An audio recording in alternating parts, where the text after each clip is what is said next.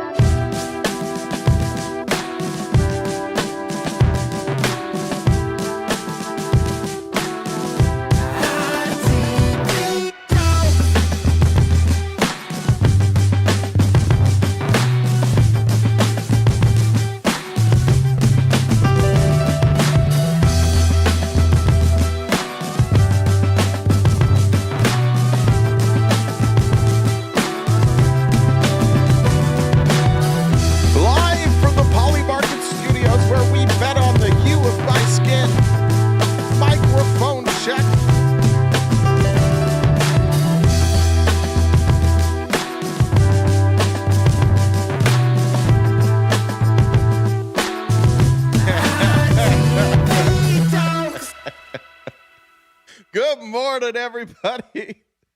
I was laughing at Bousy 1 minute, 6 seconds after first video plays before GA realizes we can't see the video. That's a solid bet. I've been thinking about that all morning, how I'm going to fuck that up. I know for sure I'm going to do it too. And I've thought about it, and I've mentally been like, don't fuck it up. And I'm going to. So there we go. High on life. Yeah, high on life today. If anybody joined us for movie night last night, we watched 2 episodes of Dope Sick, and life was not what had me high. I went to the dispensary and I said, I need something low grade. I'm going to watch 2 videos, 2 movies tonight, or I guess 2 episodes tonight. I need to be locked. I was not locked in. Luckily, there's no camera on me, but for a while, I just laid on the floor. I had my headphones on. It's hard to actually even see my screen from the floor. But whatever they gave me, I think was mislabeled because it was the opposite of low grade. I need the Bobo lore now. There is no Bobo lore. I can fix Bobo. That's the thing. And if you've been here for a while, you know that the chat doesn't agree with me. They get mad at me for that, but I can fix her.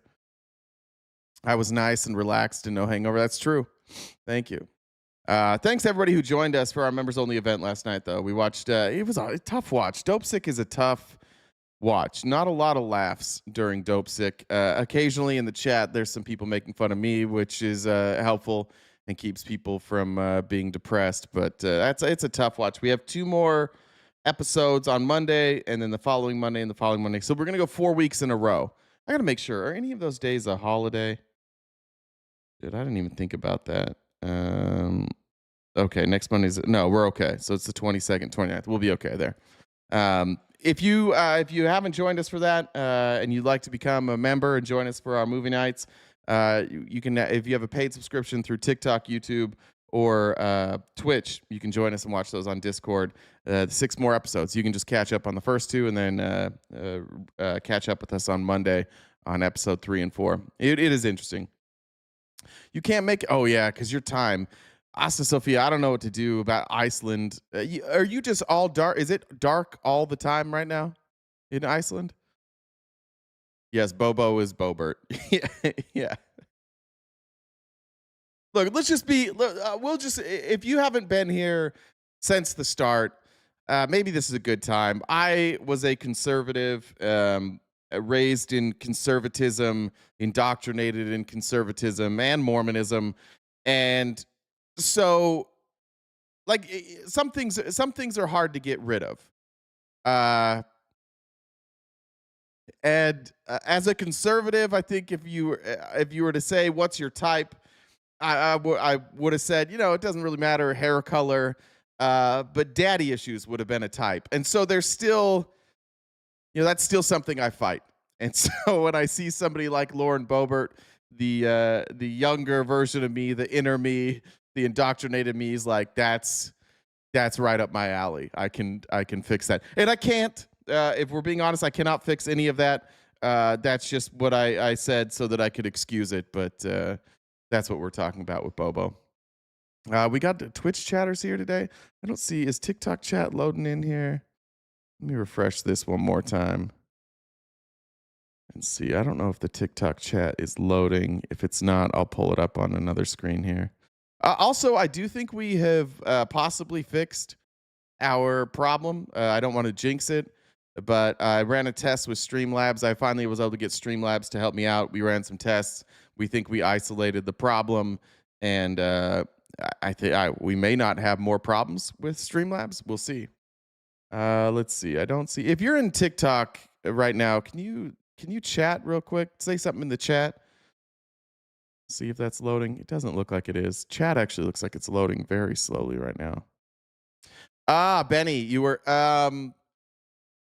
it was through my ISP provider.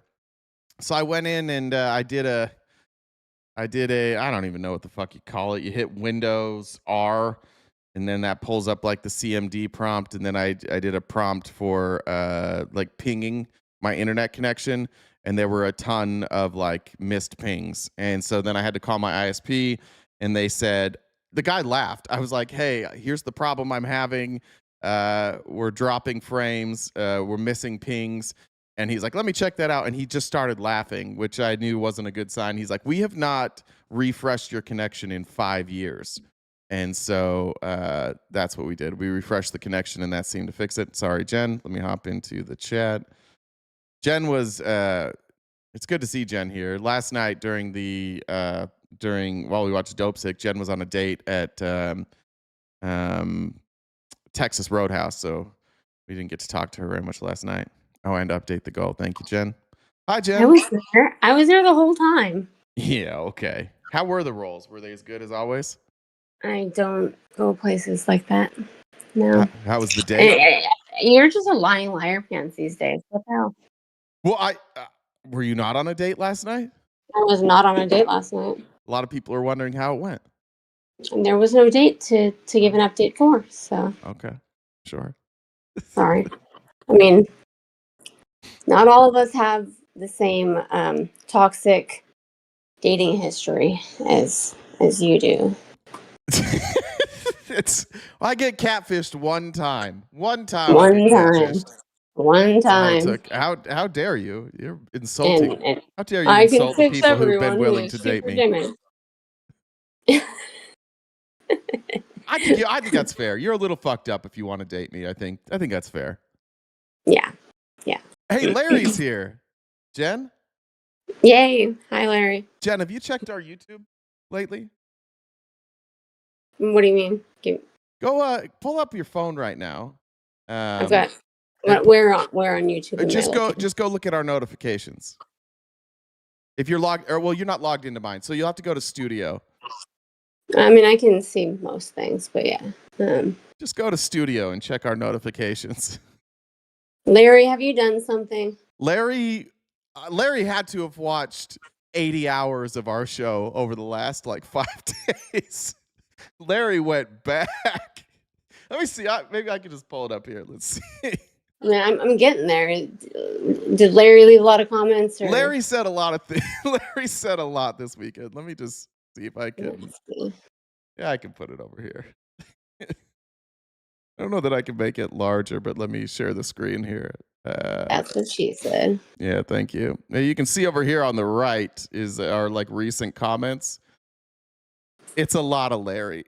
This brown L here is Larry. And Larry had a fucking week, a real weekend with us. So thank you, Larry. I appreciate it. We appreciate the engagement. So. And if there's anything you want to clarify, Larry, you're welcome to come up and ask any of these questions. I unfortunately, due to this level of commentary, I'm not able to respond to each one of them. But Larry had a weekend, so good to see you again here, Larry.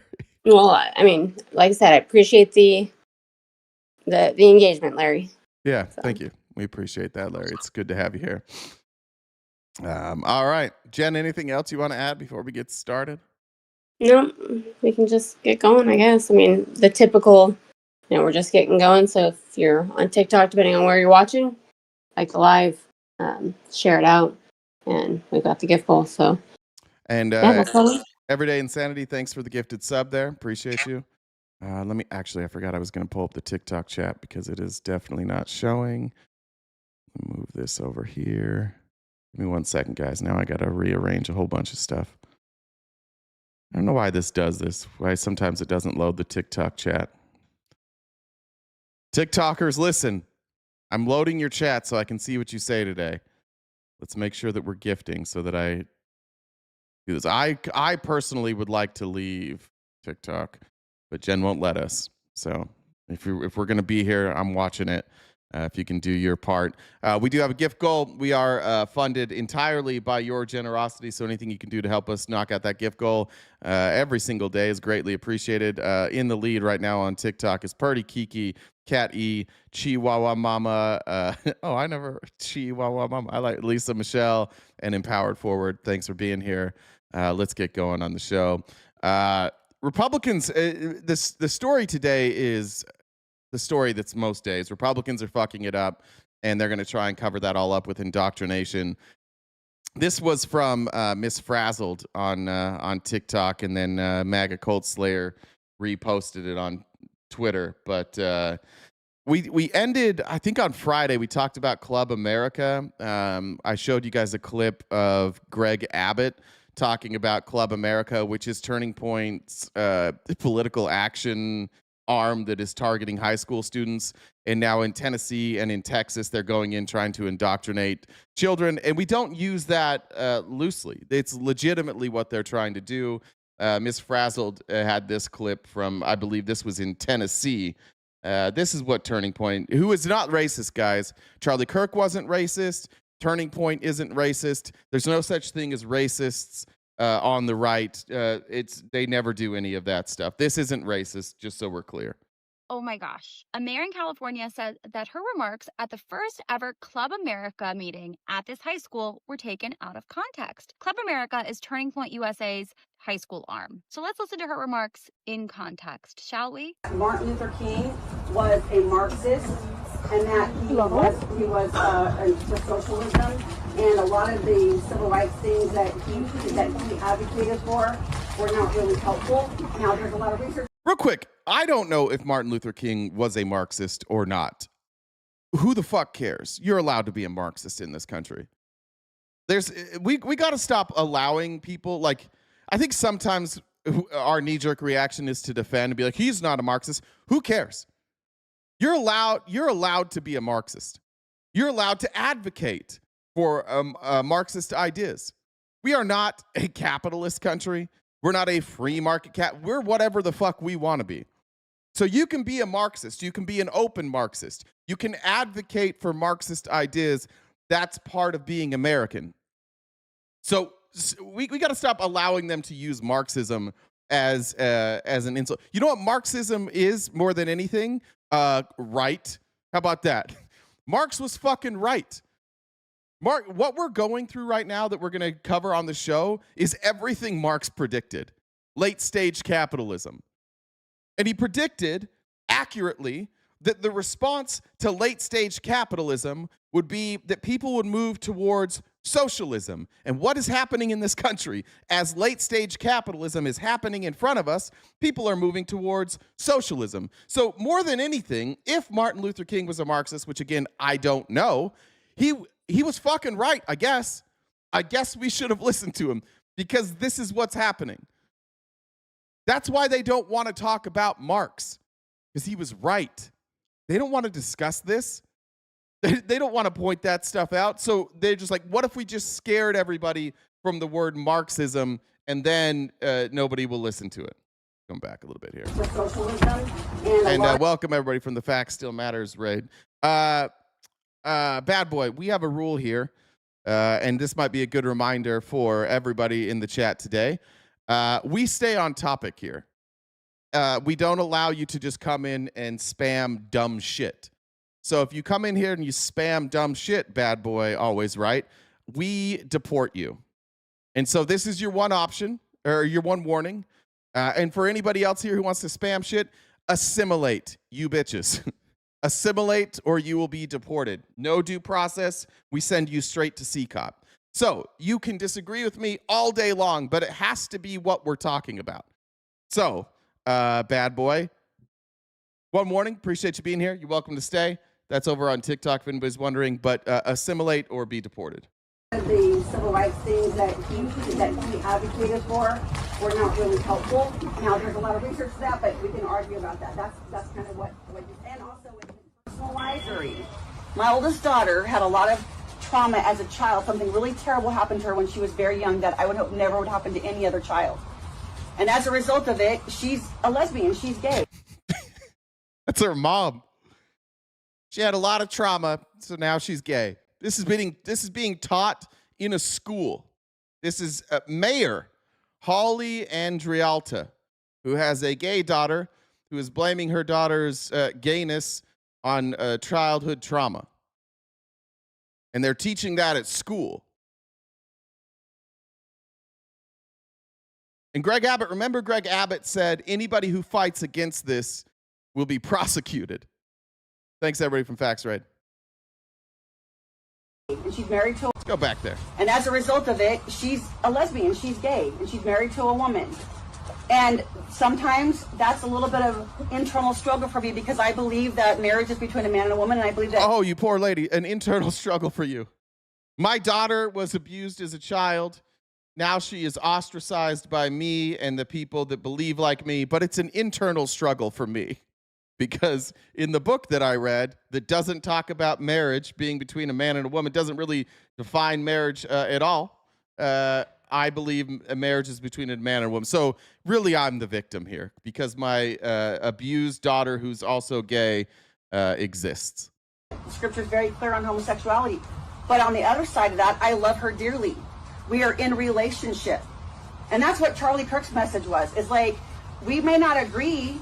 My daughter knows where I stand biblically, but I love her. We're actually going to spend Christmas with her in Missouri. We love her. That was not what Charlie Kirk preached, by the way. Like, why are we whitewashing Charlie Kirk, conservatives? Why don't you guys stand 10 toes down on what he actually said? Why are you all painting him to be like some like peaceful prophet that just told everybody to be kind to one another? That's not what he did. He said that sometimes. Other times he was a piece of shit. Let's be honest. None of it. Like, if you went back, if I died tomorrow and somebody, if you guys all tried to whitewash my history, like I wasn't sometimes an asshole, don't do that. Tell people that I was an asshole sometimes too. But I'm tired of whitewashing Charlie Kirk. We have a child, and I love my Your dad compared him to Jesus this morning. No. All right, bad boy, you're deported for TikTok mods. You can figure out how many minutes bad boy's deported, but you're deported because you did not assimilate, bad boy. So you're deported for a certain amount of minutes, and then you can get to the back of the line and come in the right way next time. Thank you. Child. And I love my daughter-in-law, which is weird to say, right? My daughter's married to a woman, but it is the reality. There's a... Yeah. So anyways, that's what Republicans are doing in schools now. That's pretty cool. And that lady also was the mayor. Report wherever your daughter is. Kudos to you for bringing your mom in for Christmas and being able to ignore all that stuff. Well done, whoever your daughter is. I hope Christmas is wonderful, and I hope you do like some gay stuff in front of your mom just to make her more uncomfortable. I hope that that's what I would do. I would rub that in my parents' face every chance I had. Rory said, "Let's ride." Thanks, Rory. Is that like a Broncos "Let's ride"? Was that what that was, Roy? Is that a Russell Wilson "Let's ride"? Are you still saying that, Broncos country? Now that you're good? Heather said, "It's my birthday today. Thank you for all you do." Happy birthday. Everybody in the chat, let's wish Heather a happy birthday today. Heather, I hope it's the best birthday that you've ever had. This here. That. And then I need to pull up Jen's chat too. So I make sure I'm following along with Jen. Boom. Oh, Jen says that it is not fixed. Right. Well, fuck. We'll see what happens, Jen. If the stream goes down, sorry. If your stream goes down on TikTok or YouTube, then just head over to Twitch because that never goes down. And thanks everybody in the chat for wishing Heather a very happy birthday. I want to show you. Let's do this. I saw this on Al Jazeera. I saw this right before we went live, and so I threw a couple things together. This was from December 6th. Yeah, it is today then. The world could lose thousands of glaciers each year over the coming decades unless global warming is curbed, leaving only a fraction remaining by the end of the century, scientists warn. Now, this is another thing that Republicans are going to try and hide from you. They're going to try and pretend that climate science is fake and it's made up. Scientific study published on Monday in Nature Climate Change warned that unless governments take action now, the planet could reach a stage of peak glacier extinction by mid-century, with up to 4,000 melting each year. About 200,000 glaciers remain in the world, and about 750 disappear each year. That rate could rise more than fivefold if global temperatures soar by 4 degrees Celsius from pre-industrial levels and accelerate global warming, according to the report, which predicted only 18,288 glaciers would remain by the end of the century. Even if governments meet their pledges to limit warming to 1.5 Celsius under the Paris Agreement, the world could still end up losing 2,000 glaciers by the year 2041. At that pace, a little more than half of the planet's glaciers would be gone by 2100. Best case scenario appears unlikely. The United Nations Environment Program already warned last month that warming is on track to exceed 1.5 Celsius in the next few years. It's predicted that even if countries meet promises they have made in their climate action plans, the planet will warm 2.3 degrees Celsius to 2.5 degrees Celsius by the end of the century. Monday's study was published at the close of the UN's International Year of Glacier Preservation, with the findings intended to underscore the urgency of ambitious climate policy. I'm not reading the chat, but there's got to be a Republican here right here calling this a hoax. The difference between losing 2,000 and 4,000 glaciers per year by the middle of the century is determined by near-term policies and societal decisions taken today, the study said. Co-author Matthias Huss, a glacier expert at ETH Zurich University, took part in 2019 in a symbolic funeral for the Peisel Glacier in the Swiss Alps. The loss of glaciers that we're speaking about here is more than just a scientific concern. It really touches our hearts. Anyways, this is what we're about to fight against. And we're going to be fighting an ongoing propaganda war. The reason that caught my attention is I remembered this clip that I saw earlier of Joe Rogan when he had on a clearly losing his mind Mel Gibson, and Joe Rogan cited the Washington Post in a bizarre way. There's a lot of horseshit that's involved in climate change for sure. I've studied that, and I've had many discussions over the last 4 years. The problem with anything is that once a narrative gets established, and then there's a profit attached to the solution to that narrative. Yes. And that's green energy and green energy bills, and there's businesses that are wrapped around there. And then there's also this fear that they love to pump into people about climate change, that, you know, they terrify the shit out of young people that we're going to destroy the world and climate change. Yeah, he's been studying it, guys. He's studied it. And you're going to see how much he studied when he cites his source here. Must act now, and then you become beholden to the political party that is espousing these ideas. And then, by the way, one of the episodes I remember watching when I used to watch Joe Rogan, I want to say it was with Eddie Bravo. Like, Joe Rogan used to argue all the time, like, how is it that all of the climate scientists are wrong? He had I'm pretty sure it was Eddie Bravo, but he had an episode where he was just saying, like, every single climate scientist in the world says that, one, we have an impact on the climate, and that we are seeing general warming. And now, once he became friends with, like, Ben Shapiro and the intellectual dark web, and became just an unabashed conservative, suddenly he is easily fooled by, like, everything. Your enemy is the deniers of this science, yes, even though you don't even understand the science. Yeah. And did you see the Washington Post article that they published recently about temperature change on Earth? No. Well, I didn't think about that, Empress. I didn't think that he would know better than scientists. I should have remembered that. Change on Earth? No. Well, there's a like, what they've realized is over the last, X amount of thousands of years that the temperature on Earth is plummeting. Yeah. And it's dropping. And then when they look at the dips, this is the most important thing for anybody that's really freaked out about climate change. Yeah. there's no static temperature of Earth ever. There's never been a time where it Yeah, temperature always changes. There's no static temperature during the day. You're not breaking any new ground here, Joe. You know when it was colder today? It's 6 a.m. There was no sun. Now the sun is shining outside, and it's warmer. It's almost 10 a.m. It's warmer right now than it was at 6 a.m. maintains a temperature until human beings came along and fucked it all up. That is just not real. Before human beings ever existed, if you trust these core samples, there's been a giant rise and fall and this constant dip. There it is. Yeah. Scientists have captured Earth's climate. We get it. Weather isn't climate. We get it. But it's part of climate. Over the last 485 million years. Here's a surprising place we stand now. Look at the dip at the end. Whoa. That's where we are. Yeah, that's reality. That's crazy. Look at how much colder it is. Let me pull up this chart for you. This is what he's citing, by the way. He's citing the Washington Post here. And he's citing this graph. So now you can see it a little bit better. What you'll see here is this dip at the bottom, and you might think to yourself, holy shit, it's chillier then. These are millions of years. In the chat, real quick, how long have humans existed? Does anybody know how many years humans have existed on this earth? Wind is a Democrat hoax. That's right. About 300,000.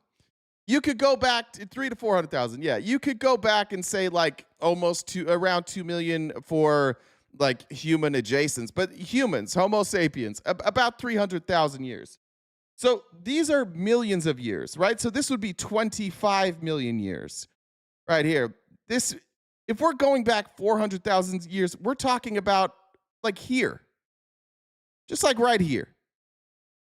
And basically, as long as we've been existing, and as long as we've been industrialized, the weather is or the temperature is going up. This is why we can't listen to conservatives. It reminds me of one of my. Let me pull this up too. We've given this guy a lot of credit, and I know I showed this, but it's conservatives just don't change. They just continue to make terrible argument after terrible argument after terrible argument, and when they're corrected, they don't alter. You may remember this from Thomas Massey talking to John Kerry. This was 6 or 7 years ago. Back then, Thomas Massey calling it a hoax and trying to explain this to John Kerry, just the same way that Joe Rogan is trying to explain it to Mel Gibson. Secretary Kerry, I want to read part of your statement back to you. Instead of convening a kangaroo court, the president might want to talk with the educated adults he once trusted to fill his top national security positions. It sounds like you're... What'd you say? It was after he had on Randall Carson that he started this cyclical ice age argument. Who's Randall Carson? Look him up. I don't remember if I saw that. Carson or Carlson?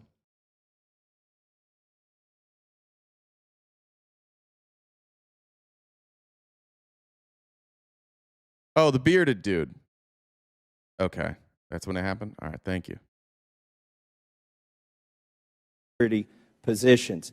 It sounds like you're questioning the credentials of the president's advisors currently, but I don't think we should question your credentials today. Isn't it true you have a science degree from Yale? What's that? Bachelor of Arts degree. Is it a political science degree? Yes, political science. So how do you get a Bachelor of Arts in a science? Well, it's liberal arts education and degree. It's a bachelor. Okay, so it's not really science. So I think it's somewhat... It's not. It's not. The science of politics, I guess you could say. Yeah, political science isn't like a science degree in the same way that like a medical degree is. It's Bachelor of Arts. Really science. So I think it's somewhat appropriate that somebody with a pseudoscience degree is here pushing pseudoscience in front of our committee today. I want to ask you... Are you serious? I mean, this is really serious happening here? You know what? It is serious. You're calling the president's cabinet a kangaroo court. Is that serious? I'm not calling this cabinet a kangaroo court. I'm calling this committee that he's putting together a kangaroo committee. What are you saying, that he doesn't have educated adults there now? I don't know who it has yet because it's secret. Well, you said it in your testimony. Why would he That's have what to you're have a saying. secret analysis of climate change? Let me ask Why you. does the let me ask- president Let's need get to back to keep the it science of secret? it. Let's get back to the science of it. He just doesn't answer it. I don't know. Let's get back to the science of it. But it's not science. You're not quoting science. Well, you're the science expert. You got the political science degree. Look, let me ask you this. What's the consensus on parts per million of CO2 in the atmosphere? What would it be, Benny? You said you can get a science degree with a Bachelor of Arts. It's unusual but possible. What would a Bachelor of Arts science degree be?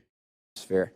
About 406 today. Okay, 406. Are you aware that 350 being the level that scientists have said is danger. Okay, are you aware? 350 is dangerous. Wow. Are you aware that since mammals have walked the planet, the average has been over 1,000 parts per million? Yeah, but we weren't walking the planet. Yeah, if we want to go back to this chart here, what he's talking about is right here, 225 million years ago, when mammals first walked the planet. And you can see from 225 million years ago to about 65 million years ago, we had mammals and dinosaurs, but not humans. Again, humans didn't exist until, look at these global temperatures. Humans didn't exist until global temperatures were down here. This is why you can't take conservatives seriously. What a dumb fucking thing to say, to talk about the temperature on the planet when humans didn't exist. And then draw the inference that, like, well, it's been warmer. Yeah, but the humans weren't here. It's, let me just share with you that we now know that definitively at no point during the past 800,000 years has atmospheric CO2 been as high as it is today. The reason you chose 800,000 years ago is because for 200 million years before that, it was greater than it is today. And I'm going to submit for the record. Yeah, but there weren't human beings. I mean, there was a different world, folks. We didn't have 7 billion people. So how did it get to 2,000 parts per million? It's like standing in a fire pit. It being like, last night, the temperature of the fire reached, I don't know, how hot does a fire get? Let's call it 1,000 degrees. It was 1,000 degrees last night, but here I am standing in the fire pit, and I'm okay. Do we need to worry about it? Yeah, the fire's out, you dumb bitch. There's no fire there anymore. Humans weren't here. Because there were all kinds of geologic events happening on Earth which spewed up. Did geology stop when we got on the planet? Mr. Chairman, Did geology stop? Look at him, look to the side, too. Like he just nailed him to the wall. Did geology stop? Does geology? Yeah, geology still, that's a study. This is just not a serious conversation. Your testimony is not serious. I agree.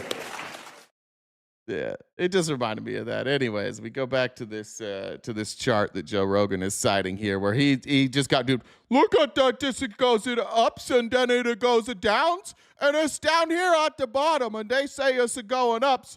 So this is all a lie. That's what Republican politics is. This is why we can't have them educating us. We're fucked if Republicans educate us. Okay. And then if you look at the course of history, you look at the rise and fall, like it's never a straight line. Way before human beings ever existed, if you believe these silly people. Way before these silly people. All these silly people who are pointing out this massive increase right here. Silly. Human beings had ever existed. There's always this rise and fall. And this idea that the whole thing is based on carbon emissions from human beings is total bullshit. Mm-hmm. It's not true. Right. We might be having an effect, but we're having a small effect, a very small effect. And the other things are completely outside of our control, including solar activity, the distance between the Earth and the sun. Mm-hmm. You know, there's a lot of factors. There's all sorts of factors involving so many things. There's so many factors we shouldn't cover. Now, you may be surprised to know that Joe Rogan probably saw this on a Facebook post because he clearly didn't read the fucking article that the chart was attached to. I'm guessing what happened is somebody screenshot this and said, even the Washington Post, the liberal Washington Post, which isn't liberal, it's owned by Jeff Bezos. It's like a pro-capitalist rag. Then they still do some great journalism, but to call them liberal would be probably a stretch. Joe obviously didn't read this. Because if we read the article, they say an ambitious effort to understand the Earth's climate over the past 485 million years has revealed a history of wild shifts and far hotter temperatures than scientists previously realized. Oh, we didn't even know it was this hot before. Offering a reminder of how much change the planet has already endured and a warning about the unprecedented rate of warming caused by humans. He didn't read this part, did he? Let's talk. What are they talking about? This timeline was published by the Journal of Science. It's the most rigorous reconstruction of the Earth's temperatures ever produced. It was created by combining more than 150,000 pieces of fossil evidence with state-of-the-art climate models. It shows the intimate link between carbon dioxide and global temperatures. What they're learning from this is as carbon dioxide goes up, so do global temperatures. Joe didn't read that, apparently, and reveals that the world was in a much warmer state for most of the history of complex animal life. At its hottest, the study suggests, the Earth's average temperature reached 96.8 degrees Fahrenheit, but inside a winter-fresh mouth, it was much, much cooler. Oh, they left that part out. The revelations about Earth's scorching past are further reason for concern about modern climate change, said Emily Judd, a researcher at University of Arizona and the Smithsonian, specializing in ancient climates and lead author of the study. The timeline illustrates how swift and dramatic temperature shifts were associated with many of the world's worst moments, including a mass extinction that wiped out roughly 90% of all species and the asteroid strike that killed the dinosaurs. They're pointing it right here. See how, if you can see this, they're zooming in here.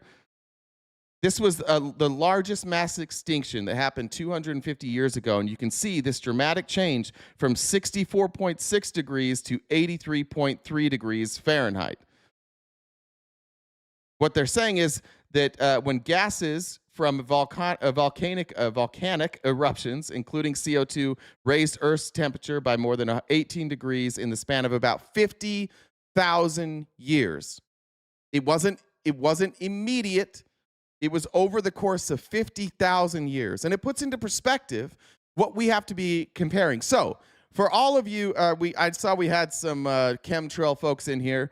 If we were to worry about this, if we were to look back on the largest mass extinction in the history of this world, and we realize that this took place over 50,000 years, the way that we should gauge whether or not our current rate of growth is alarming is if the rate of growth now is on par with that, if it exceeds that, or if it is below that, right? We would want to know if right now we are accelerating in that same way, if we're accelerating faster or slower or on par. If it's on par, it's alarming. If it's slower, that's good. If it's faster, then we should probably fucking do something about it. So let's see what they said. At no point in the nearly 500 million years that Judd and her colleagues analyzed did the Earth change as fast as it is changing now. So including this time when 90% of everything on Earth went extinct, we are accelerating faster than that. This is why Republicans shouldn't educate us. They just look at graph go down, that graph good. Graph go down, that good. No worry till at high. At high, scary. At down, good. Down, good, not our fault. We move on. You can't let conservatives be in charge of educating. They're the dumbest states. Joe Rogan's one of their smartest. We can't have them educating us. The timeline encompasses almost all of Phanerozoic. Is that how you say that? Phanerozoic. Phanerozoic. Getting that right? Some science nerd in here is going to tell me I can't read, and they're probably right. The geologic eon that began with the emergence of multicellular, non-microscopic organisms and continues today. It portrays a global climate that was more dynamic and extreme than researchers had imagined. Let's go down here. But in keeping with decades of past research on climate, the chart hews closely to estimates of carbon dioxide in the atmosphere, with temperatures rising in proportion to concentrations of the heat-trapping gas. Now, I saw a video yesterday that explained this in for dumb people like me, and this is the best way I've actually had it explained to me. So some of you already know this. Most of you probably already know this, but most of you are smarter than I am. But I know that there's MAGA in here, and I think I am smarter than you, so this might help. Carbon dioxide essentially creates a blanket, right? And so when the sun is coming through our atmosphere, carbon dioxide acts as a barrier. But just like if you were outside on a hot day, if it was 40 degrees outside, you put a blanket on, that's nice. If you put on 2 blankets, you'll probably be even a little warmer. But if the Earth's temperature is rising and you are packing on more blankets, that's a problem. It's going to trap that heat, and you're basically going to cook yourself. So when they talk about carbon dioxide in the Earth's atmosphere, that's what happened. These geological events created essentially a blanket in our atmosphere, and the Earth's temperature rose to the point where nothing could live. That's how they're explaining this. So if you're dumb like me, that's the dumbest way I've heard it explained that made a lot of sense to me. If you're smarter than me, you probably have a better way to explain that. But to me, that made a lot of sense. Carbon dioxide is really that master dial, Tierney said. That's an important message in terms of understanding why emissions from fossil fuels are a problem today. So MAGA, when you hear your elected leaders say, climate change is a fake, or is a hoax, the Green New Deal is a hoax, this is just conservatism at its finest. Conservatism before all other things is don't accept change. Don't accept new data. Don't learn new things. Everything's fine how it is now or how it was in the past, and change is scary, and you should run from change, and you should call all change a hoax. So when they talk about drilling more, and they talk about now, like, let's fucking go to war with Venezuela. Let's go have a war with Venezuela so we can get more of this oil, which we can then burn and create another layer of carbon dioxide, turning us into a oven. Let's do that. It's because they're nearsighted, and they think, I think a lot of them think that God is in charge, so nothing else is real. Oh, don't worry, God will step in. God is this buffer used by so many to just not give a fuck about reality. Well, it's all part of God's plan, so if God wanted us to be cooked alive, I guess that's just the way it is.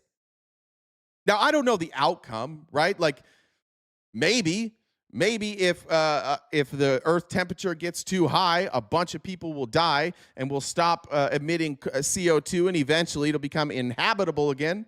But is that what we want to do? Do we want to kill off the population to get rid of CO2 emissions? Well, if enough people die, I can keep driving my truck.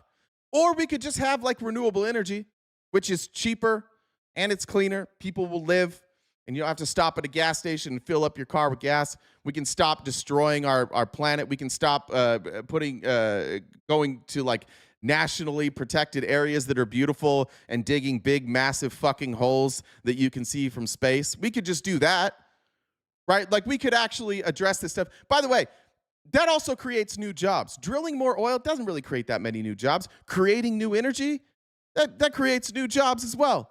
And it takes a burden off of us. If all of us could just, like, if every one of you had solar panels on your house in a place that it worked, and we could create enough energy, and we put out big solar panels all over the country, especially in warm areas, and then we could capture that energy and store it in batteries, and no longer did you have to worry about your power bill, how much would that free you guys up? How much would that free up your finances? A lot. And instead, conservatives have decided, let's double down on fossil fuels. Let's make sure that people in this country are always paying a bill to drive their car, to heat their house. I don't. It's antithetical to even what you guys believe too, because I see Ron DeSantis out here talking about it's not fair that when you buy a house you have to pay taxes on that. It's not fair that you have to pay property taxes forever. People don't think it's fair that when you buy a car that you have to register it and pay taxes on that forever. Those are conservative ideas. But if it's not taxes, if the money's not going to the government, if it's instead going to an oil company, to some CEO, then it's fine because it's capitalism. So that your ideology like never really meshes together. That's why it seems so incoherent. Because you hate taxes. You hate the government taking any money out of your check. That's unfair. You worked for that money. But if you have a service like healthcare or energy, and they're just going to keep bilking you out of that money, that's fine because it's capitalism. Just do the smart thing for one time, Republicans. One time, move your fucking ideology out of the way and just look at what's happening here. Are we seeing global temperatures increase? Yes. Is it due to CO2 emissions? Apparently. You can't find anybody. You can't find a single climate scientist who says that we aren't playing a role in that. You can't find a single climate scientist that wouldn't say that this mass extinction right here was due to volcanic eruptions, which led to more CO2 in the atmosphere, which dramatically rose the temperatures, which killed everything on this planet. But Joe Rogan saw a tweet with this chart and was like, look, we're over here on it's down here. Look at all these times. Were we worried about it during this time? We were not, because we did not exist. No humans. If you're just getting here late, let me take you. You can see my mouse here. I'm going to take you to where humans existed. We're going to take the. We're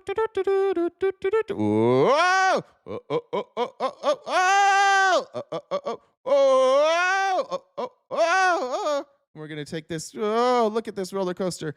And it was empty. There were no humans on this roller coaster until about right there. And then humans have existed here. So none of this shit matters when it comes to can human beings live, because we weren't alive for any of that. Yes, by the graph's information, these levels are normal for a world that humans can't live on. Yes, by this graph's, the information from this graph says that if you don't want humans to exist anymore, don't worry about it. Yeah, okay, bro. But this is fine if I'm an amoeba. That's right. If you're an amoeba, you'll be all right. Maybe. We'll see. Thank you. Thank you, Proud Atheist. Humans evolved because the temperature stabilized. Wrong. It's because Jesus died for our sins. You fucking Satanist. How dare you? I know you're not worried. We know you. We know you're not worried. This is inconvenient information, so I am just going to not be worried. Give Elon more money? Pass. Hey, look, if Elon, honestly, I wouldn't give a fuck. If Elon's company was making more money because we were investing in solar energy, I wouldn't care. I didn't care when he did it. Right? Like, I don't mind if the government spends money on developing renewable energy. Why the fuck would I care? I benefit from that. Everybody in my state that has solar energy benefits from that. I pay less money every single month. And I have like a 20-year loan on my solar equipment. Maybe I think it's 15 years. A 15-year loan. So even with the money that I pay for the loan on my solar, I'm still paying less. So yeah, I don't care. That's good spending by the government. Thank you. You spent money that saved me money. Appreciate it. Elon, in fact, Elon, you can see, like, Elon has said, I don't remember what the total amount was, and somebody could probably fact check him, but Elon explained how much solar energy you would need to power the entire grid of the United States. It's a relatively small amount of acres needed. And you could just, like, if any of you have ever driven through Utah or Arizona or Nevada, like, there are plenty of places you could just put a solar farm and you could power the entire grid. But we can't do that because we got to pay these oil tycoons. That's a good point, Matt. Solar energy going to be sucked up by AI data farms. Yeah. All right. I want to point out another reason you can't let Republicans educate us. Let me read a couple of these. Danielle said conservatives are the most confidently wrong people. Julian said it was after he had Randall. Oh, I did that one already. Have like fish oil burps. If anybody, this is going to be TMI. I apologize in advance. Has anybody drank like Celsius energy drinks around here? It's supposed to be like a healthier option as I'm trying to be healthier. Has anybody? I had them like 2 days in a row, and they like made me throw up. Anybody ever had that happen with Celsius? Yes? Oh no. It's not healthier. I said it's supposed to be. I didn't read it. Yeah, it made me, it was awful. And they give me weird burps. Okay, drink them slower. I think maybe I just won't drink them. I'm going to have to go back to coffee with some supplements. I know. All right. Yeah, now I'm being judged by everybody. Alani's better. I actually bought Alani's. I'm going to try that, but it was not good. Zero sugar Monster is my favorite too, the peach ones. But I just assumed those were bad too. I've been researching like stuff for ADHD, and I know that like if you have ADHD, having like a high protein, high fiber diet's good. Any sort of like artificial dyes are bad for your ADHD. So I'm really trying to like protect my brain. Ever had a red line? No. Never. I've liked the C4s. What are you guys saying? Who do I trust here? Celsius is really bad. Celsius is good. Back to back. Red line, the name red line is crazy. Take your heart up to its max. Give it a real test. Fit Aid? That's a terrible name. I'll look it up. Fit Aid? Is that sold at Costco? That seems like a Fit Aid. Oh, it's like those packets. Maybe I've seen those. Talking about these things. They have drinks too. Where do you get them at? All right, I'll look. Reminds me of Rite Aid. Is it owned by Rite Aid? Ghost Orange Cream. All right, sorry, I got derailed. If you guys have suggestions, send me suggestions in my DMs.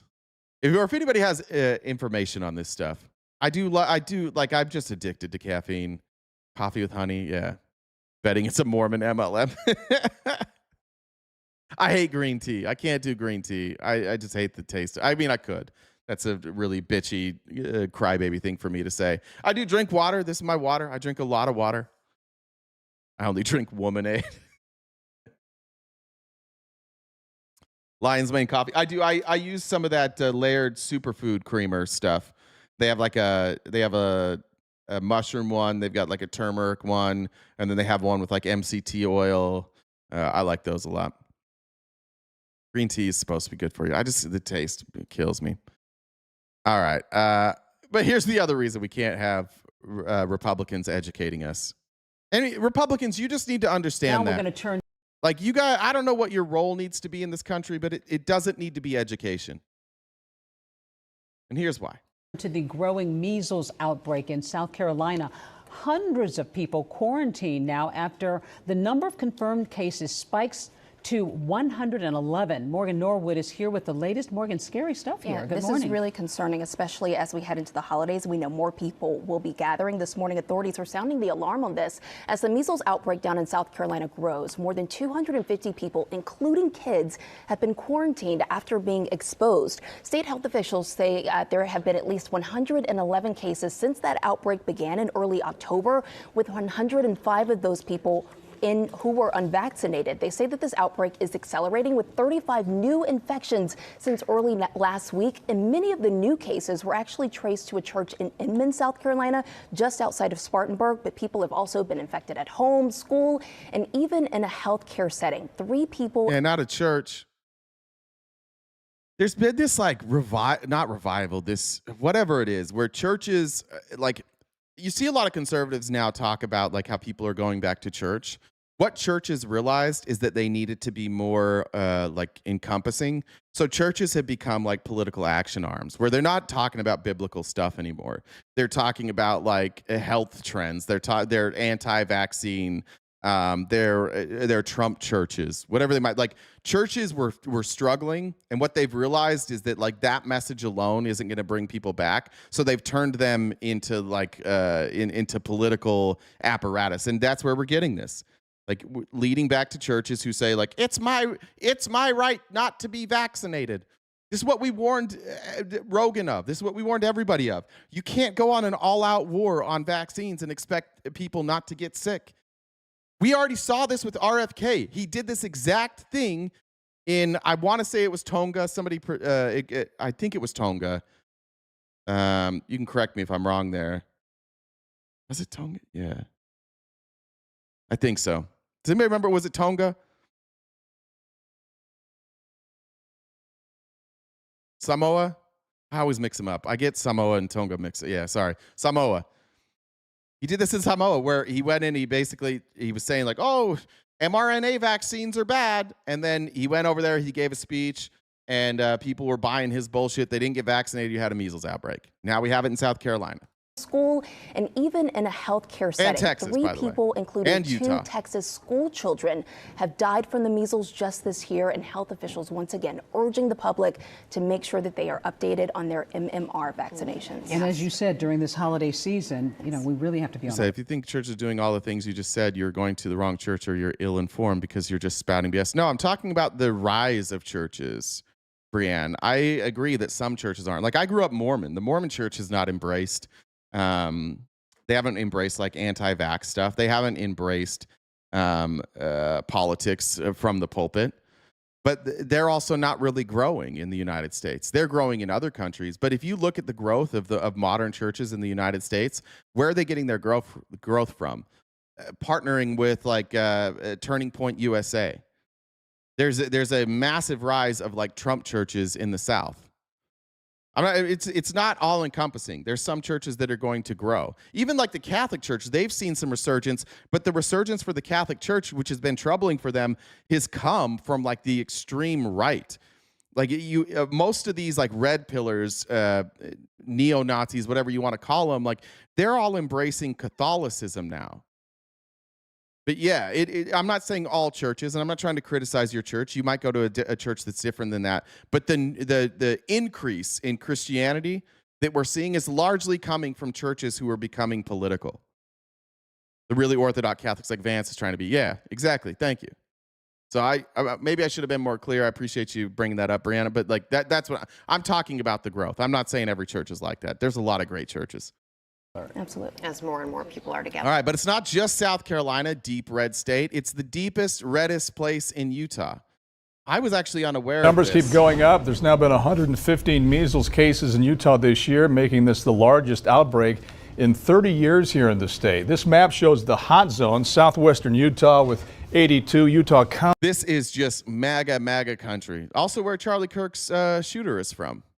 Rory said, just scared of Jen. Jeremy said, yerba mate teas are a good energy drink replacement. Same amount of caffeine as a Monster. No sucralose. Thank you. With 9, some of the hot zones when it comes to these measles diagnoses. 2 News' Natalie Wattis questioned the health department and spoke with people in Utah County about these latest cases.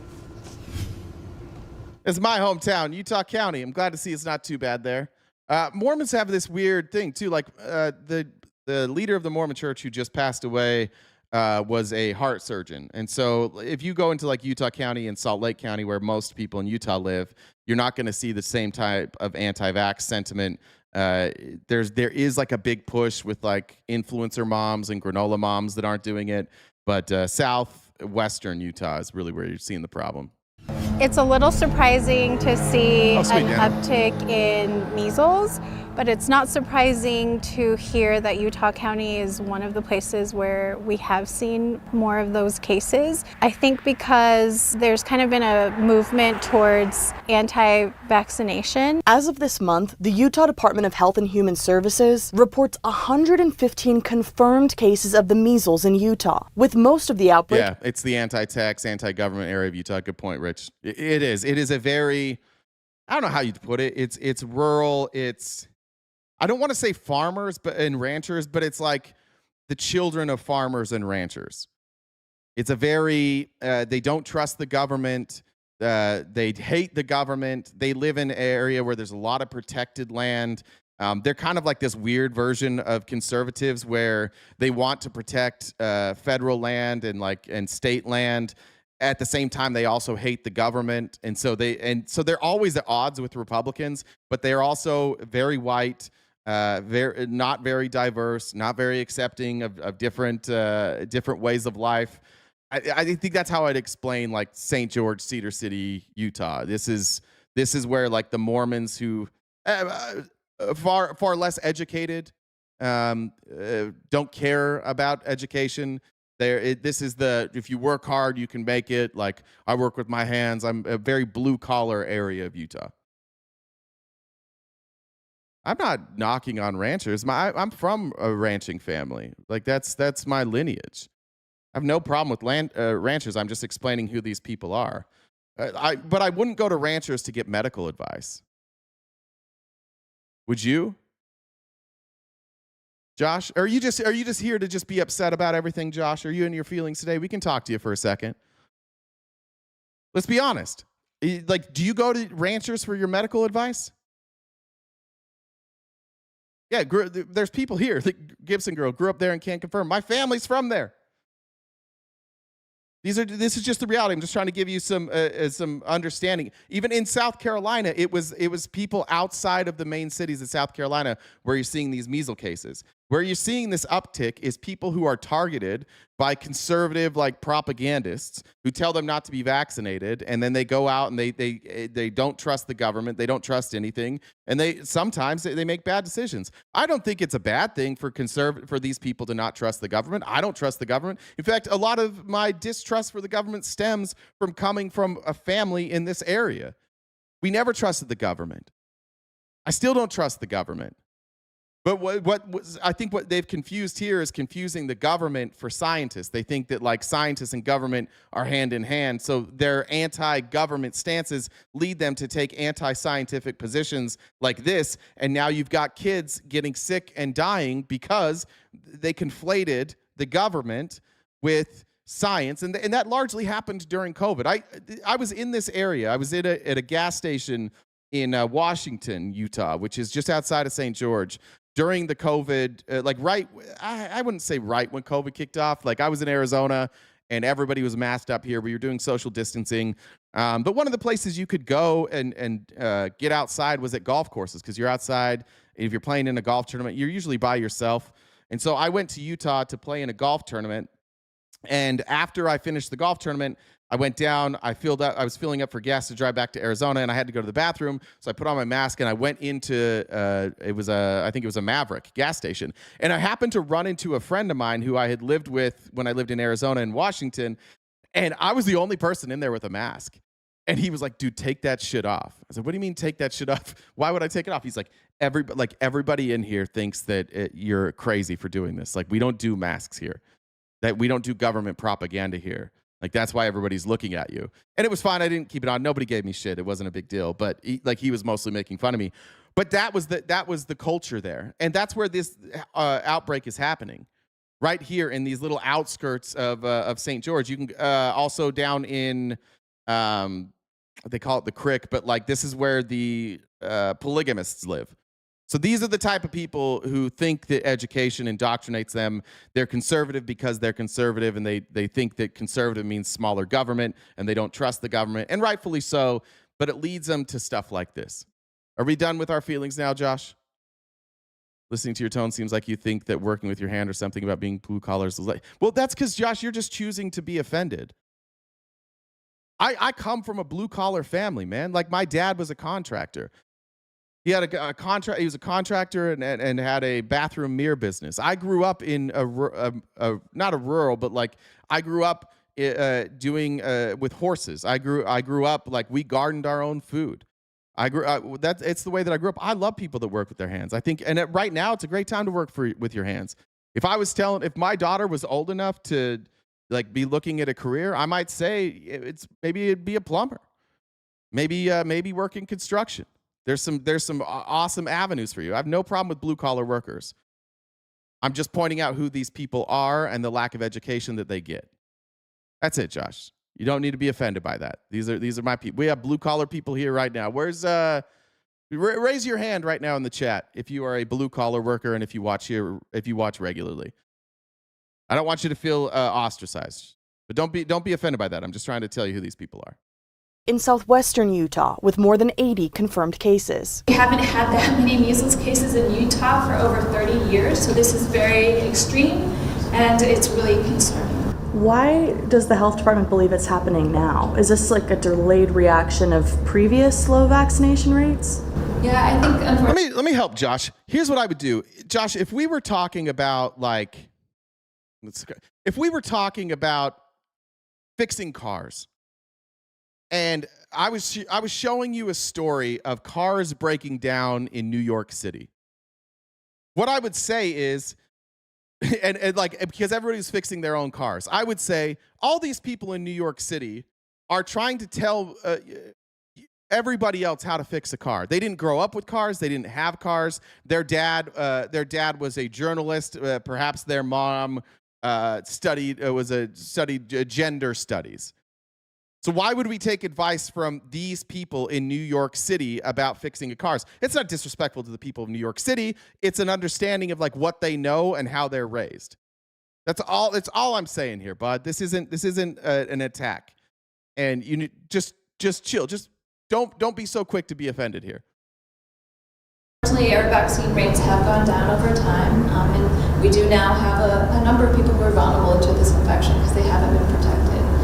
There also has been cases in neighboring states, and so it was easy to introduce here into Utah. Utah's DHHS says roughly 90% of the population is vaccinated, but those rates vary from area to area, and it's not enough for herd immunity. Measles is highly contagious. It's the most contagious infection we know of. The state epidemiologist says since the outbreak started, they've given 30% more vaccines than they did last year at this time. She says most infections appear to be from in-state travel. It is likely in Utah, many hundreds of Utahns who are vaccinated have been exposed to this virus, and they did not know it, and their bodies fought it off as it should. The second largest outbreak in Utah is in Utah County with 10 confirmed cases. Parents I spoke with here in Utah County tell me they were surprised to hear about the spread of measles here. Luckily, like I said, my explanation was more offensive than earlier comments.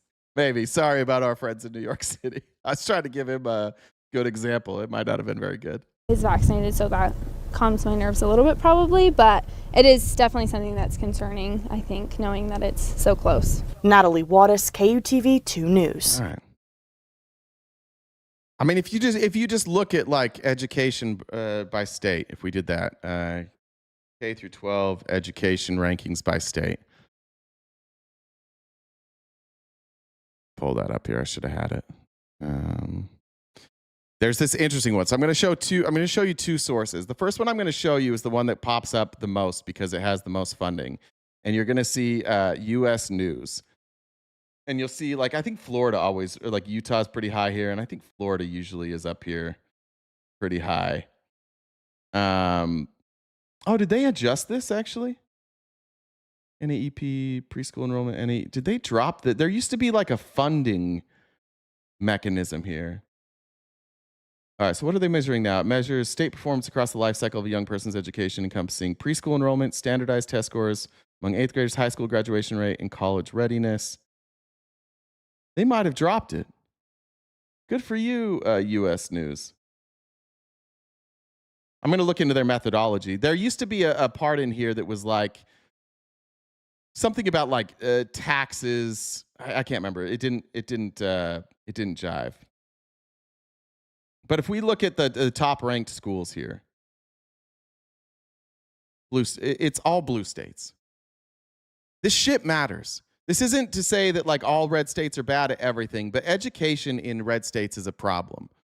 And it's a problem because they keep trying to bring in things that aren't education. They try and bring beliefs into the education. That's what you're seeing right now with this expansion of Turning Point USA being put into schools. Like look at the worst states. Arizona 51st, Oklahoma 48th, New Mexico 49th, Nevada 44th, Idaho 47th, Florida 41st, Texas, Louisiana. I mean, it's all essentially like you have Arizona's a red state on the state level. Nationally, it's more of a purple state. Same with Nevada. Same with Idaho. Basically, everywhere else, I don't know much about the politics in Delaware for their state legislature. They're struggling, but mostly everywhere else, it's going to be red states. There's a reason that blue states are better educated.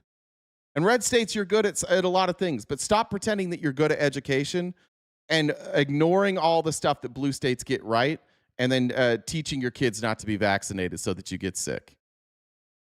I got an MMR vaccine because I got the vaccine in the late 1960s. Look, even RFK Jr. has had to come out and say, look, the MMR vaccine is the best option to keep you safe from measles. Cookie Nib said, blue collar here, and I'm offended by what a little whiny bitch Josh is. Josh is not one of us. Thank you. Just a reminder, guys, we're crowdfunded here, and Jen will guilt trip you to death. But if you could help us knock out our gift goal every day, we'd appreciate that. That's how we keep the lights on, keep Jen paid, keep the bills paid. It is expensive to do this. The other softwares that we have to use, and it's not cheap to do this every day. So if you could help us knock that out, it'd be greatly appreciated. And I'll update the goal here in just a minute. I'll skip that one. Let's do this. I didn't have this on my card. I was looking for video clips to explain the measles outbreak or just news clips, and I didn't expect to see Fox News. I'm only showing you this just to prove that like everybody kind of understands what this is. More than 250 residents in Spartanburg County, South Carolina are in quarantine due to a major measles outbreak. The state's Department of Health confirming 111. David, educated is a good thing. Indoctrination is what red states have. This is the trick of red states. Like Oklahoma is a perfect example of this. Oklahoma says that they're going to fight indoctrination in their schools. And how are they planning on fighting indoctrination? By bringing in religion. Religion is indoctrination. It's a doctrine. You need a doctrine to be indoctrinated. Teaching children that the science backs that we are affecting the climate is not a doctrine. It doesn't qualify for indoctrination. It is science. And science can change. And when the science changes, you should change with the science. But religion doesn't change, regardless of the science. Even when science proves religion wrong, religion stays the same. That is indoctrination. You've got to understand what words mean. You're being indoctrinated. By looking at these states, the other thing that these states all have in common, you look at these most educated states, what else do they have in common? They make more money. They are healthier. They are paying out more as a state than they bring in. They are keeping these red states afloat because these red states, who are definitely not indoctrinated, are undereducated, and then they don't tax appropriately, so they can't pay their own bills. So liberal states, blue states, have to pay their bills for them. Saying that is indoctrination is a fundamental misunderstanding of what indoctrination is, and you probably would have learned that if you weren't educated in a fucking red state. But your red state tells you that Jesus is not indoctrination. Religion is not indoctrination, but science is. It's a self-sustaining prophecy. And you'll do things like, oh, look, they used to call it global warming. Now they call it climate change. Indoctrination. You said there was a worldwide flood. You still say there was a worldwide flood. You say that humans have been around for 4,000 years. You said that the world started with Adam and Eve. That's not true. That's indoctrination. When you have no data to back up your beliefs, that is indoctrination. If tomorrow it came out that rising CO2, if they could prove tomorrow that rising CO2 wasn't leading to increased temperatures, I would change my mind tomorrow. But no amount of information can change somebody's view when that view is a belief and isn't based on data. That is indoctrination. You have to understand that. But that's why your states suck. You look at your states sometimes and you go, oh, it's cheaper to live here. Yeah, why? Why is it cheaper to live there? Well, because we have low taxes. Well, that doesn't make sense. Why is it cheaper to live there? How come in rural Mississippi it's really cheap? No one wants to live there. Jobs also pay a lot less. How's the education? Not great. How's the upward mobility? Non-existent. You guys have to stop using words incorrectly, because what it allows is these rich folks like this cabinet, Donald Trump's cabinet, who's full of billionaires. They don't want you to have anything. They don't want to share any of their money. They don't want to pay taxes. So they convince all of you that somehow you guys are on the same side, and that if people start paying more taxes and you get benefits from that, that makes you like a bitch or something. I don't know. They're all propped up by the taxpayer. They've all been leeching off the government their entire lives, and they're convincing you that you can't get anything from the government. Only they can, the rich. And that you have a job and that you get the money that you get because of them. And if the government taxes them, then they won't give you any money. That's indoctrination. All the data shows otherwise. All the data says that America's better off when we tax rich at a higher rate. You can't show me data that says otherwise. Democrat states have issues with housing and cost of living, why they are expensive to live in. Yes, because this is you got to understand indoctrination. Why do housing prices go up? This is actually part of the show today, and we'll get to it. Why would the price of housing go up, Republicans? Let's get some answers. What causes the price in your neighborhood? Just think of wherever you live. Let's say that the prices in your neighborhood start going up. Why is that? More people, more demand, right? If nobody's moving into your city, your house prices don't go up. But if lots of people are moving into your city, the prices go up, right? Well, blue state, red state, cheaper here, must be blue. Yeah, because people want to live in blue states. Why? Education. Why? They make more money. Why? More restaurants. Why? More diversity. That's why they want to live in blue states. More people don't want to live in red states. And by the way, think of it like the red states, the two red, well, I can think of 4 red states right now that people have started moving to, just off the top of my head. Florida, Texas, Utah, and Idaho. And they are all facing the same problems: affordability. The price of houses, if you live in Texas, in Florida, in Utah, or in Idaho, specifically in places like in Idaho, if you live in Boise or Idaho Falls. In Utah, if you live in Utah County or Salt Lake or Ogden or Logan. In Texas, if you live in Houston, Austin, Dallas, Fort Worth. In Florida, if you live in Miami, in Jacksonville, in Orlando, in Tampa Bay. You are all seeing this happen. Your state lured a bunch of people there with lower taxes, and it's increasing the cost of housing. Why is that? Because more people wanted to live there. You can't have it both ways. You can't be like, oh, everything's going up here in Florida because people want to live here, and also, oh, blue state prices are because of Dems. It's not why. It's just basic supply and demand. That's what drives housing. It's not across like political ideologies. Wherever more people want to live, it's going to be more expensive to live there. So if you live in a place that is cheap to live, then nobody wants to live there. And that might be great for you. Maybe you like to. I'd like to live in a place nobody wants to live. A good example here, I'll show you on a map. Like, there's a place in Arizona called Payson. It's not far from where I'm at. Like, I kind of live in this area here. And if you go up here to Payson, right up here, it's up in the mountains. It's cooler. You don't get a ton of snow here in Payson. If you go up into the mountains over here, you'll get more snow.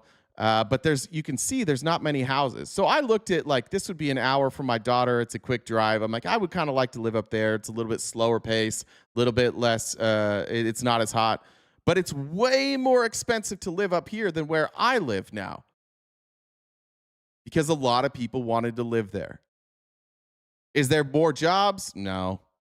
Do they live by different laws? No. Just that a lot of people want to live there now. So now it's more expensive. This is why I say, like, when you say indoctrination and you say, like, I'm telling you why people want to live places, why places are more expensive, and the Republicans in the chat are talking about indoctrination. You're indoctrinated if you don't understand this. If you think that the reason it's more expensive to live in blue states is because of indoctrination, then you just don't understand economics, which makes sense because you were educated in a red state. I know they didn't teach that to me in my red state education. Cookie Nib said blue collar. Oh, I read that one. Appreciate you. All right, moving on. Does that make sense? Your indoctrination is obvious. What's my indoctrination? When you don't mention overregulation and banking that affects housing? Banking? Yeah, regulation can drive up the cost of housing, but not nearly as much as like a bunch of people moving somewhere. Right? Like, it's not like Utah and Idaho and Florida and Texas are heavily regulated. Those are some of the most deregulated states in the country. But their housing is skyrocketing. Why? Because people want to live there. If you could have all the regulation you wanted in rural Arkansas, and it's still going to be cheap to live there. It's not going to massively drive up the cost. Just think about it. Think about if you live in a rural area, how much could they possibly increase your costs to build a house through regulation? Not a lot. We're talking about like hiring a contractor who has more hoops to go through, so that contractor is going to charge you more because it may cause more hours of work. It's a one-time cost, and it's going to raise costs slightly. But it's not like you're going to double the price of your house with regulation. This is again indoctrination on your part. Where are the most expensive places to live in the country right now? Let's see. Which cities are the most expensive to live in, or I guess buy a house in?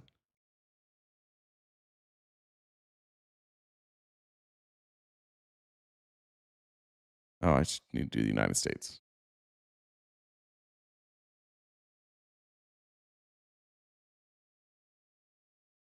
All right. San Francisco, New York, Los Angeles, Honolulu, Seattle. Oh, let me get to the top 15 cutoff. When's this from?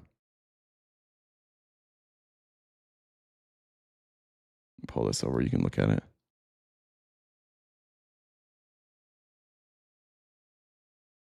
You going to show it to me? Oh, there we go. Arlington, Virginia, Seattle, Boston, DC, San Diego.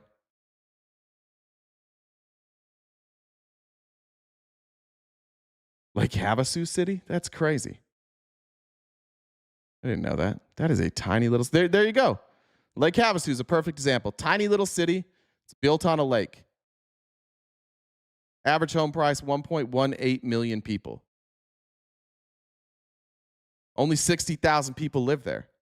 This is perfect. Average household income, $66,000. In deep red Arizona. Look at the difference there.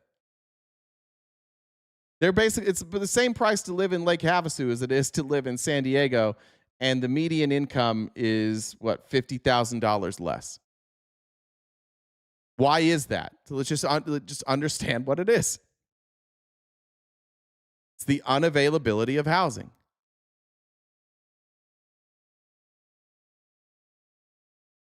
No, it's not a special case, bud. You think this is about politics. It's not a special case. This is all the same thing. Why is it expensive to live in San Diego? It's always sunny. The weather is perfect. They don't have, like, it's not that big. It's expensive to live there because people want to live there. That's why Lake Havasu is expensive to live.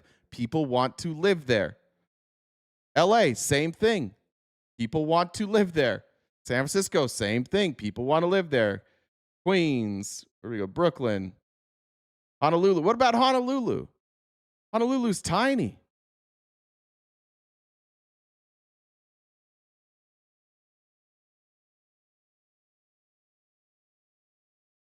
What if we look at just like cost of living in Utah? Let's look at cost of living, of housing, Utah County. Let's see. That's where I grew up. See if I can find a good chart of this.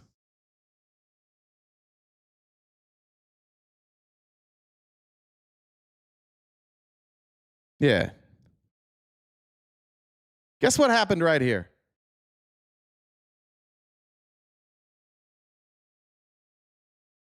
Right there and right here. Utah said, you know what we're going to do? We're going to try and take some of these tech companies and we're going to try and get them to relocate their headquarters here. And we're going to give them low taxes. So all of a sudden, like Adobe was one of the first ones. Vivint is there. Qualtrics now, that's the guy who owns the Jazz. You started seeing all these tech companies. And then this happened. This massive boom happened. This was kind of the same thing. This was like WordPerfect. You had like word processing. This was during the .com. We saw a boom and a bust there. That's what happened in Utah County. Like, look at historically speaking. This is a 30-year graph or 40-year graph. It was pretty it was pretty normal. We're just seeing like regular growth, big explosion, and then this. This isn't regular growth in Utah County. What happened? You lured a bunch of people and tech companies with tax breaks, and they all flooded to Utah. Well, this isn't even Mormons good at business, but this is Mormons not charging taxes.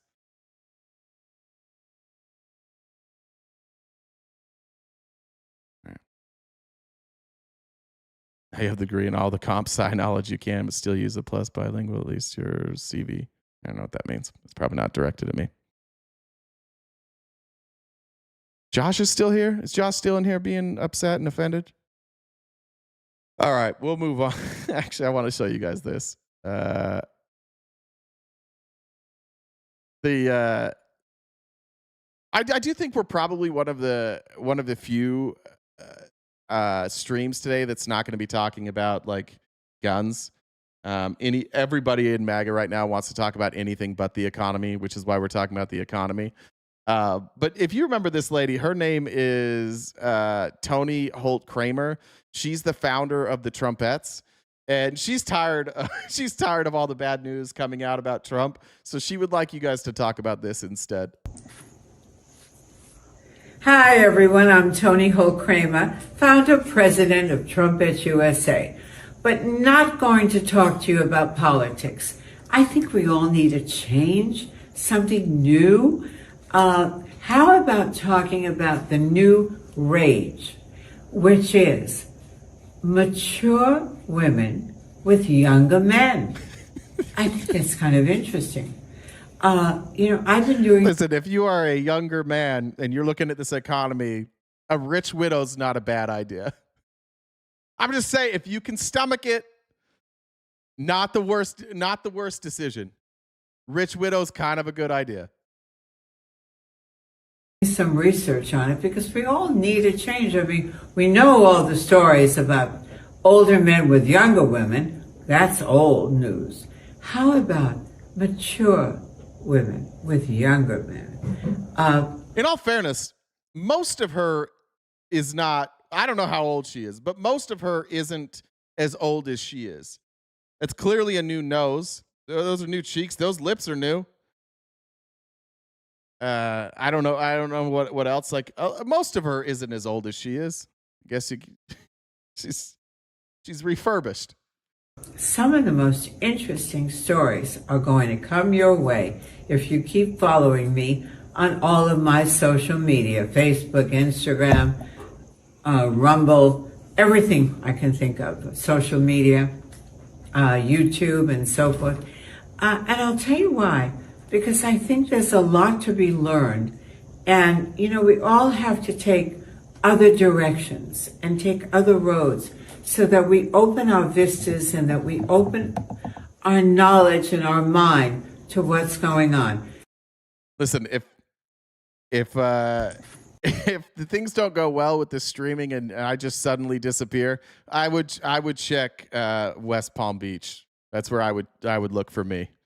Jasmine Crockett has some competition. I'm just saying, if push comes to shove, I can deal with like some formaldehyde years. I can do it. Anything to pay my bills and take care of my daughter. We all might be living in Florida for a little while. Okay, could happen. That's what they want to talk about. Anyways, that's the Trumpettes there, which is very close to trumpets. It's a good point there. Amy Lynn said mostly blue states, the people have more disposable income, even though cost is more. They have more after paying bills. Good point. Danielle said blue states pay the majority of federal taxes. Also true.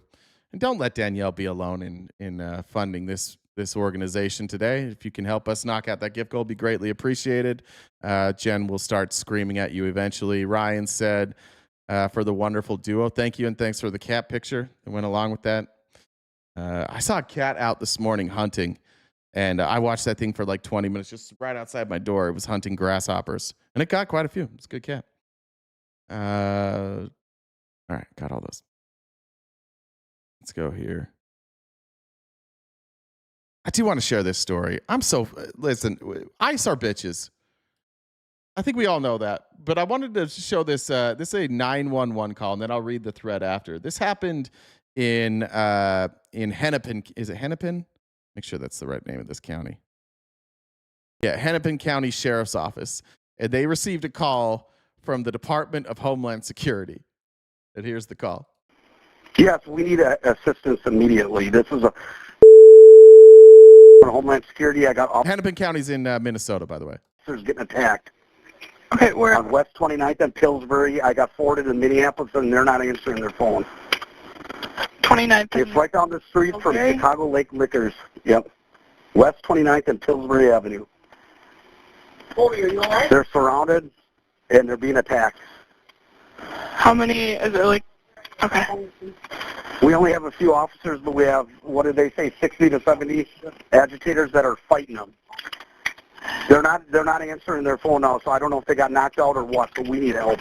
Okay. And all right, so we've got 70 agitators. They're fighting ICE. I don't know if they got knocked out. They're not answering their phone, he says. This sounds like a real emergency here. Calling? Yeah, ICE called the cops. This is ICE calling the cops. Come help us, please. We're getting beat up. Supervisor with Department of Homeland Security. I'm in the Joint Operation Control Center, the jock here for this operation. Okay.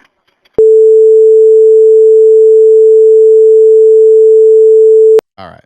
Now here's Hennepin County on Twitter. They're the ones that posted this. And they said the caller stated several times that agents were surrounded and being attacked by 60 to 70 agitators near 29th Street West and Pillsbury Ave in Minneapolis. Due to the urgency and nature of the request, HCSO sent deputies to the scene. Upon arrival, our deputies did not witness any attacks or any agents needing medical attention.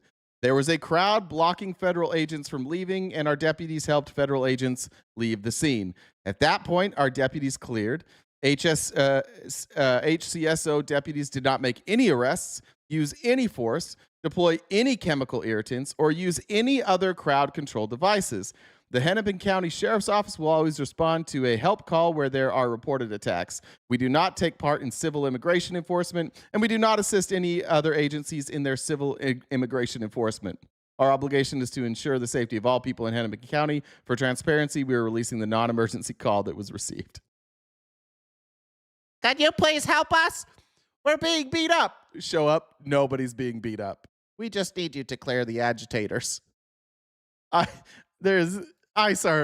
is just an organization full of bitches. Just the whole lot of them. They're beating us up. They're beating us up. Please come help. They tell you every day that the threats on ICE agents are increasing. You know why they say the threats on ICE agents are increasing? Because the attacks aren't really increasing. If you take the attacks that ICE agents have put on the American people versus the attacks on ICE agents, it's heavily slanted in the favor of the ICE agents. Oklahoma-born Utah resident here. Just wanted to shout you out for being the first live I've sat through for this long. Thanks. I appreciate that, Dova. Welcome. Fuck. Yeah, they're all cowards. Fuck them. All right. Then this is what they're saving us from. And I do want to point out, these people, FBI caught some potential domestic terrorists. And they do appear to be on the far left. And I want to show this video and then we'll talk about it. Federal authorities have said today that they've broken up a plot to set off bombs this coming New Year's Eve at a number of sites in Southern California. They've arrested 4 members of what they describe as an extremist group. Justice correspondent Scott McFarlane is following the story. Scott? Yeah, John, the group's accused of being an anti-government extremist organization and self-proclaimed radicals who want to take down Capitol. Which wouldn't be anybody that's part of our party, right? Or part of the Democratic Party. Anti-government would mean that you don't believe in a government. So these are anarchists, perhaps communists, radical communists, you would call them, who want to abolish the government. I'm not sure that this would be something that, generally speaking, the left would agree with. This wouldn't be Antifa. This wouldn't be Black Lives Matter. This wouldn't be Ilhan Omar or AOC, as they are in the government and do not want to abolish the government. As far as I can tell, the only people that are directly connected to political parties who are talking about abolishing the government are the donors of Donald Trump, like Peter Thiel and Mark Andreessen, who actually want to undo democracy and just rule by oligarchy. So no real connection here, but at least now they're going to paint all of us as these people. Capitalism. The video you're seeing here is from an FBI surveillance flight of group members in the Mojave Desert Friday, just before their arrests. The group allegedly was preparing to set bombs off in backpacks near 5 major business distribution facilities. Josh, Mamdani is a democratic socialist. The fact that you're saying communist is further proof that you don't know what the fuck you're talking about. You've been getting absolutely rolled in this chat all day. Take a break, bud. If you don't know the difference between democratic socialism and communism, go look it up. But don't just keep saying dumb shit and being outraged, bud. Your goal, it's clear from the second you stepped in this chat today, Josh, from the first comments you made, you have been begging to be offended. You have taken offense from every single thing that we have said today. Fucking relax, dude. You got to just relax. Life is not this crazy or this complicated. State things correctly and we can have real discussions. But if you're going to continue to label Mamdani as a communist, unfortunately, we're going to have to deport you. You have to assimilate. In this country, in the RTP Live country, we use words correctly. So we have to change them. Socialism and communism are cousins. No, they're not. Cousins are people who are related by birth. These are 2 different ideologies, and they have similarities, but they are not cousins. That's a dumb fucking thing to say, and we're going to have to start deporting you people if you can't figure out the difference between democratic socialism, which requires a government, and communism, which is the abolishment of a government. If you are a true communist, you believe that there should be no government. If you are a democratic socialist, you believe in democracy and socialism, both of which require a government. So, Josh, go learn that, but we are going to start deporting people who call everybody on the left a communist. We don't want you in here trying to hijack our country. You're trying to take our jobs. You're trying to indoctrinate. You're trying to destroy America. And so we are going to deport you, and then you have to go get back in line. And if you don't go willingly, we will send you to CCOT. That's a permanent ban, but we got to use words correctly here. Okay, guys? Thanks. In Orange County and Los Angeles County, California. Federal officials say the terror attack was being timed for New Year's Eve so that the explosions would be masked by traditional fireworks celebrations. The FBI says an Instagram page associated with the group advocates violence against government officials, and that the Turtle Island Liberation Front, as they're known, was also plotting a 2020. Yes, the guy who wants government-run grocery stores is not at all a communist, because communists require the abolition of government. So if there's no fucking government, you can't have a government-run store. Furthermore, communists believe in abolishing currency, which is what you use to purchase shit at a motherfucking grocery store. So yes, the guy who wants government-run grocery stores is not at all like communism. And you say that you swear we hate facts, but it seems like you hate facts. Communism abolishes the government. It abolishes money. It abolishes class systems. Stop being stupid and being confident about it. Attack against ICE agents. A fifth person authorities say is linked to this group has been arrested in New Iberia, Louisiana, charged with plotting a separate violent attack. The accused were set to make initial appearances in court this afternoon. No, government-run grocery stores that Mom Donnie are advocating for are not free. You will have to buy your groceries at those grocery stores. You are all dumb. You all need to fucking read. A government-run grocery store is a grocery store that you go in and purchase food from, and the government hires the people that work there. There are no investors. It is a normal-ass grocery store. You wouldn't be able to tell the difference. You can buy all the same shit you buy at a normal grocery store, but instead of some of that profit going towards the owners of that grocery store, there are no owners of that grocery store, but it's exactly the same as every other fucking grocery store. You're all too dumb to do this, and you're going to get deported real soon if you keep saying dumb things. Mom Donnie's government-run grocery stores do not give free groceries. You will pay for your groceries. Thank you. Without entering a plea and KC 10 or 39. You asked me, did I get my COVID shot? I'm going to ask you that same question. Did you get your COVID shot? And then I'll happily answer your question. KC 10 ER 39. Cool username, bro. Did you get your COVID shot or not? We'll wait for that.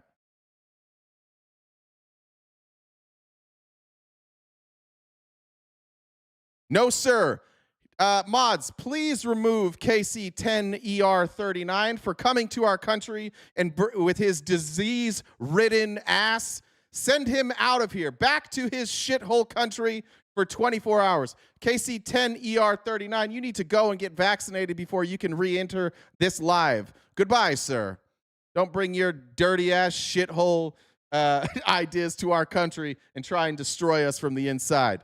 Use fucking super spreader. Yeah, there you go, Brother Bob. No super spreaders allowed in here. Term Turtle Island. It's a name used to refer to North America. Got me petty. I can out petty you guys. No, we don't want heart disease to stop a 99.9% survival rate. Yeah, you don't get heart disease from it. You're thinking of myocarditis, and you are far more likely to get myocarditis if you are unvaccinated.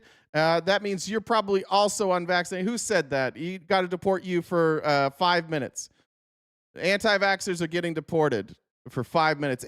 Mods, anybody who is talking about being anti-vax or criticizing vaccines, 5-minute deportation for all of them. Get back in line and come back. Wash your ass before you come back in, would you? We all know you don't. If you're not vaccinated, you know you don't wash your ass too. So you got to go for 5 minutes. No comments for any of you, and wash your ass on your way back in. Thank you. Appreciate it. All right. Let's talk real quick about Donald Trump being a dumbass and Colorado correcting it all the time. This is, what's his name again? Kyle Clark, who is my favorite journalist in the entire country, who is a local journalist in Colorado who constantly has to defend Colorado from the attacks of dumbass Republicans who lie all the time. And here's one more example. As Trump pardoned Tina Peters, which he's not allowed to do because it's a state crime, but Donald Trump's a dumbass, so he pardoned Tina Peters anyways. And Republicans are demanding the release of an absolute criminal. Think of this.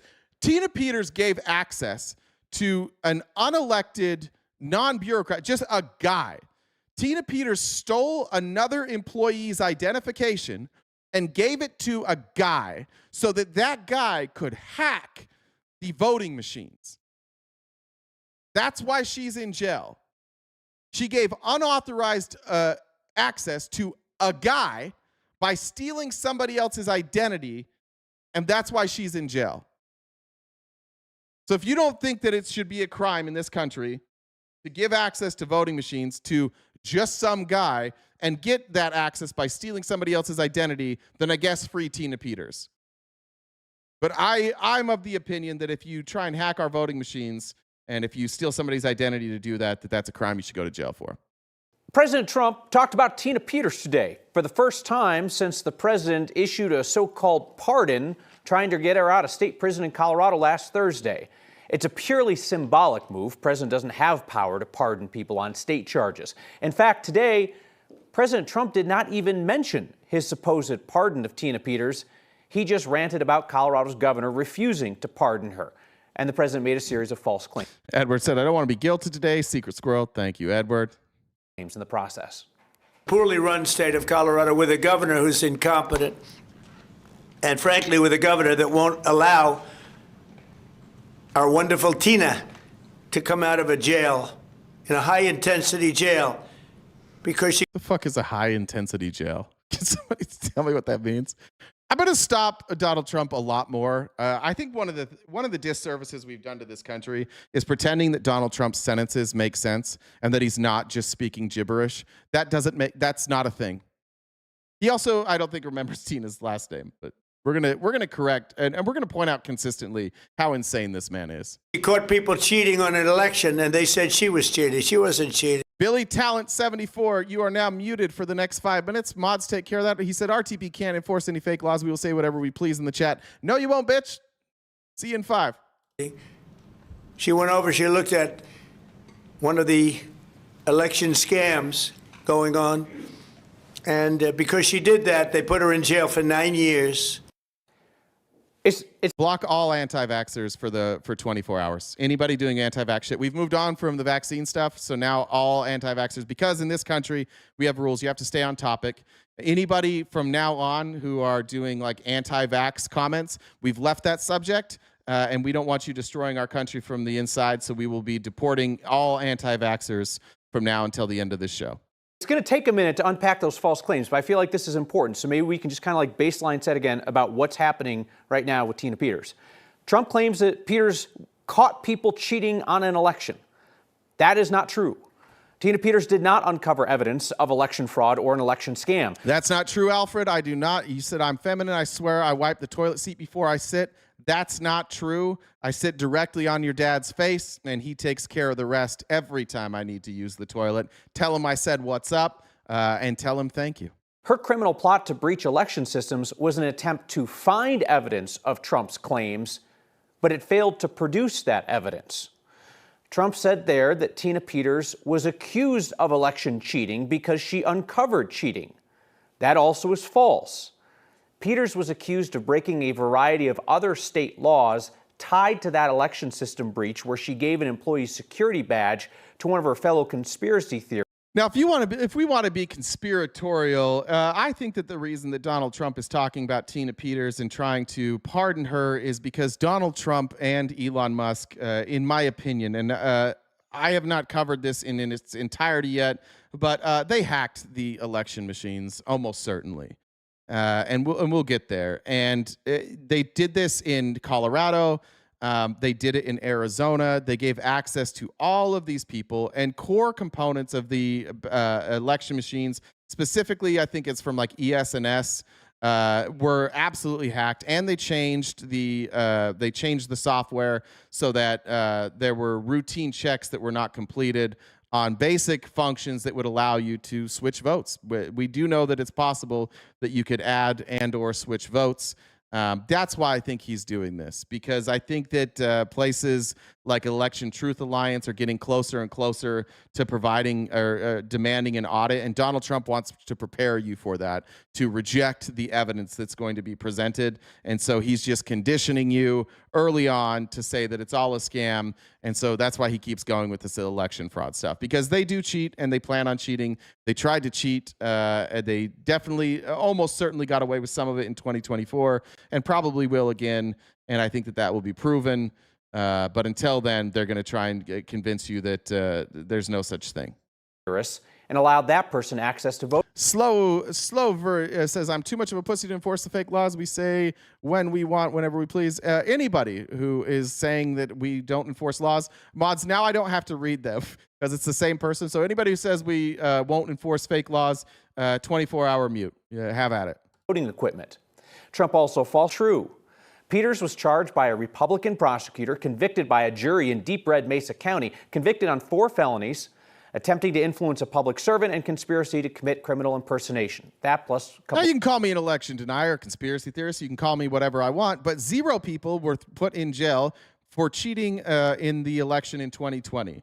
Multiple people, including Tina Peters, including one of the founders of Turning Point USA Arizona chapter, have been put in jail for cheating and trying to change votes and rig the election in 2024. So say whatever you want. At least there are people with my claim that have gone to jail. At least I have evidence to back it up. I watched all Mike Lindell's stupid symposiums.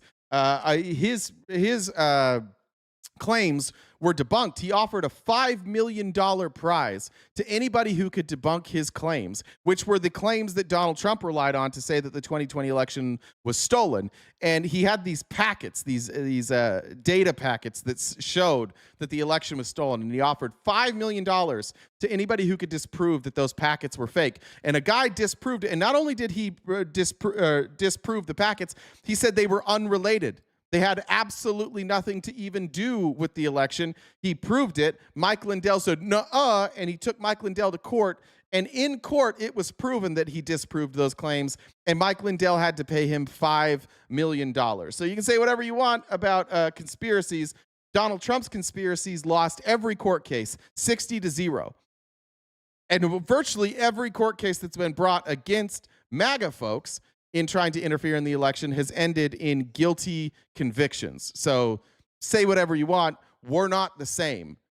I wait for evidence. The evidence is starting to pile up that there was some fuckery in 2024, and we'll get to that later this week.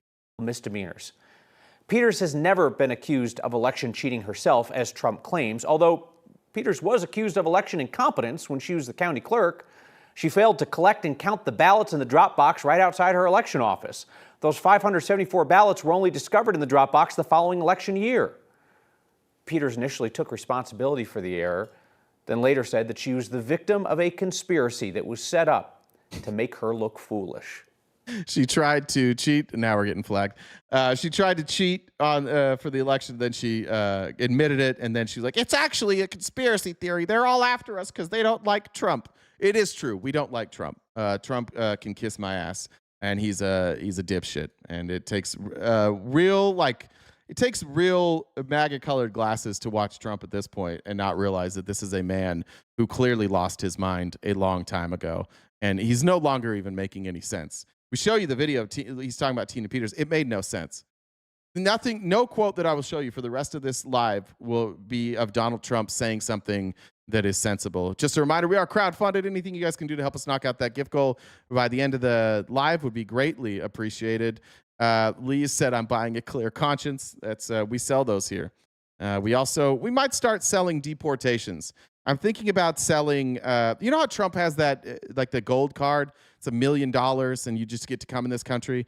I'm thinking of selling $20 deportations, where anybody in the chat that you want to mute for 5 minutes might be $20, $40 for a 24-hour mute.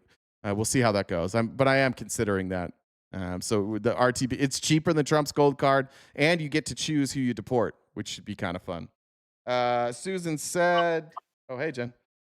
Let me read this real quick. Susan said, thank you for the education and enlightenment. You make it fun and love the deportation policy. Thank you. We're closing the borders. We're building the wall. Hey, Jen. Hey, I also want, we kind of bumped everyone to TikTok.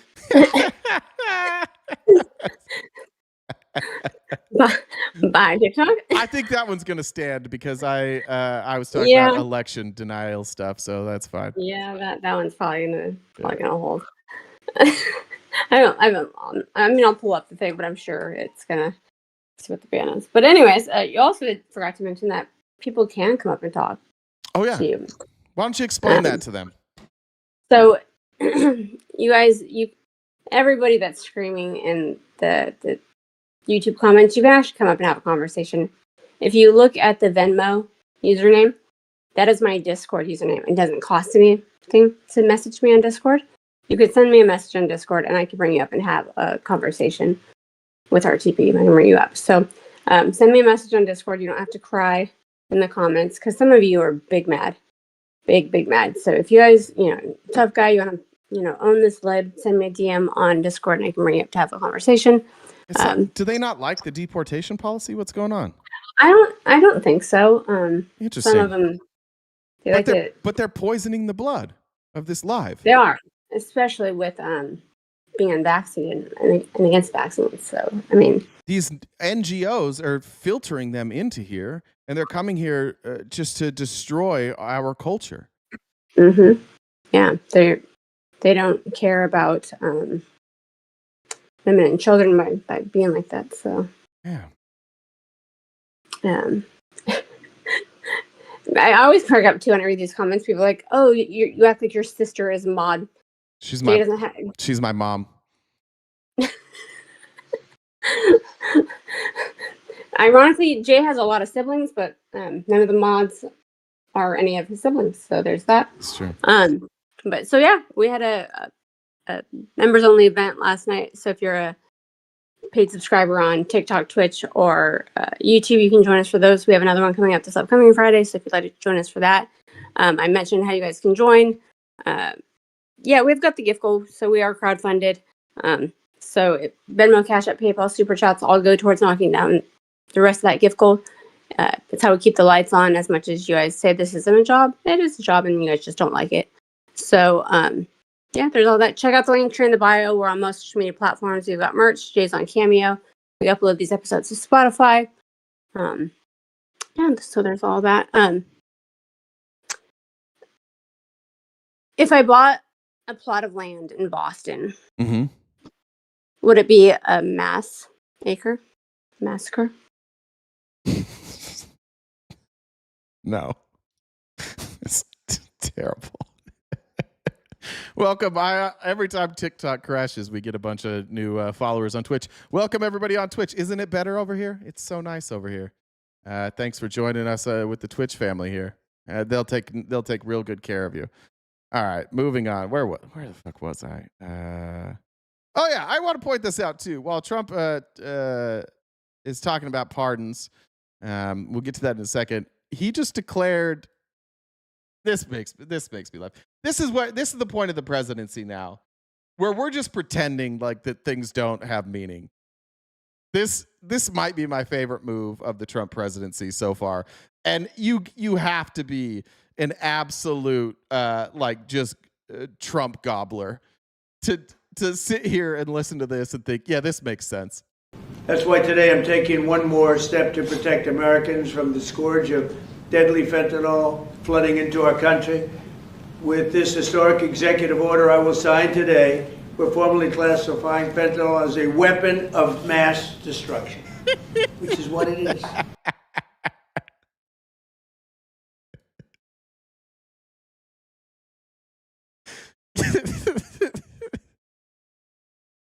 I have not seen the Susie Wiles Vanity Fair. You could get this prescribed.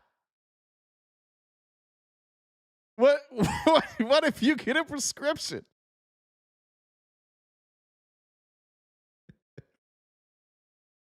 What are we gonna do? How do you even address this? How do you call it a weapon of mass destruction? And then they're literally They're literally replaying the war in Iraq.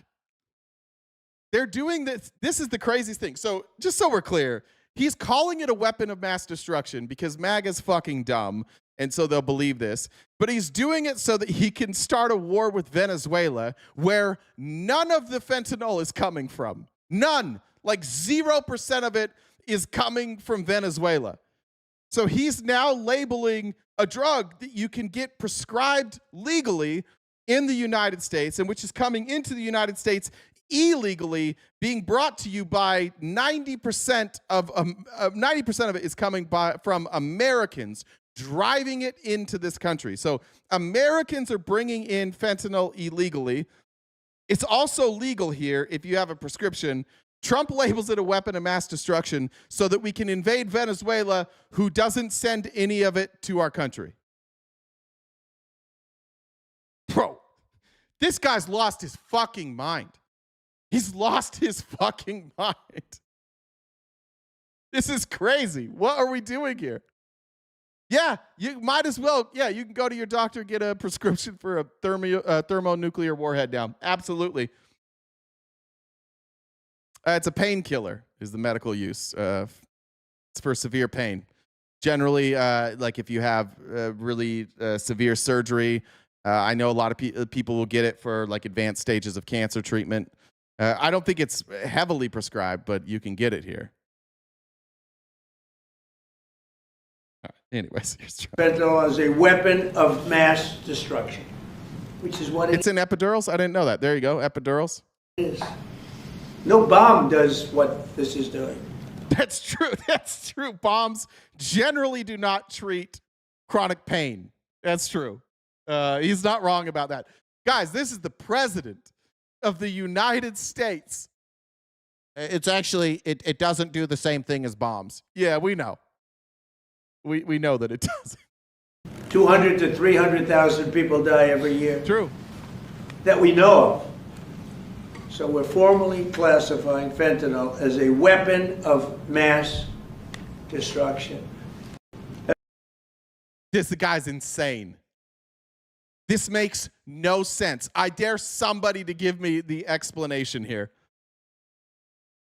Why are we calling it, labeling it a weapon of mass destruction so that we can invade Venezuela? No, not guns. Guns are not WMDs, Matt. How dare you? Okay? Don't start applying other things that kill people, Matt.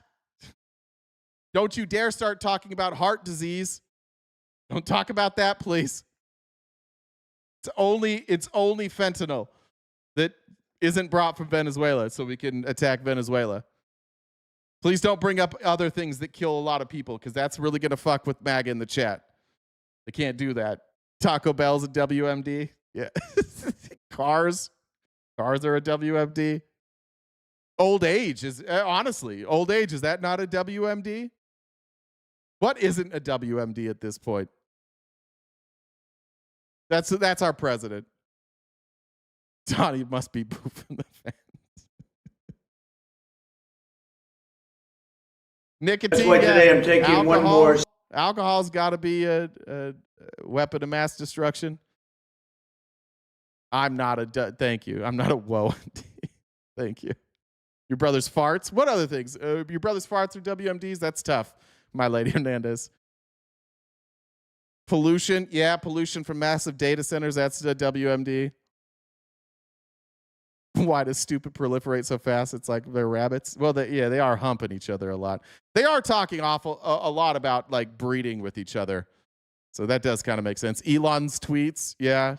THC not. Thank you. Cigarettes. Yeah. WMD cigarettes. Toddlers. Fuck.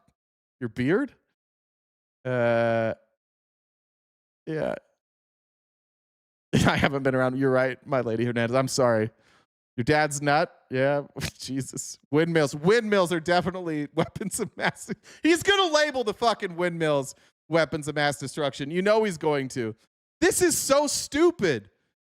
Are there any adults around this guy? He didn't come up with this. Somebody in his administration came up with this. They're just fucking guessing now. This is the, hands down, the dumbest fucking administration that's ever existed. They got to get some other people in there. The echo chamber is too tight at this point. Some ideas are bad ideas. They're the living, breathing embodiment of no idea is a bad idea. They're just rolling shit out now. Yeah, fuck it. Let's just call things we don't like weapons of mass destruction. They're going to Trump derangement syndrome, which they've labeled like an actual condition. That's going to be a WMD. They'll probably, RFK is going to probably label the COVID vaccine a WMD. We don't care about your opinions on the matter. Well, then go fuck yourself, Billy. Hey, guys, Billy doesn't care about the opinions of a citizen of this live. Okay, this is my fucking country. This is my fucking life. You will not come here and criticize. You will assimilate. You will tell me how great I am. You will not complain. You will not disparage my opinions, Billy. You are now deported for 2 minutes.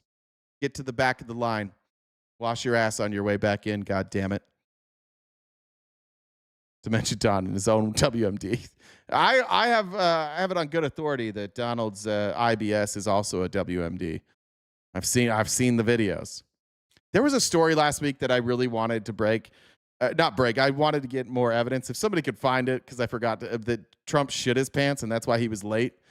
I don't know if there was any validity to that story, but if there is some, if anybody has any evidence, I do want to see that. Robin said, why did the sperm cross the road? Because you put on the wrong sock this morning. Chris said RTP government taxes. Thank you. Pay your taxes.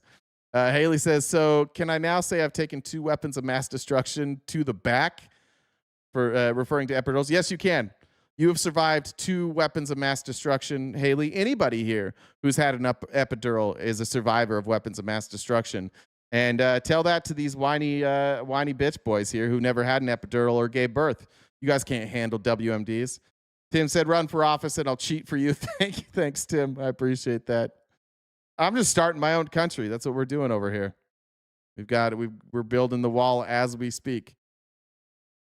All right. But after all this, after Trump says fentanyl's a weapon of mass destruction, and we've discussed that, it's probably important to remember this.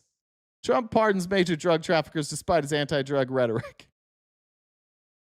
Trump is now. I actually think I was wrong about something. I want to correct something. When Trump pardoned Ross Ulbricht, I said I thought it was the right thing to do.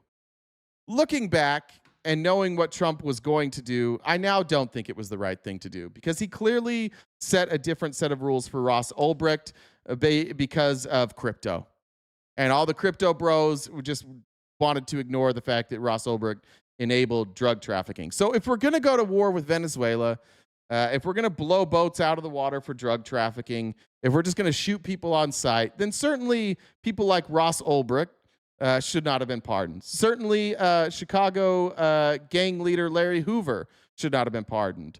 Or Baltimore drug pin Garnett Gilbert Smith, not Honduran President Juan Orlando Hernandez. It's getting very confusing being trying to figure out what MAGA's stance is on drugs.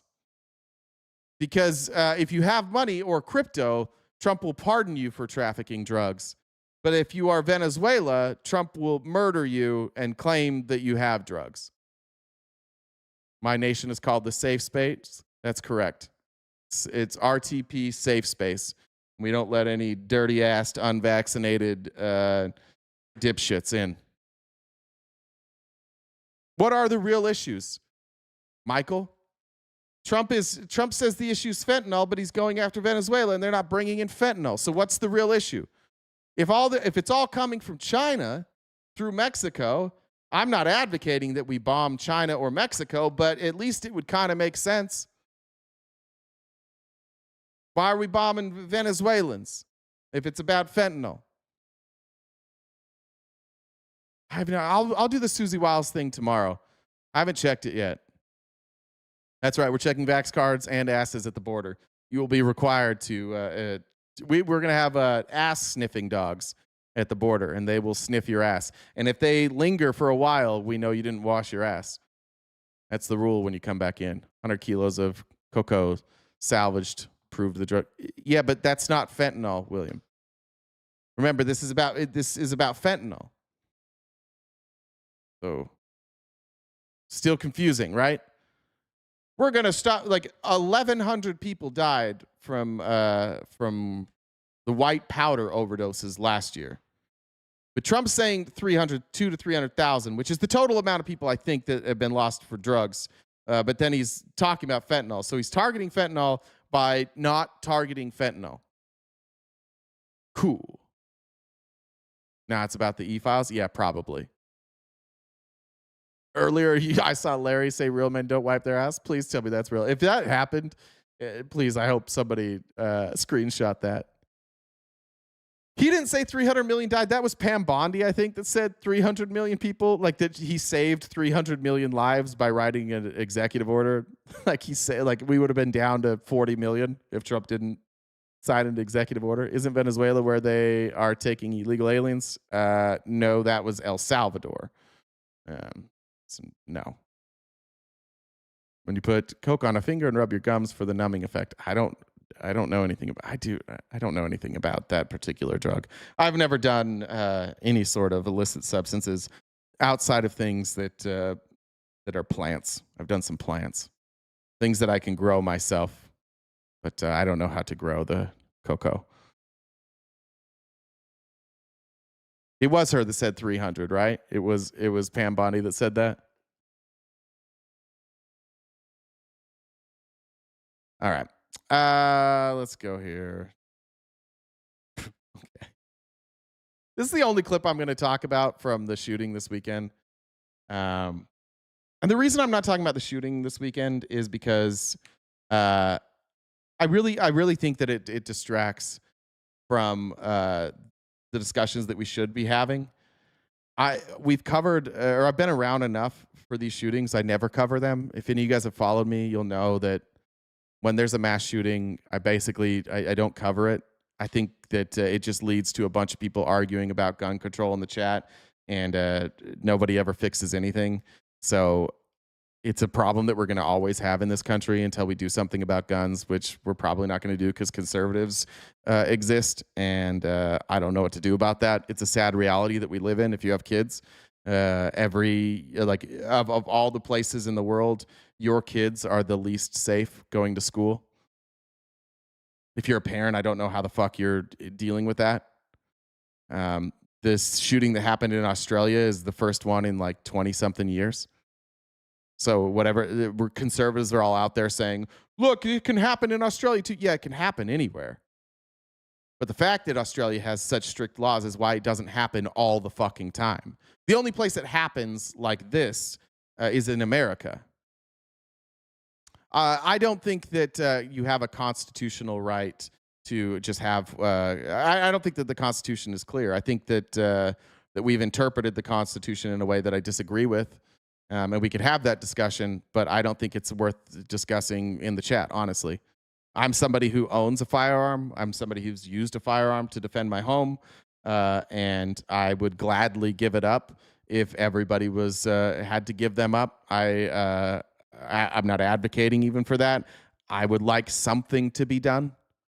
Something would be cool. It would be cool if every time this happened, we didn't just go, well, that's what we got to do.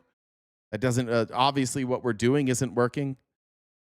It doesn't help at all that every time one of these shootings happens, we divide ourselves even more, which is a fucking crazy thing that we do. Like you got a shooting at Brown, and what happened to the American population? We all hate each other. Nobody gives a fuck about Brown. Like, just in general, nobody fucking cares what happened at Brown. Nobody in general gives a fuck what happens at schools. On the day that Charlie Kirk died, there was also a school shooting. And did we ever really talk about that? Barely. Nobody gives a fuck when kids die in this country. That's the reality. Nobody's ever going to do anything about it. When kids die, conservatives go, oh no, my guns. Nothing we can do about that. So that's why I don't normally cover it. But I did want to show you Lindsey Graham losing his ever-loving mind and coming up with the dumbest fucking possible reason for why this happened. This is what Lindsey Graham came up with for why this shooting in Australia happened. Obama and Biden have a lot to do with this. I blame the terrorist, but Obama allowed ISIS to come about when he withdrew from Iraq. Trump destroyed the caliphate, killed Soleimani, and got out of the Iran nuclear deal. And the dumbass Biden, the biggest dumbass on the planet, withdrew from Afghanistan, obliterated our borders, and rejoined the Iran nuclear agreement, making the Ayatollah flush with cash. And you're wondering what we're dealing with. Yeah. Welcome to modern day Republican Party. All things are Joe Biden's fault. This shooting happened because Biden re-entered the Iranian nuclear agreement and ended the war in Afghanistan. It's a good point, Hooch. Trump freed 5,000 Taliban. So Obama ended the war in Iraq, and Biden ended the war in Afghanistan, and that's why these people were shot in Australia, is what he came up with. This is why I don't cover it. It brings out the absolute worst in America. It's fucking pathetic. People die, and Americans yell at each other on whether or not, it's crazy. We just showed you, people in America are dying because of fentanyl. And it's very easy for everybody in America to agree that we should do something about this. And the conservative approach to fixing the problem with fentanyl is not to make fentanyl more available, not give everybody fentanyl. It's to curb it, right? But when it comes to gun violence, maybe we should give everybody guns. Never works. We've never had more guns. We've never had more gun violence.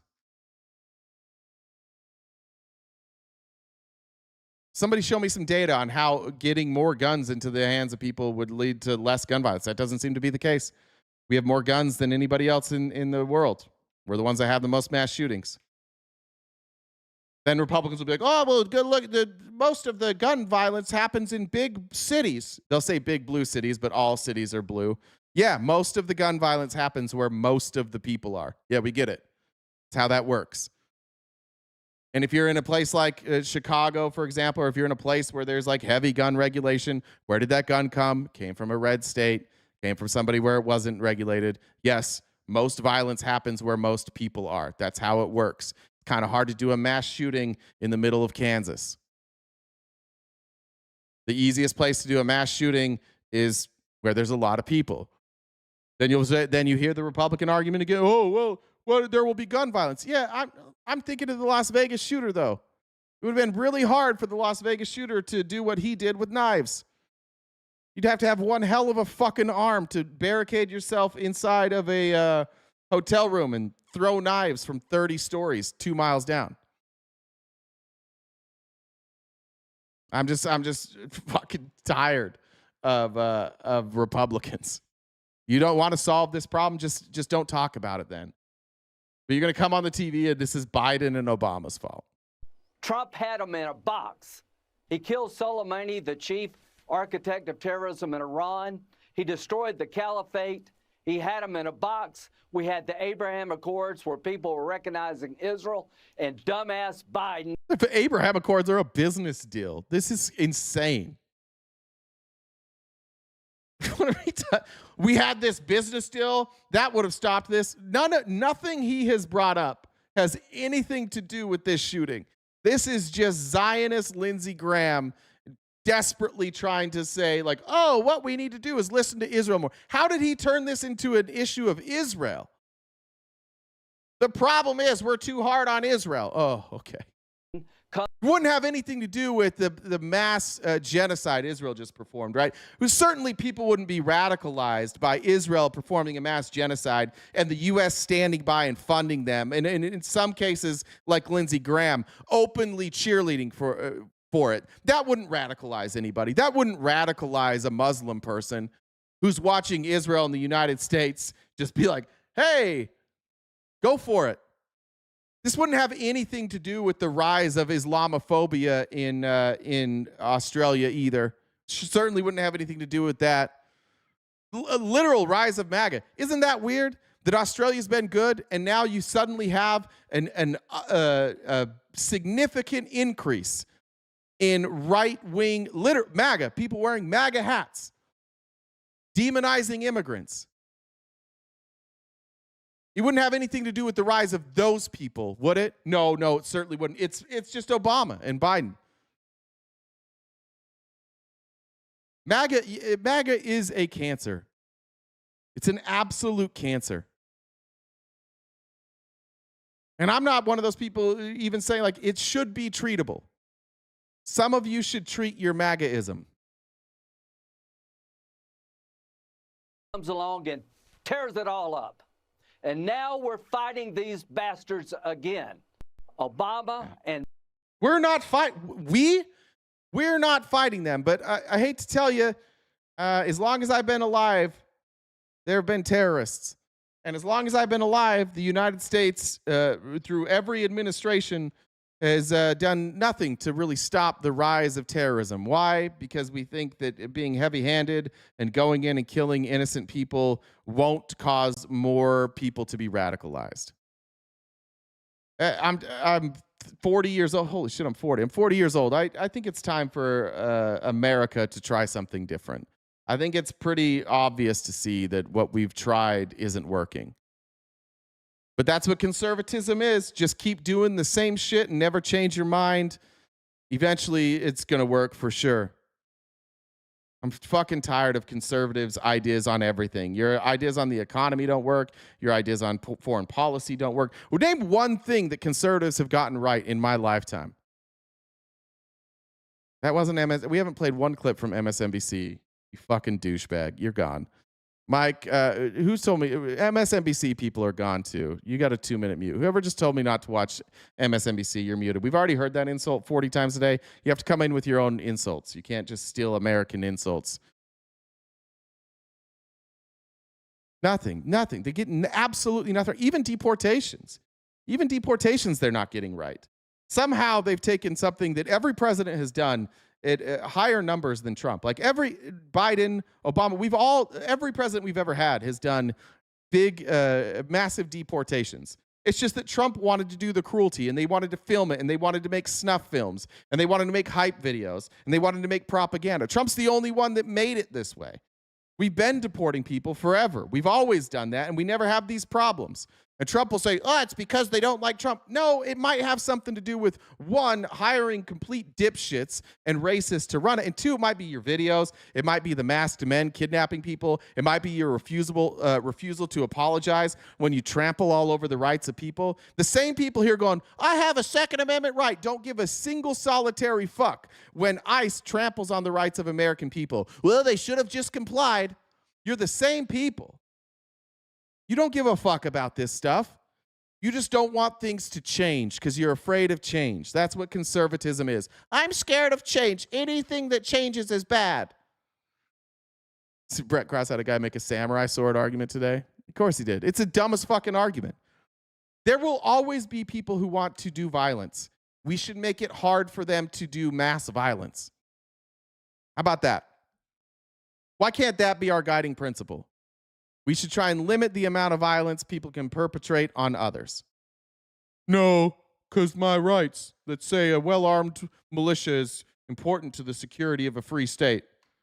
How do we get from a well-armed militia important for the security of a free state so you can't infringe on their rights to bear arms to you can have any gun that you want to all the time? NRA. Thank you, Leroy. Perfect timing. It's the NRA. That takes me to I'm going to skip here. Takes me to James Tallarico. James Tallarico was on It's only a matter of time. Was on Jubilee, and he brought this up. I want to point something out to you conservatives. I have not heard I haven't seen a single thing any of you have said that I haven't seen conservatives, including myself, say my entire life. None of your arguments have changed. You haven't tried anything different. You are still advocating for the same exact system that has been in place as this rise has happened. As we get more and more mass shootings, you are doubling down on the policy that was in existence that led to these mass shootings. You're unwilling to change any policy. Nothing you're saying is new. Here's Tallarico to explain. It's only a matter of time before there's another Uvalde shooting within Texas, and it's a matter of, I don't want to ban guns at all. I don't want to take away people's... What have liberals tried? How about the assault weapons ban? We had great results from the assault weapons ban. Well, they can't even define, and then that's your argument. Define an assault weapon. Watch a bunch of Republicans go, define an assault weapon. They did. They defined it in the legislation. But the assault weapons ban worked. Did it get rid of violence altogether? No. Did it get rid of all assault weapons? No. But it made it fucking harder. It made it harder to do mass shootings. That's good. Less mass shootings is good. And the conservatives do this with every fucking issue. We're going to end today with healthcare, but you guys do it every fucking time. You go, we look at a problem and you go, oh, well, this solution that you have won't completely eliminate the problem. Therefore, we have to keep things exactly the same. But we didn't want to keep going with the assault weapons ban. We let it expire. Who let it expire? Conservatives. Who was funding it? The NRA. You want to look at the let's look at mass shootings. Pull this up. That doesn't go back far enough. Let me see if I can find a graph that goes back far enough to cover the assault weapons ban.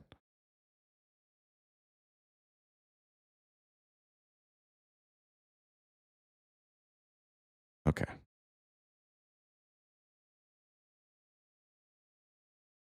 When was the assault weapons ban put in place? What year?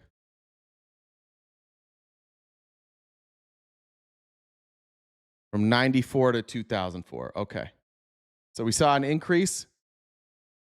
Look, it was down to 1, 2, 3, 5, 1, 0, 1. The final year that the assault weapons ban was in place, 2004, there was one mass shooting. And then we got rid of it. And now we're at historic highs.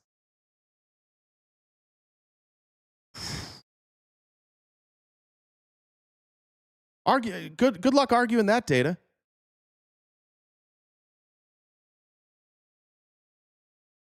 And yes, it is a problem that it is a problem in with mental health. It is a problem with our discussion, but part of the problem is exactly what we're talking about right now. It expired in 2004, Danielle, right there, 2004. But this is part of the problem. Like, it has actually led to more division. Conservatives are unwilling to budge on this. You cannot have compromise when conservatives are unwilling to budge. Progressives are willing to budge on this. We would love anything, any amount of deterrent would be great. We advocate for things like background checks, like a cooling off period, maybe raising the age, maybe carrying insurance, making sure that people who have a violent criminal past can't get a weapon. Maybe you have limits on how many you can have, magazine capacity. We've talked about all sorts of solutions, and all conservatives say every fucking time is, you can't tread on me. You won't fix this problem. As long as you keep these same arguments, the proliferation of gun violence will continue. You don't want to change anything. You can't say the only solution is doing what we want, which is the same shit that is leading us to here. Everything's getting worse. What should we do? Let's do exactly the same thing. That's the conservative argument. It's so remedial. It's embarrassing. It's like, why are we dealing with policies that clearly aren't working? Why are you advocating that we keep these policies in place? It's never been easier to get weapons now. You can 3D print them now. We're doing absolutely nothing to stop this. Why? Because of the Second Amendment.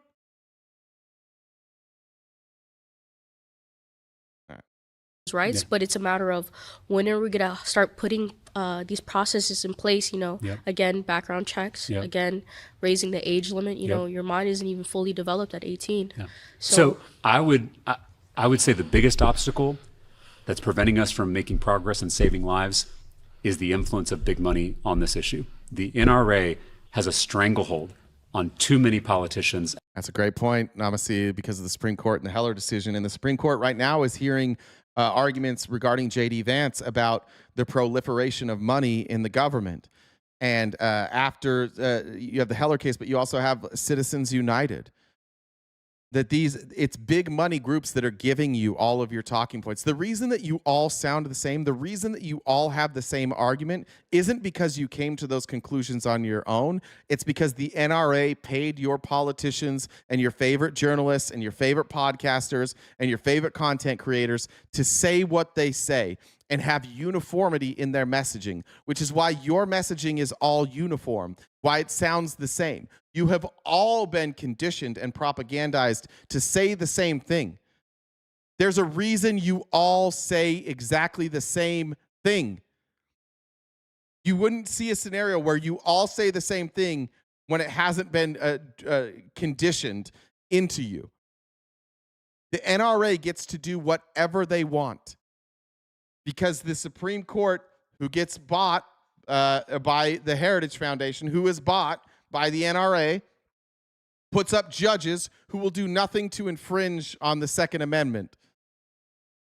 Because they all want to make, what does the NRA want more than anything? They want to keep making as much money as they can. And if you restrict people's access to guns, they will make less money. If you restrict people's access to ammunition, they will make less money. This is all about money, and you guys are pretending it's a principle. It's not a principle. Well, we're not all saying the same thing, though. Like, look in this.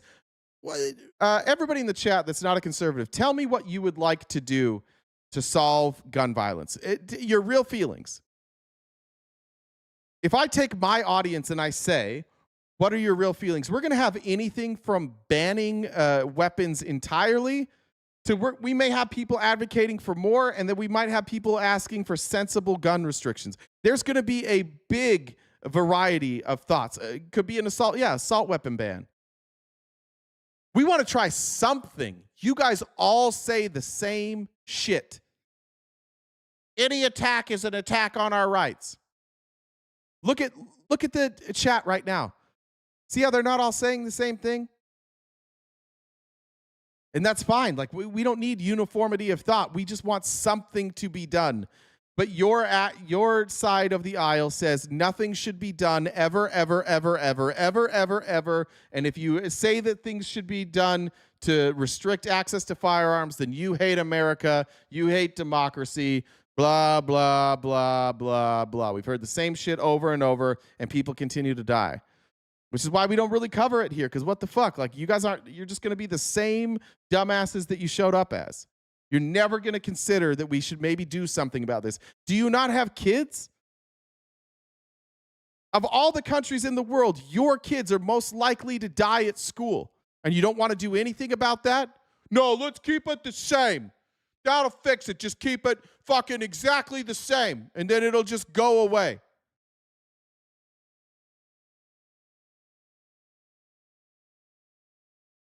Maybe put more security in school. We do. Like, when I went to school, there was no security. When I went to school, there were no metal detectors. I went to school during the assault weapon ban, and guess what? There were a lot less instances. Schools have never been more secure. Schools have never had more cameras. Schools have never had more security. Schools have never had more training. Schools have never had more lockdown capabilities.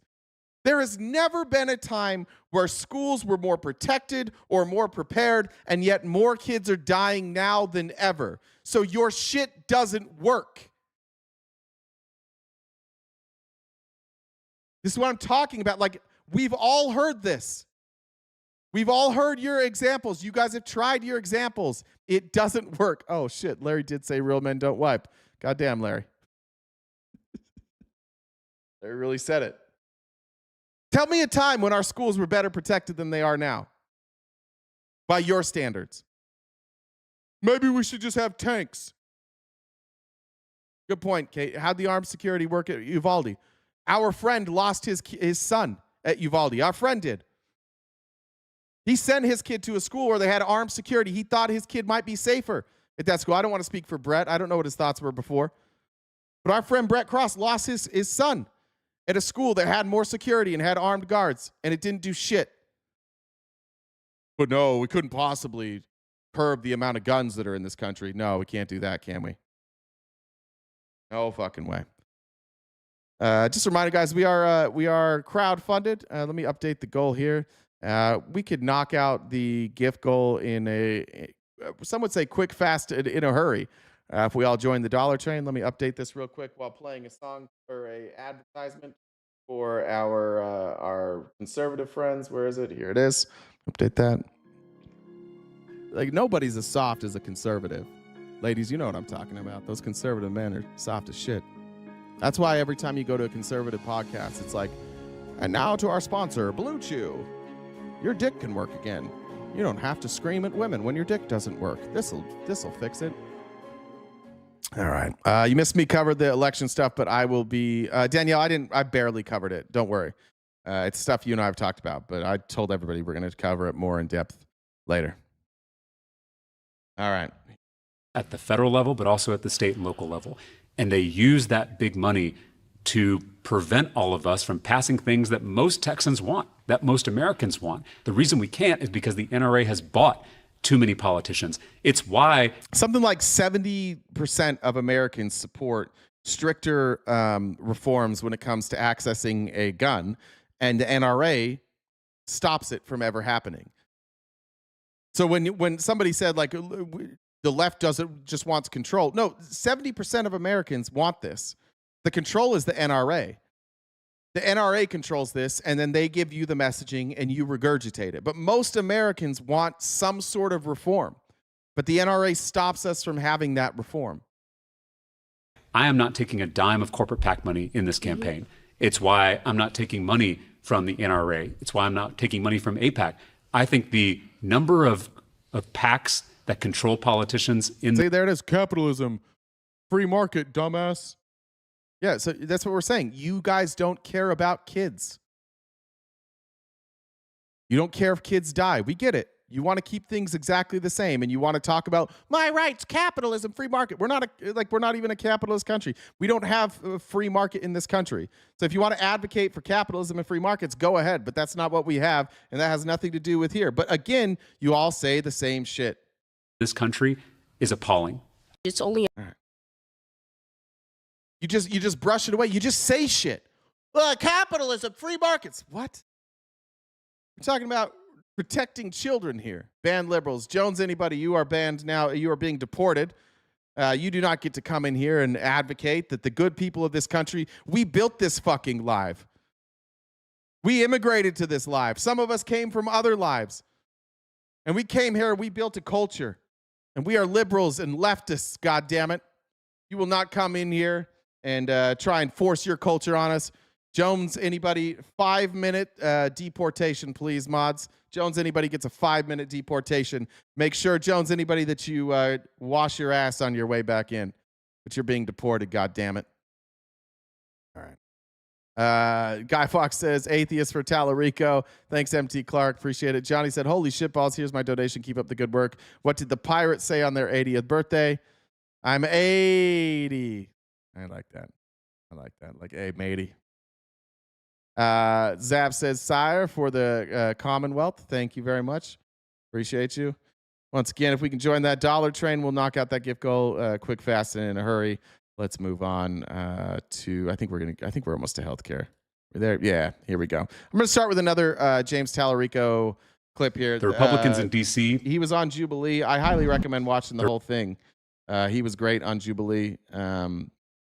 But one of the things that we have to do is kill the indoctrination of conservatives, the rhetoric, the thought-terminating cliches, and the thought-terminating phraseology that they use, just because they simply don't want to have a discussion. They don't want to get into the nuances of anything, so they just say dumb shit like, communist, socialist, liberals hate America. We have to stop that. Here's another thing that we need to stop. Republicans in D.C. are trying to raise premiums on some Americans. That will end up raising premiums on all of us. Right now, they're cutting food assistance for hungry kids and working parents. That's going to end up raising grocery prices for all of us. And so they may think that they're just attacking some Americans, but in fact, they're attacking all Americans. Okay, since I got $20, so I'm giving to who's next? Thank you. I want to focus on the religious aspect because Sure. I agree. Yeah. Thanks, Betsy. I have a very Christian background. Yeah.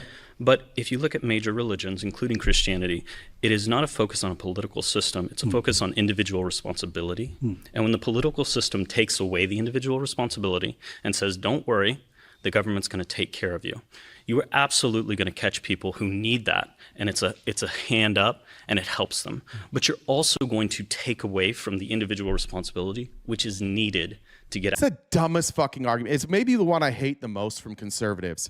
Just because a law exists doesn't mean that you lose individual responsibility. It is not the government's role to determine or to force you to have responsibility. The government's role is to provide for promote the general welfare, provide for the common defense. This shit, this is another just like how conservatives are indoctrinated to allow rich people to keep all the money and not be taxed. So like, if the government helps us, then we won't be able to take responsibility for our own lives. We're going to teach people to be leeches. No, dude, we're talking about education. We're talking about healthcare. Just go pay your taxes. You still have to pay for this shit.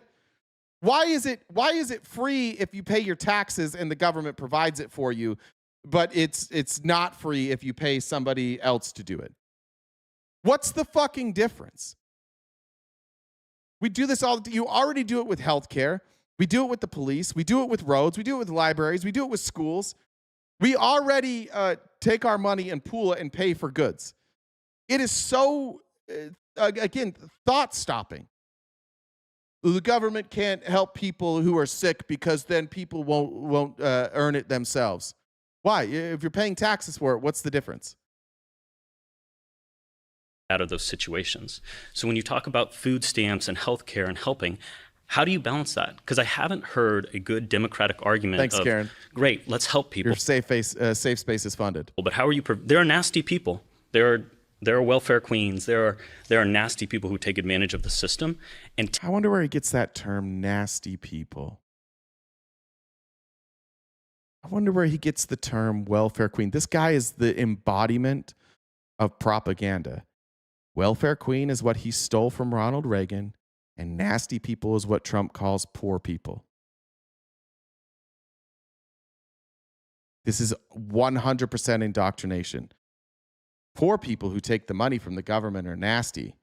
Rich people who take the money from the government earned it. Take away from those who earned it, take away from those who need it. So how are you going to take that into account? How are you going to make sure we cover that risk as well? The biggest welfare queens in this country are the giant corporations that don't pay a penny in federal taxes. The biggest welfare queens are the CEOs who get a tax deduction for flying on a private jet. It's not hungry kids. It's not working parents who work multiple jobs to provide for their families. I agree with you that we need individual responsibility. And I don't want to create a culture of dependency. I want a hand up and not a handout. You know, I believe that you don't give a man to fish, you teach a man to fish. But if you're going to take your friend out on a boat for the day to teach him how to fish, you want to make sure he had breakfast that morning. You want to make sure he's not sick, because that allows him to learn how to fish. Again, I was a public school teacher, so I saw how when kids showed up hungry, they couldn't learn that day. Even my brightest students, even my hardest working students, couldn't succeed, couldn't pull themselves up by their bootstraps when they didn't have boots. That's what I'm trying to fix in this country. We don't want dependency. We want to reward hard work. And I think that should apply to those billionaires, not just working people. I'm going to push back. Yeah, so please. You can go watch his pushback there, but this is just indoctrination. Maria Bartiromo had on Scott Bessent today, and I'm going to skip. I don't know who's doing the outline today, but I'm going to skip down to number 26. And one of the things that Republicans now are realizing is they are losing this battle for affordability because they don't have answers. And this is what Maria Bartiromo tries to ask Scott Bessent. And I'm just, the rest of the show, I'm just going to show you, do Republicans have answers for any of this? Do they have any sort of solution to the problems that you have in your life? Whatever problems financially you have in your life, let's find out. Do the Republicans have a solution for any of that? My contention is that they don't. And by the way, just a reminder to all Republicans who are here, you are welcome to come up and refute any of this. You can come up and talk to me. You just message JenDub1. If you look at the Venmo username, that's Jen's Discord username. It's free. You don't have to pay, but you can come up and you can refute any of this. But here's Scott Bessent. Surprised at when you see all of this stuff. You've got insider trading potential. You've got attacks and smears against good people. You've got, you know, this threat to democracy on so many levels. And then they say that President Trump is doing that, and yet they are winning the messaging argument on affordability. How is that possible? Look, a lot of it is the mainstream media, and that I've repeatedly said on affordability, what we and this administration are not going to do is what the Biden administration did and the mainstream media. They told the American people, you don't know what you're feeling, you don't know how good you have it. They called it the vibe session. And that was Greg Ip at the Wall Street Journal, toxic Paul Krugman at the New York Times, former vice chairman. Do you notice how he's adopted Trump's rhetoric? Where he's giving everybody nicknames now? What do you mean you're not going to do what the Biden administration did? He's kind of right. He's kind of right. When Biden was running and Harris was running, they were saying, look, things actually are better. It's literally what they're doing. They're literally telling you price. Donald Trump goes on camera every day and says your prices are coming down, and they are not. Yeah, Bessent claims he's a soybean farmer. They're literally doing this. As we speak today, unemployment numbers up, inflation up, prices up, and Donald Trump's going to go out there and tell you, why don't you just buy your kids less shit? Everything's actually less expensive. That's exactly what they're doing. But now Bessent's like, we're not going to do that. Listen, this is exactly what they're doing. Repeatedly said on affordability, what we and this administration are not going to do is what the Biden administration did and the mainstream media. They told the American people, you don't know what you're feeling, you don't know how good you have it. They called it the vibe session. And that was Greg Ip at the Wall Street Journal, toxic Paul Krugman at the New York Times. Nobody called it a vibe session, by the way. He just made that up. Former vice chairman of the Fed, Alan Blind. Pam Gator, welcome to the show. This is our country that we own here, this live country, and we demand that you stay on topic. So right now, what we're going to see a lot of is we're going to see a lot of you MAGA folks in the chat being muted for 5 minutes at a time.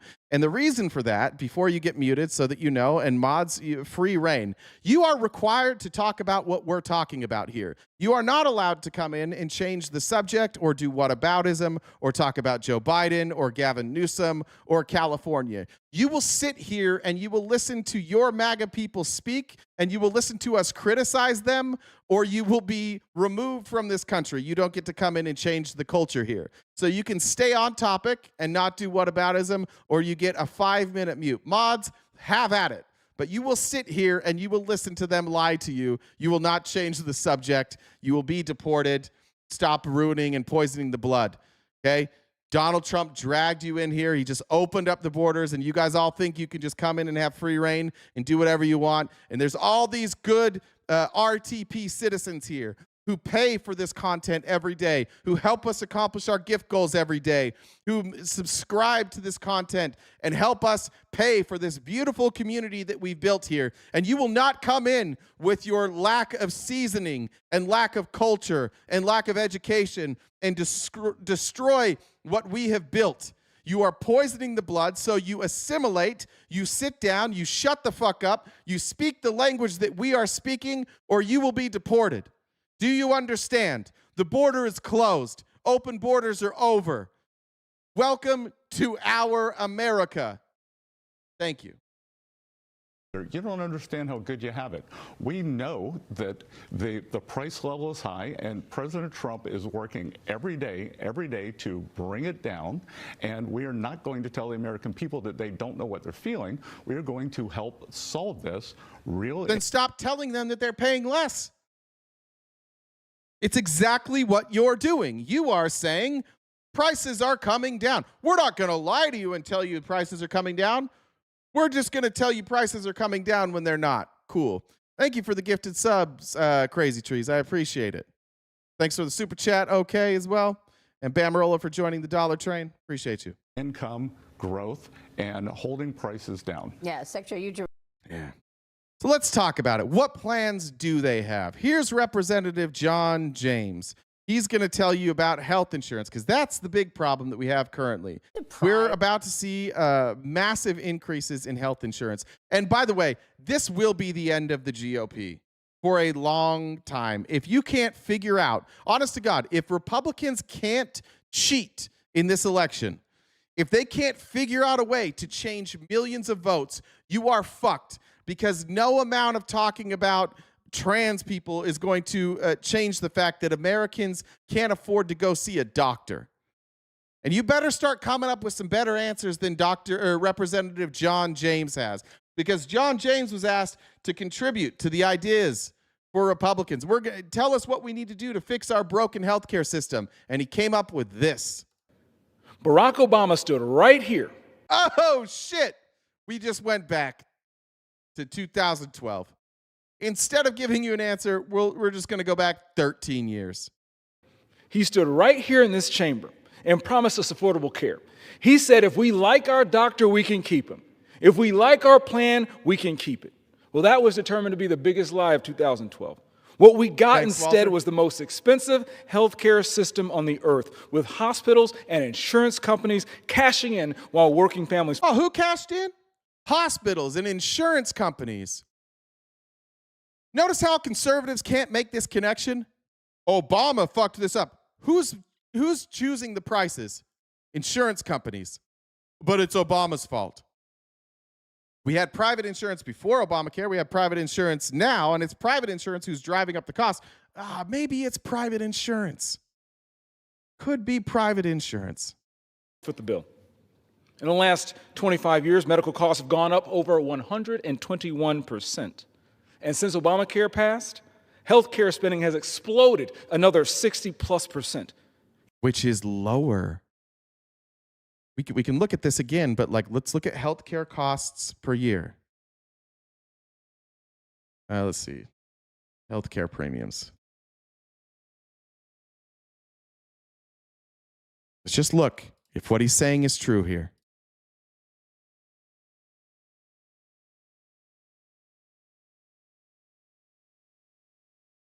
Obamacare was put into place about here. They've been rising. Where did we see the massive rise? Look at the places where we saw the biggest rise. About 2000, we saw a pretty substantial jump there. It was rising very quickly. And this is when Obama got put into office. This is how he won, because he ran on, look at this. Look at how quickly our healthcare costs are going up. And he won. And then look what happened during the Obama years. It leveled out. Holy shit, it's leveling out here. This is working. It's working. It starts rising again. Here comes Trump. Guts Obamacare. And immediately we see a massive increase. Look, if you look at the NHE per capita here. That's total national healthcare expenditures. So this is the constant 2023 dollars. This is based in 2023, so inflation could change this. But when did we see the massive explosion of costs? When Trump gutted Obamacare. The sharpest increase we've seen in healthcare costs happened after they gutted Obamacare. Isn't that more lies? Sorry, Dave. Dave, you don't get to come to our country and look at the data presented against you and say more lies. David gets a 2-minute mute for ignoring the evidence right in front of him and not giving me a good argument, just saying more lies. We don't do indoctrination in this country, Dave. We've worked hard to learn shit. We've went to school. We've read studies. We've put in the work to make this live a place of educated people. And if you're not going to assimilate and educate yourself and just do ad homs, you are deported. Get your ass to the back of the line. Get the fuck out. You can come back in 2 minutes. Somebody want to explain why our healthcare costs exploded after we gutted Obamacare? This started in 1970. You'll notice here, Obamacare didn't explode the price. It didn't. It was kind of just, it flattened and then it went up a little bit. The explosion of price came after we gutted Obamacare. Explain it to me. Explain it to me like you understand math at all. They're lying to you. Let's go back to them lying to you. Even Bernie Sanders admits the status quo isn't working. Just last week, Kelly from St. Clair Shores called my office. John, I can tell you my premiums for the last 20 years, same coverage, same insurance, definitely went up in 2010. John, yours could have went up. What you're doing right now is ignoring the data that we presented you and relying on personal experience, which is a dumb fucking thing to do for a human being, John. Yes, some people's health insurance did go up when we instituted Obamacare, mostly wealthy people. But it also went up every single year. If your checkbook doesn't lie, then you would have seen that your premiums were going up every year. What happened, John, is you were likely on a plan that didn't insure sick people. And when they were forced to insure sick people, your price went up. No, John. All right, John, this is your last chance. John, do you recognize that your personal experience is a dumb fucking way to judge whether or not the system itself was going up before Obamacare or after?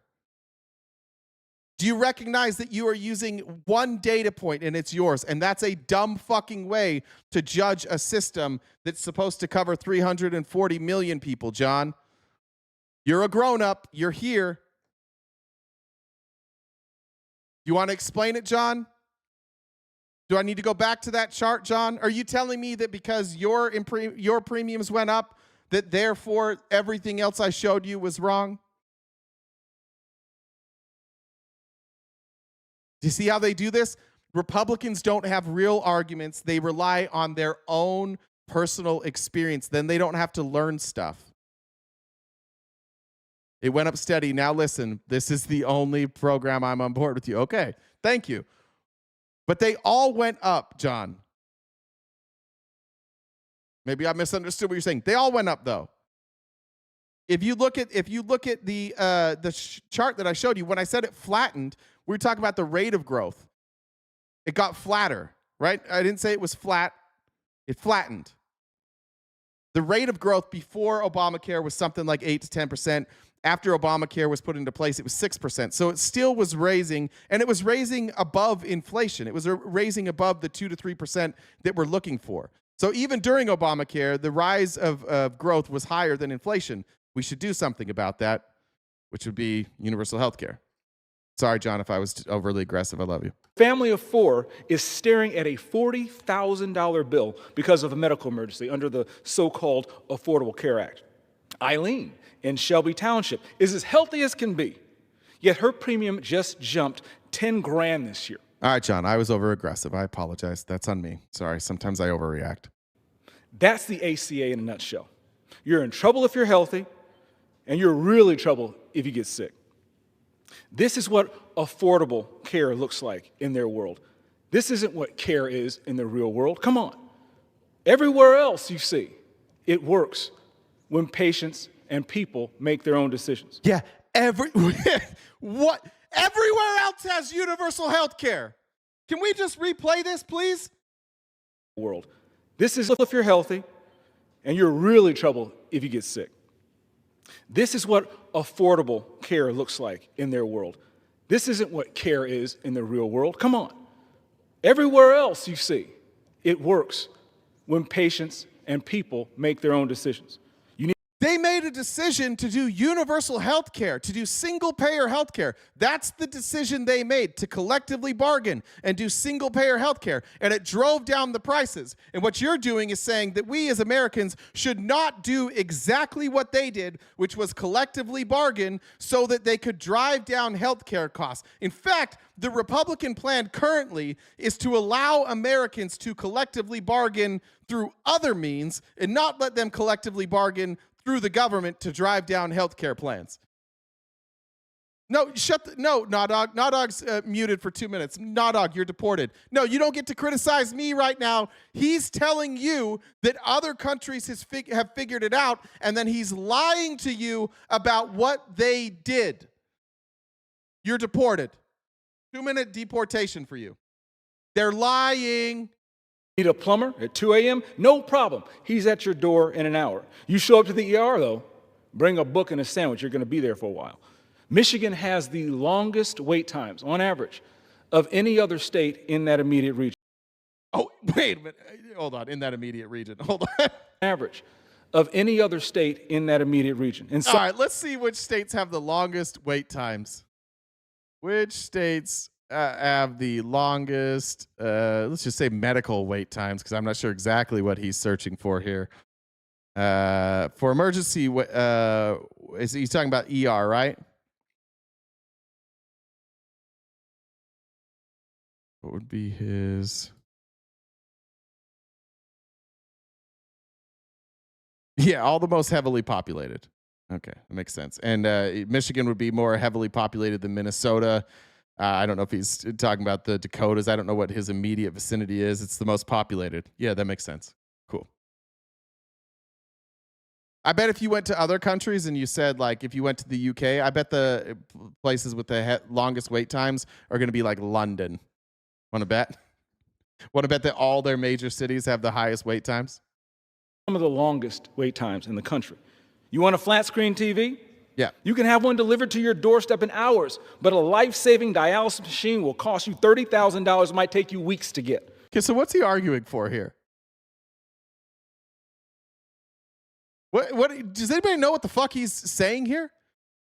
The Republican plan so far is let's complain about some shit and not fix it.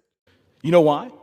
Because government doesn't meddle in television manufacturing, and people. Yeah, we do. You know those things on the on every television that says like what the energy efficiency rating is? That's the government. The government is involved in everything. All you have to do is be confident, and you're like a top-notch conservative. Have choices. Crazy. Yeah, it sounds like he wants universal health care. Sounds like if that guy, if we knew that he wanted universal health care, we'd be like, see, but he's arguing to not do anything. That's the plan. That's why they're losing. That's why they're losing the argument on affordability that Maria Bartiromo brought up. That's why Scott Bessent is confused. That's why Republicans are confused right now of why they're losing this battle, because they don't have a plan. Let's go to, I'm going to go down a little further. Actually, we'll stay on affordability here. Here's Scott Bessent again. Now, remember, Scott Bessent told you that what he's not going to do is lie to you and tell you everything's okay. He's not going to do that. He's not going to tell you that what you're experiencing isn't real and that you should look at this study and everything's fine when you're paying more for everything. So here's Scott Bessent definitely not doing that immediately after saying that he wouldn't. Thank you, Walter, for joining the Dollar Train. And to everybody else that's here, let me actually get these real quick, make sure I get them. Trudy said to help appease the timeout overlord. Thank you very much. I got OKL to go. I don't know if I missed any here. Got about maybe 45 minutes, maybe an hour left of the show. If we can knock out that gift goal, that'd be great. Appreciate you guys.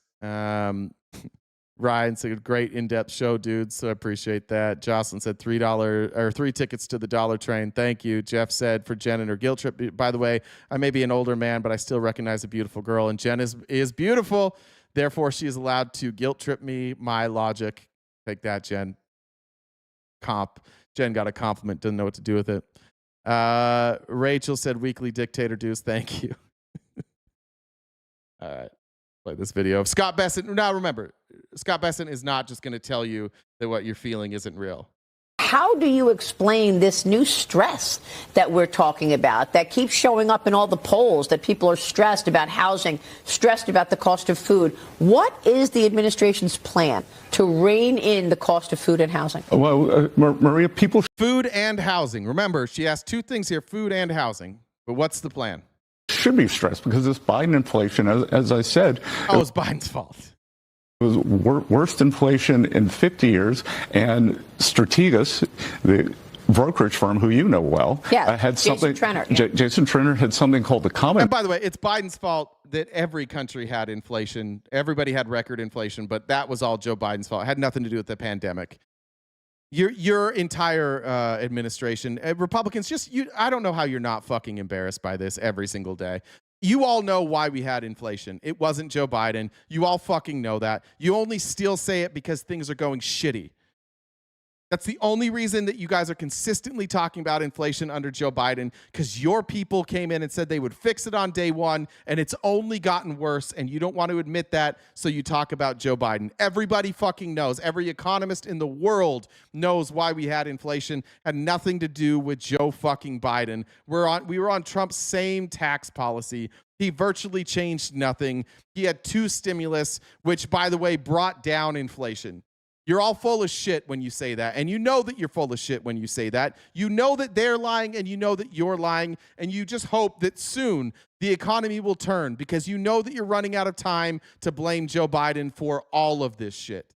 Man index, which was working Americans. So the accumulated CPI during the Biden years, called it 22%. For working Americans, it was 35. And that 35 was just a wipeout because it was... Let's explain what he just said there. And now I don't think that anybody at Fox News has a fucking clue what he just said there, but let's be real honest about what he just said. He said that the cumulative inflation, basically you're taking the annual inflation from the 4 years that Biden was, and you add it together. And he said the cumulative inflation was 21%. But on working class people, middle class and poor, it was 35%. What does that mean?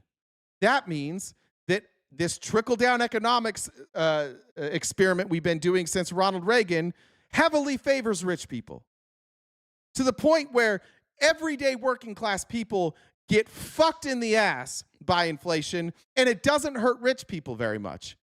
He just accidentally said the quiet part out loud. That look at our system. It hurts poor people more. Now, if he wants to say that's Biden's fault, fine. What did you do to change it? You didn't do anything. You kept the same structures in place that existed, except you gave even more tax cuts out. So he accidentally just gave away the game. And he's also giving away the game that he didn't feel the inflation. It's not a big deal to him. It's not a big deal to his rich friends. It didn't hurt them as much as it hurt you and I. And what was their solution to all of this? So far, their solution is don't be named Joe Biden. And that's it. Groceries, insurance, rent, and the auto. And we are bringing that down. So energy. Grocery prices are not coming down. Insurance prices are motherfucking skyrocketing. They're not bringing these prices down. What the Christ is he talking about? Then he brought up rent, and he's going to give you the only thing he has evidence for is rent, and we'll talk about that. Which leads everything is coming down. Energy goes into grocery prices. So affordability has 2 components. So just like with the deficit, with the deficit, there are 2 parts to it. There's constraining spending, and then upping revenues, which is what we're doing, which is why we had this several $100 billion contraction. With affordability, So what he's talking about there, and by the way, accidentally telling you the truth again, you're going to hear Scott Bessent and Republicans talk these next couple of weeks about lowering deficit spending. Now, they're not reducing the deficit, or the debt. They're reducing the amount of debt that we're in. So we're still deficit spending, right? There wouldn't be deficit spend. You can't reduce deficit spending if you're paying down the debt, right? So this is just the amount of debt that we're going into is slowing a little bit. And how did we slow that down? Does anybody know what he's bragging about right now?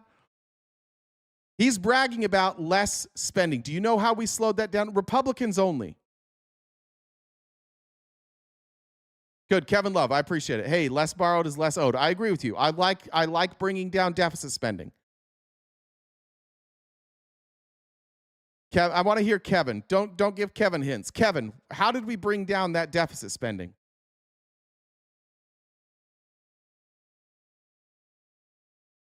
It's not nobody's buying. We're just going to wait for Kevin here.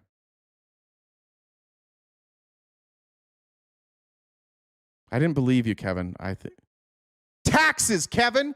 We taxed people. Yeah, now they're admitting that the only way to bring down deficit spending is by increasing taxes. Whoops. Fucking whoops. The only success this administration is having at all in any scenario is by doing things that they actively say we can't do. Yes, tariffs or taxes. Kevin, who pays the tariffs? Americans. That's a tax. Who do they pay it to? The Treasury. Where do we pay taxes to? The Treasury. It's taxes, Kevin. They increased taxes. It's an import tax. Now, they're lying to you, and they keep telling you that other countries pay the tariff, but that's just a lie that they tell you so that you don't accidentally figure out that we can tax people more. All right, Confetti Red Pill, you are muted for 2 minutes for calling me out for lying when I am telling the truth.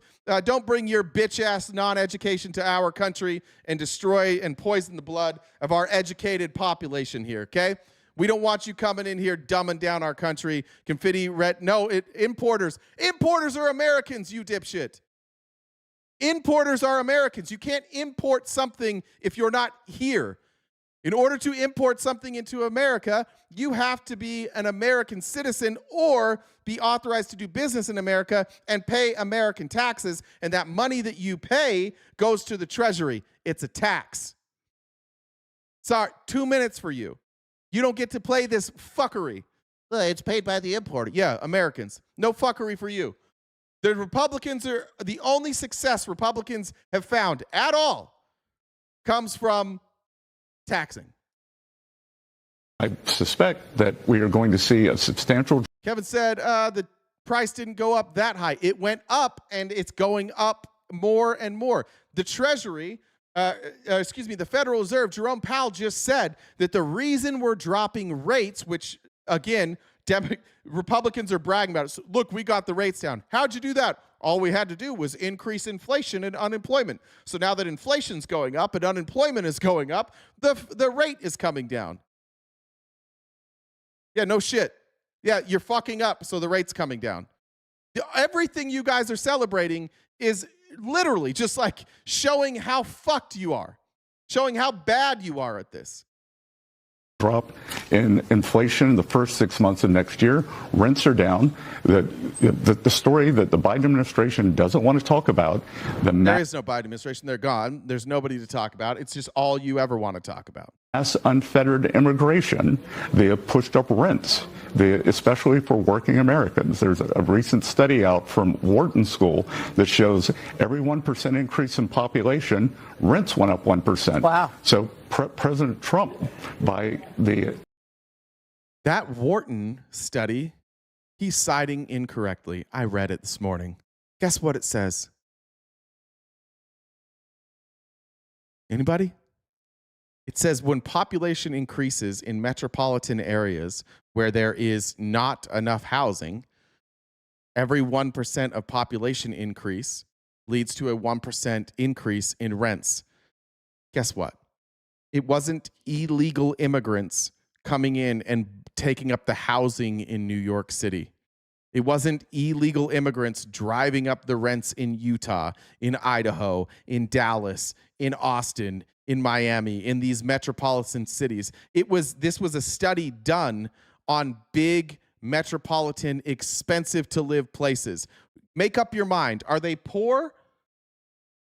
Are they poor and getting government handouts, or are they rich and taking the housing in the most expensive places in the world?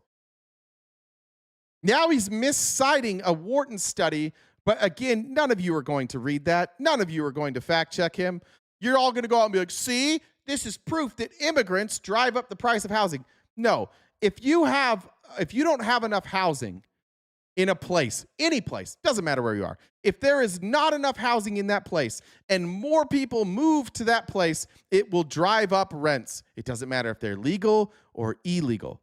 Doesn't matter their immigrant status, doesn't matter their citizenship status. However they come into that town and start renting, if there is not enough housing, it will drive up the price. Has nothing to do with immigration. Increase in population, rents went up 1%. Wow. So President Trump, by the enforcing the border, sending home more than 2 million illegals, we're now seeing D and C rents coming down substantially.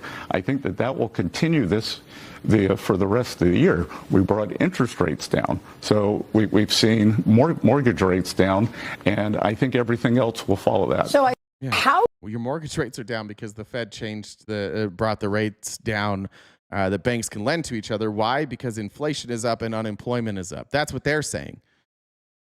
So all he had to do was kind of crash the economy, and then that brings down the rents. Look, rents are going down. It is absolutely true that rents are going down. It's true. But rents are going down because, one, people are less transient. Two, people are having less children. Three, we obviously have also deported people. A lot of people moving back in with parents, moving to more affordable places. It is true that rents are coming down, but that, generally speaking, when you see rents going down, that is a sign that the economy is headed in the wrong direction. And the eviction rates, are also up. They're not going down everywhere. Depending on where you live, if you live in a place where a lot of people want to live, your rents are probably still going up. But everything that they're bragging about right now is exactly what the Federal Reserve is pointing at, was why they had to lower rates. There's another story here that I think we should talk about. We've got a fucking problem that's going to raise inflation. This is Professor Peter St. Onge. People are hit or miss on this guy. As a predictor, not always the greatest. But he's got some news here. The Federal Reserve now has a problem because Trump is planning on spending a shit ton of money. That's part of the One Big Beautiful Bill. There's a lot of spending. And the One Big Beautiful Bill relied on these numbers that we're looking at now massively increasing. In order to pay for the tax cuts that were given in the One Big Beautiful Bill, one, we had to cut a bunch of funding for poor people, but two, we need to see massive revenues, and we're not on pace for massive revenues. And the way that like if you want to find out how our federal government is what the economic future of our federal government looks like, one place that that gives you a pretty clear indicator is our ability to sell debt.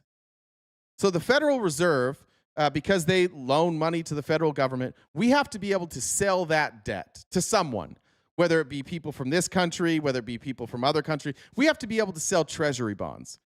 And people only buy treasury bonds when it's worth it for them to buy treasury bonds. So you need to have a return on investment, an interest rate that matches the risk they think that they're taking.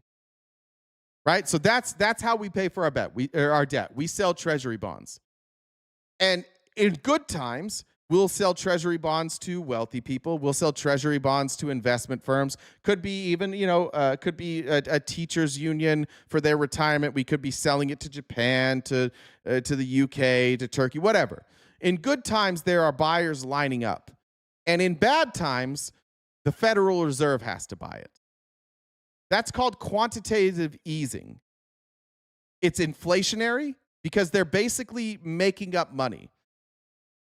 Right? In order for the Federal Reserve to buy this debt, they have to essentially, not necessarily hard print, but they have to say that like the the amount of money in circulation is this, or the amount of available money is this.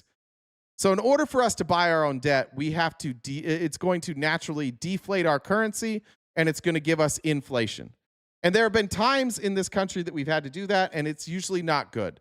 But here is, again, Dr. Stange to explain what we're looking at for this coming year. The Federal Reserve just announced it's unleashing the money printers to finance a $9 trillion wall of federal debt coming due this year. As in, markets won't buy it, so the Fed will with counter. So we've got $9 trillion in debt,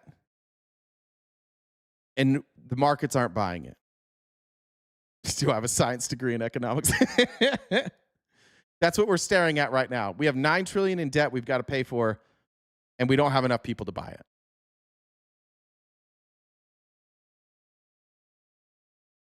Quantitative, no, that's what I'm saying. Quantitative easing is printing money off of no backing. That's what I'm saying. But it's not, what I'm saying is it's not necessarily printing it, right? It's essentially putting more money into circulation that we don't actually have. So you can do that in a lot of ways. It doesn't necessarily mean just printing money, Jack. I think we're saying the same thing. I might not have explained it well, but you're right. It's just that sometimes you're doing it in giving out a loan that doesn't necessarily mean you print out $1 trillion and hand it to somebody. Fed money. This is where the Fed types zeros on Excel sheets in the basement, declares their dollars like any good counterfeiter, then uses those fake dollars to buy government debt called quantitative easing, or QE. Jerome Powell said the Fed's kick. Kevin, we would like the insurance companies to not exist. There are some people on the left that that take tons of money from the insurance companies, and I'm about to kick you if you can't stay on subject. But I think insurance companies should go away. Most of us that advocate for single payer, we don't think insurance companies should exist. 100% of your party thinks insurance companies should exist, and we don't. Kicking off with $40 billion a month, which is a $500 billion per year, lovingly printed straight out of your wallet. Now, this is concerning because the last time the Fed did this, in the 1940s, to finance World War II, it sent inflation into the double digits. At one point in 1947, annual inflation was 20%.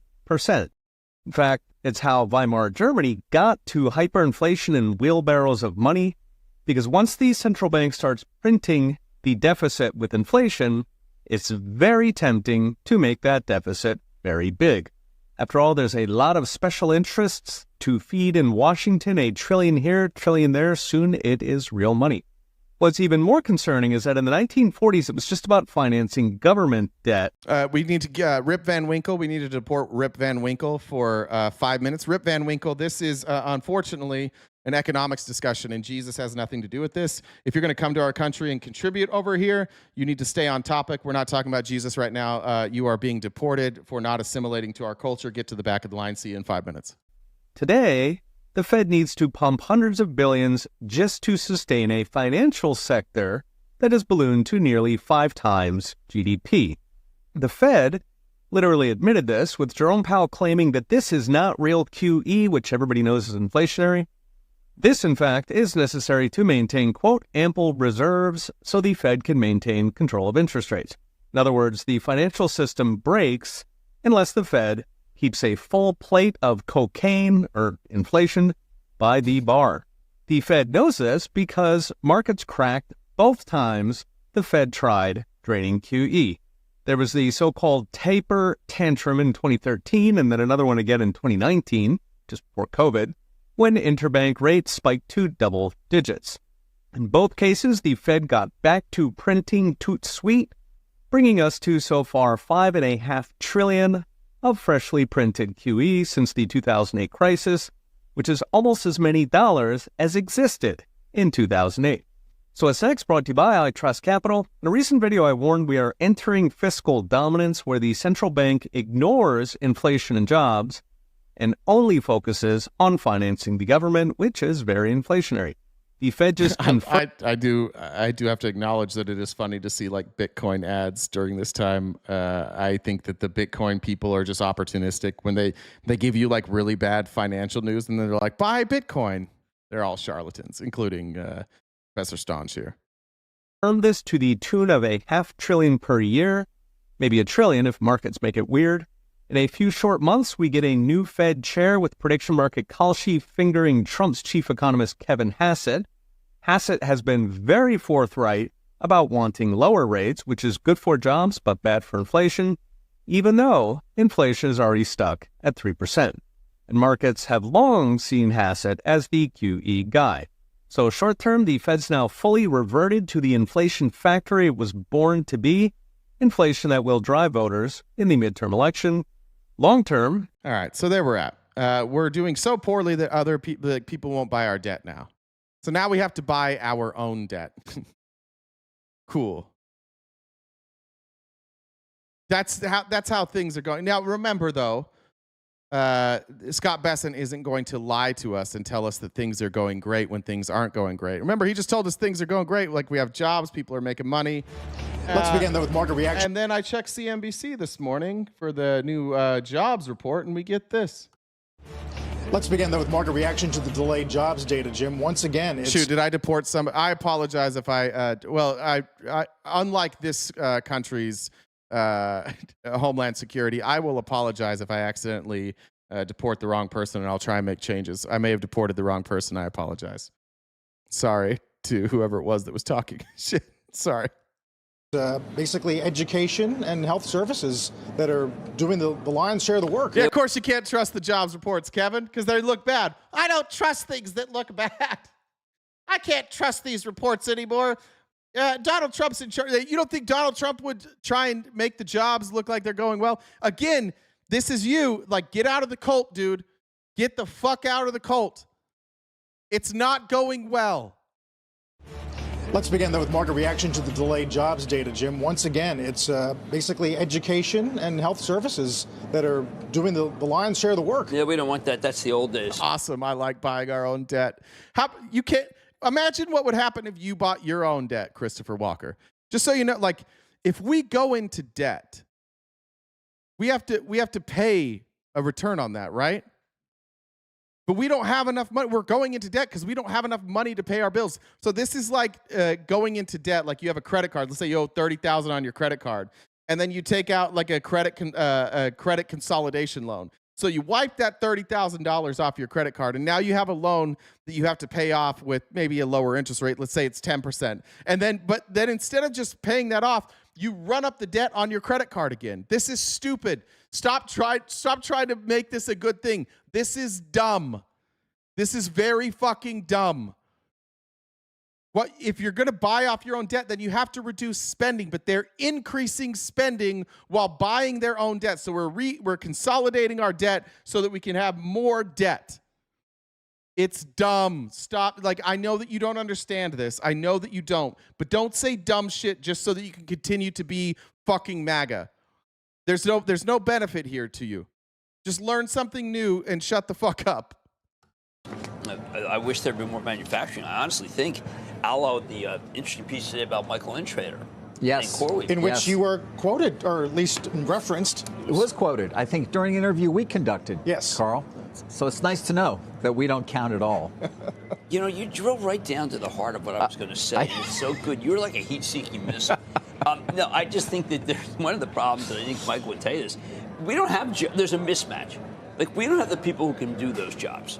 They can't pour the concrete. They don't know put the rebar in. They don't know. Now CNBC has a hard time because we're looking at non-farm payroll jobs, and they're at 4.6%. I can show you the chart right here.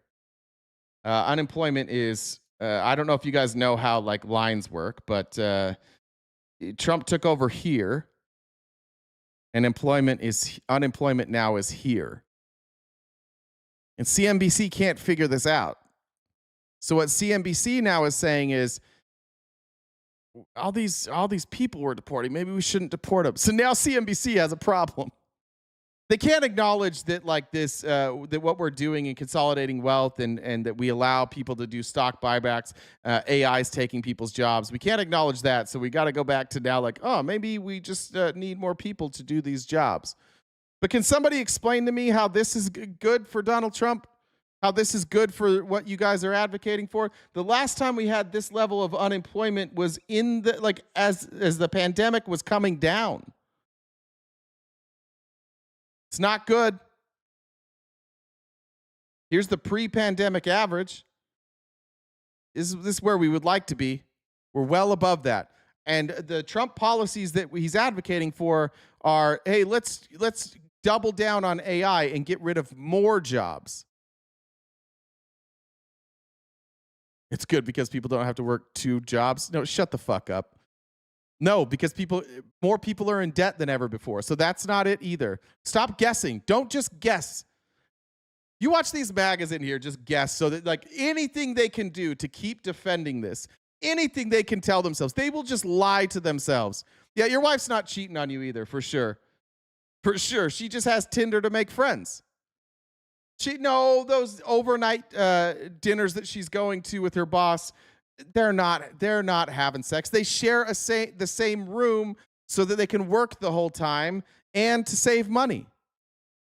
Okay, all of this it's all actually a really good thing for you. They're not going to lie to you and tell you that things are going well. Get out of debt, pay yourself for your future. People can't get out of debt because things are too expensive. They can't go pay for their health care. How to move the racks in, but we do have people who can do healthcare, and it worries me because there's no change. Yeah, I mean, this is where we're at with MAGA now. MAGA's at the point where they can't defend any of this. It's all going shitty, and they cannot criticize Trump. So now they're like, well, it's actually let's go back to the personal responsibility. This is a personal responsibility problem. It's not the fact that our dumbass president and his dumbass advisors are handing all the money to the billionaires and fucking up our economy. It's actually a personal responsibility issue. This is how all of your takes are. When Joe Biden's the president, everything is his fucking fault. Everything was Joe Biden's fault. But as soon as, literally, you just flip a switch. As soon as it's Trump, actually, it's a personal responsibility that is the problem. Now it's not Donald. If everybody was personally responsible, we wouldn't have this problem. You guys it's getting pathetic. But the good news is that, like, most Americans don't think like you. Most of them don't spend their whole day with Donald Trump's dick in their mouth, which is good. And it's not like we're putting so many people to work. Michael Intrater sitting down with lots of good people trying to change the structure. But I would say, if I were President Trump, and I think we get to be a little bit like President Trump today with the setup of our show, I'd say 64,000 jobs, 340,000 million people. Are you kidding me? That's ridiculous.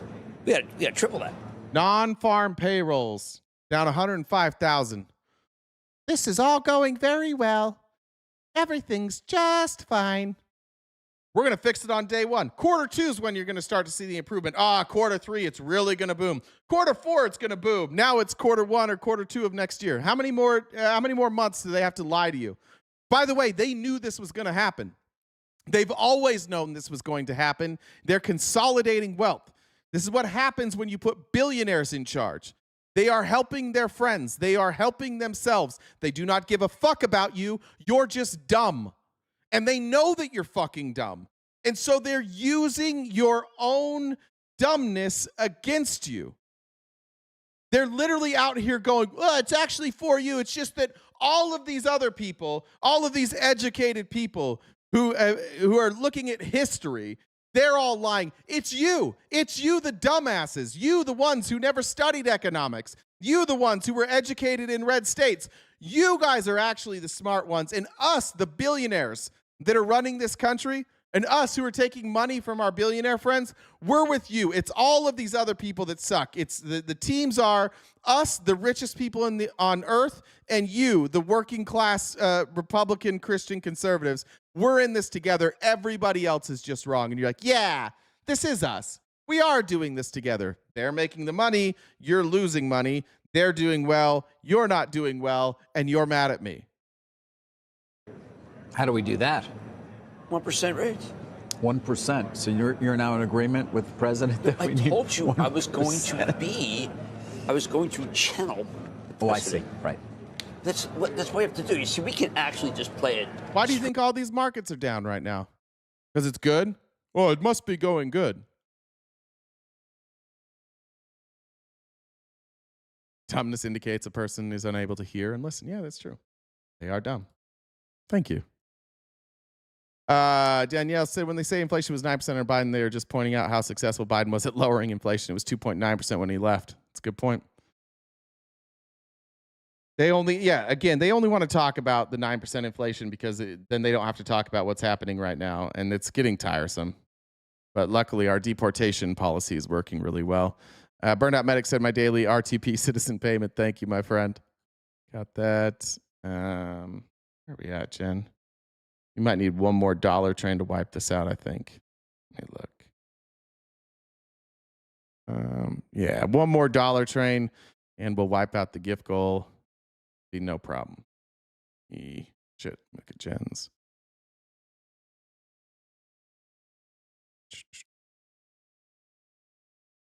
All right. We got, let's say, 30 minutes left. And then I got to get out of here. Maybe 40 minutes left. Got to get out. If we could wipe that out, it'd be greatly appreciated. Let's move on to it's the irony of trying to raise money while telling you that you're all fucked is kind of tricky. That's how you know I'm not a grifter. I should be telling you that everything is going well and you should spend all your money on me. Look at this, though. This is where Trump is really going to struggle. This is where Republicans are going to struggle. And this is a place where we have to demand that Democrats start fucking doing something. This is the unemployment rate from people 16 to 24 years old. And you can see, obviously, the unemployment rate skyrocketed during the pandemic as everything closed down. But we got that largely under control. And now we're revisiting the 2008 financial collapse numbers. And we are trending upwards. You'll notice that when you start to see a trend like this, it lasts for a while. These are troubling trends.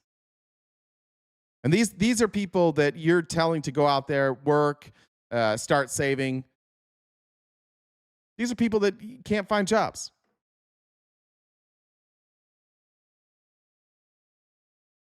Kevin, you're deported for 2 minutes. Kevin Love, you've done well. You're deported for calling me a grifter. You will not come in here and criticize the leaders with unsubstantiated claims of grifting. How dare you? You're deported for 2 minutes. Here's another problem, and even Fox is acknowledging it now.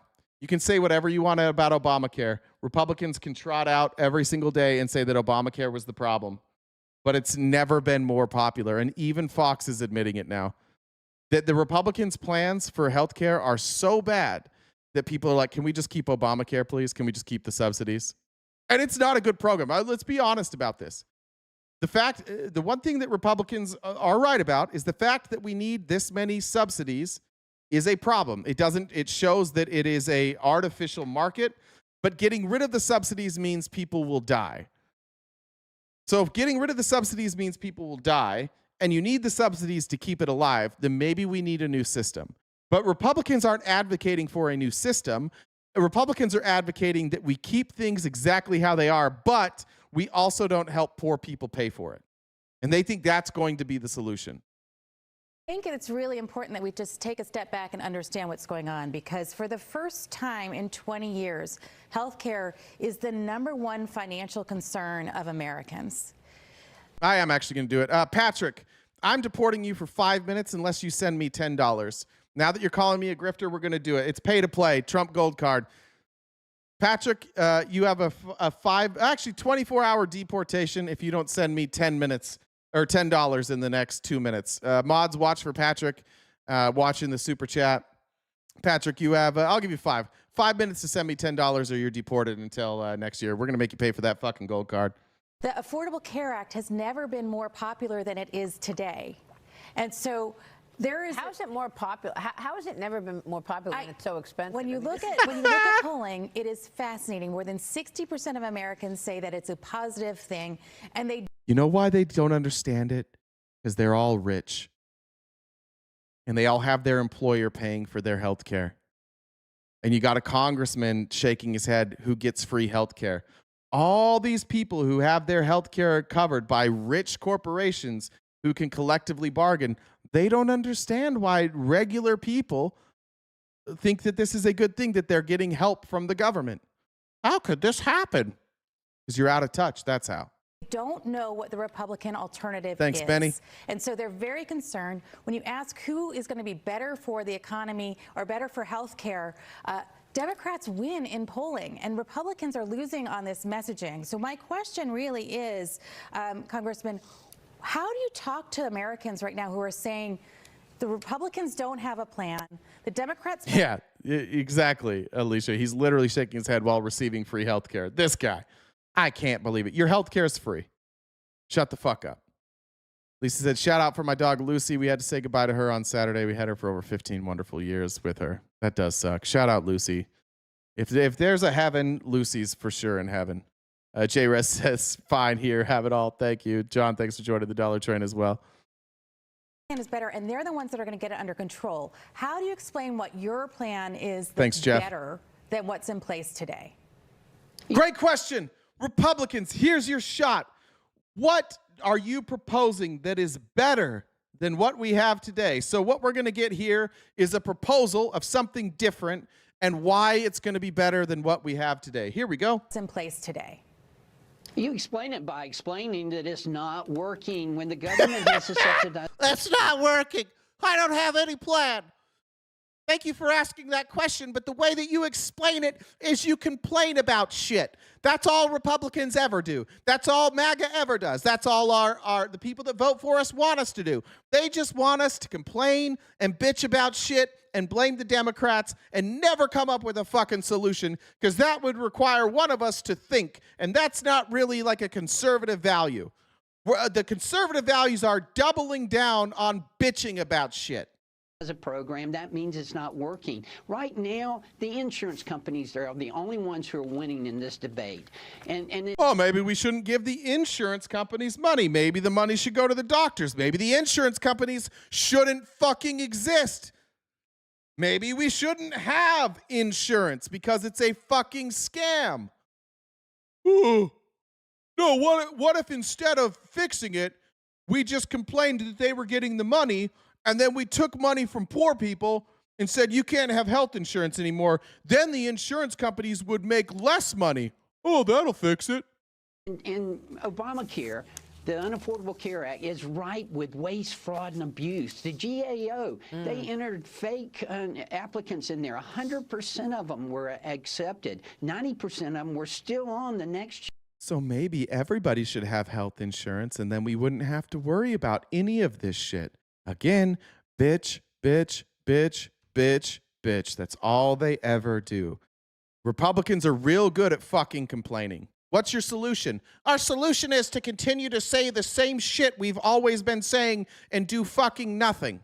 Year. And it's just ripe with waste, fraud, and abuse. We see we're 58,000 dead people. We're getting subsidies. Well, maybe we shouldn't subsidize something that shouldn't exist. Maybe we should just get rid of this awful industry. Maybe we shouldn't allow them to do stock buybacks. Maybe they shouldn't exist at all. But socialism. So what we're going to do is we're going to complain about the system. We're going to blame Obama and do absolutely fuck all to fix anything. 7,000 of them before they even went on the plan. Yeah, it's a great point. It's just so ripe. Congressman, that's why I keep saying, I mean, you know, the Democrats' high-priced health care, it's amazing to me that you can't communicate this as Republicans and that they can win on this messaging issue of affordability. But look, I've got... Okay, let's look at which members of Congress get the most from the healthcare lobby. Let's look at this. Let's see if we can figure out where this is, why they're doing what they're doing. Let's look at open secrets here.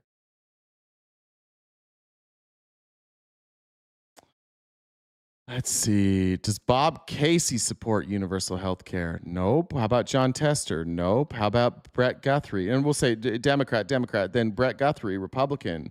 No. Sherrod Brown? No. Scott Peters? No. Jackie Rosen? No. Isn't this weird?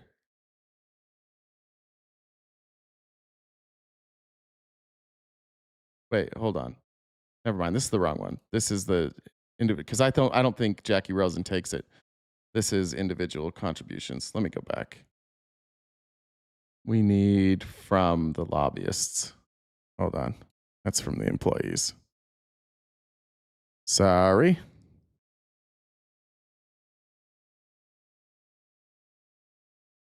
Need the actual lobbyists.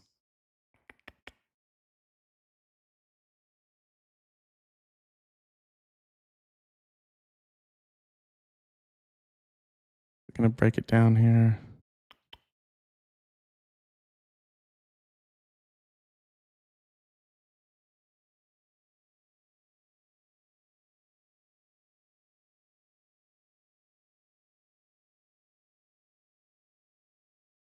Damn, I don't know if I can break that down. Does anybody have a breakdown where you can do it by Open Secrets just does it by total, which doesn't change. Because then you'll see like Bernie Sanders, who doesn't take any PAC money, but he'll take it from employees. Let's see how this, what's their methodology here? This is from Healthcare Uncovered. Of the top 10 recipients of campaign cash from 7 insurance industry PACs, all but 2 are Republicans. Okay, so this is, where did he find it? I looked at the contributions made by the industry's biggest PACs during the 6 months of 2023 and found that while most went to Republicans in leadership positions, a lot of cash also went to Democrats who willed. Where's he getting the information from?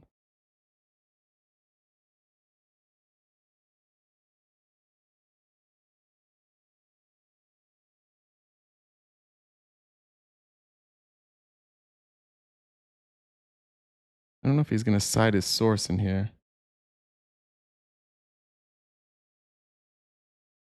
All right. Well, without his source, we can maybe figure out what it is. He's saying Jason Smith, Kevin Hearn, Kevin McCarthy, Brett Guthrie, Mike Crapo, Kathy McMorris, Peter Aguilar, John Toon, John Cornyn, Catherine Clark. So out of all of those, 2 are Democrats? No, Democrats didn't get the most. Look, it's right here. Adam Lawrence. Adam, I can show you back. Like, we can go back to that so that you can see it. Whoops. When I went to Open Secrets, I think it was this. No, where was it?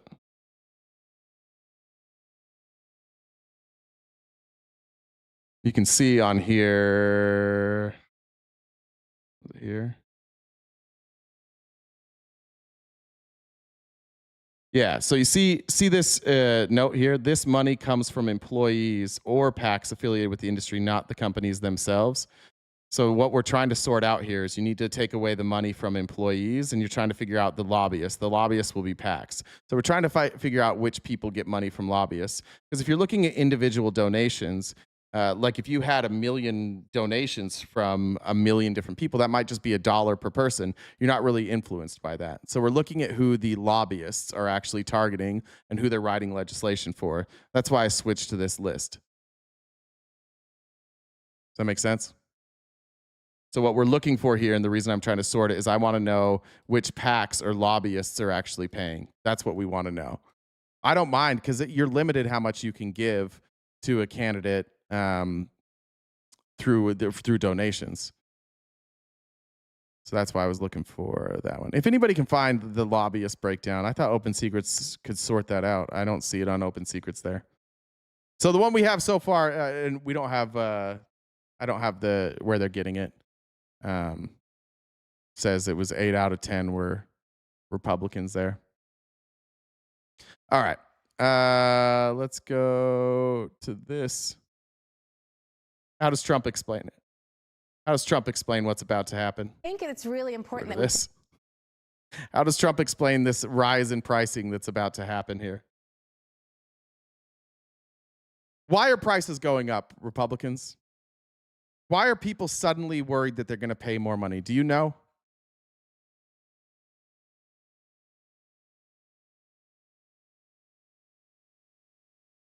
What are you saying, Tom? Are you that, Tom?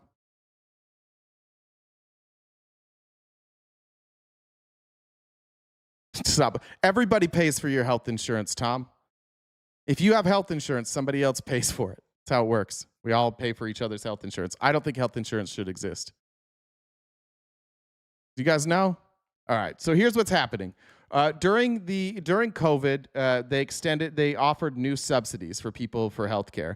And those subsidies are expiring, and Republicans refuse to extend those subsidies. So for millions of Americans, they're seeing an increase, not just because of the price increases that happen every year, but also some people are losing their subsidies. So for some people, it's 10xing the price that they're going to pay for health insurance, meaning a lot of people are just going to drop their health insurance. And this old dipshit here doesn't understand any of it. And here's how he answers why prices are going up. Do you support the Paramount deal, sir? On healthcare, Mr. President, 22 million Americans are expected to see their healthcare insurance premiums start to rise by the beginning of next year. You're talking about because Obamacare is so bad? Yes, well, sir, because the Obamacare subsidies are expiring. Are you going to do because anything? Obamacare is so bad. What is the Republican plan? Are you going to? No, it's not. She explained it to him twice. Obamacare is not health insurance. It's a marketplace. These are private health insurers choosing to raise prices. They've all participated in stock buybacks. They've all tied their CEO compensation to the stock price, meaning they have to dramatically increase revenues every single year. How do you increase revenues? You raise prices and cut services. That's the only way health insurance revenues go up. Right? So that's why prices are going up, because they're cutting services to increase revenue and raising prices. It's a combination of those two things. That happened on your watch. What I'm going to do is, if the Democrats... Tom, you're being deported for being arrogant. You don't get to come here and say mean things to our friends here. You're being deported for 2 minutes for being arrogant. Come here and assimilate, Tom. We are looking for solutions in this country. We don't allow whiny little bitches who blame everything on Democrats to be members of our country. So you will be deported. Come back and assimilate and offer real solutions that aren't crying like a baby-backed bitch. Our solution is universal health care, single payer, specifically Medicare for all. Tom, when you get back from your deportation, I recommend that you have a solution and not crybaby bitch shit. You can come back and present an idea of how to fix this, but we don't allow crybabies in this country, Tom. Get all the way fucked. Come back, wash your ass before you get back, though. Let's go along with it, which they don't want to because they want to make the insurance companies very rich, okay? I want the money to be paid to the people to go out and buy their own health care instead of paying to the... You know, the insurance companies, their stock has gone up 1,700% because of stock buybacks. Because what you allow insurance companies to do, Republicans, and this is one of those places where Democrats actually have fought against this. You shouldn't be allowed to do stock buybacks as an insurance company. The reason that their prices go up their stock price has gone up 1,700% is because they charge you more, they cut services, they pay for less, and then they buy back their stock. They use the revenue that they make and they buy back their stock. And that's because CEOs of these companies and executives, they don't have like a compensation package that is, we're going to give you $3 million. They get paid in stock. And that's to tie their incentives to who? The stockholder. There's no incentive to give you better care or better prices. The only incentive all of these companies have is to make more money and keep their stockholders happy. So they're not incentivized to do anything good for you. They're just incentivized to do good things for the stock payers. That shouldn't exist, or the stock purchasers. short period of time. Did you know that? 1,700, you wish your corn went up, right? But the insurance companies, stock has gone up by 1,700%, 1,800%. They're taking in trillions of dollars. I don't want to pay the insurance companies anything. And yes. So what happens, one Odom, is if you have, health insurance companies, the way stock buybacks work is if you want to increase the value of your stock, you buy back the stock, meaning that there's less available shares, meaning that the price per stock, like the value, because it's based on a total valuation, right? So let's say you have your a valuation of $100 billion, and let's just say for the math, there's a million shares of stock. If you buy back, let's say, 100,000 shares of that stock, but you don't reissue that stock, Now, instead of 100 billion divided by a million, it's 100 billion divided by 900,000 because you don't reissue the stock. And so it artificially raises the price of each person's share by buying back the stock.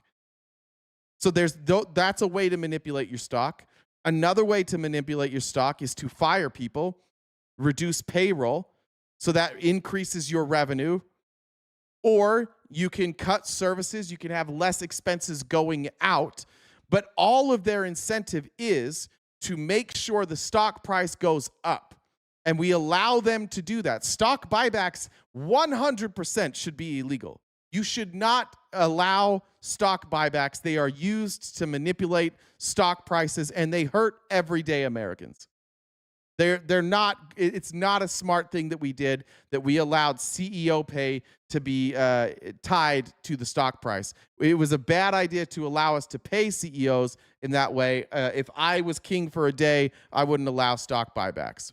But I hope that explains why buying back that stock at a higher rate actually can increase the total value of your stock. And you're using it from revenues. Right? You could take those revenues and you could lower prices. You could take those revenues and you could make the system better. You could do a lot of stuff with the revenues. But buying back the stock to increase the stock price shouldn't be done. What does that have to do with premiums? It's all together, Drew. It's all manipulation.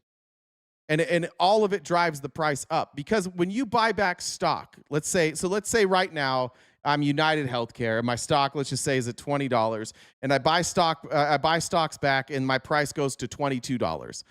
Well, next year, the board's going to expect my stock price to go up another $2. Let's say they wanted it at 24. They sure as shit aren't going to let it go down to 21. And if I don't have the revenues to buy stock back and play that little trick again, then I've got to find that revenue somewhere. So I might cut services, or I might cut staff, or I might cut benefits for the people who work for me. And I might do both. I might cut staff, and I'm like, oh, now I've got some revenue. On top of this revenue, because I'm the CEO, and my job is tied to the stock price, now I've got this extra $50 million. What should I do with that $50 million in revenue here? I should buy back the stock and not reissue it, and that'll take my stock price up again. And now the shareholders are going to be very happy with me because they all made a nice return on their investment. The people that we serve, they're all fucked. Their prices all went up, and we did nothing for them, but the stock price went up. And then the president goes out there and goes, look at our stock market. It's at all-time highs. He's doing both things. He's like, their stock price has gone way up. But on the other hand, you're always bragging about the stock market. You're speaking out of both sides of your mouth, and all you really have to do is get rid of this fraudulent industry and never worry about that again. I know a lot of... What are you talking about? I'm advocating to get rid of Big Pharma. America is dying slowly. What the fuck are you talking about? You better explain that. How am I shilling for Big Pharma right now? You're at the risk of deportation, but since none of you will come up here and debate this, I need you to explain how that is shilling for Big Pharma.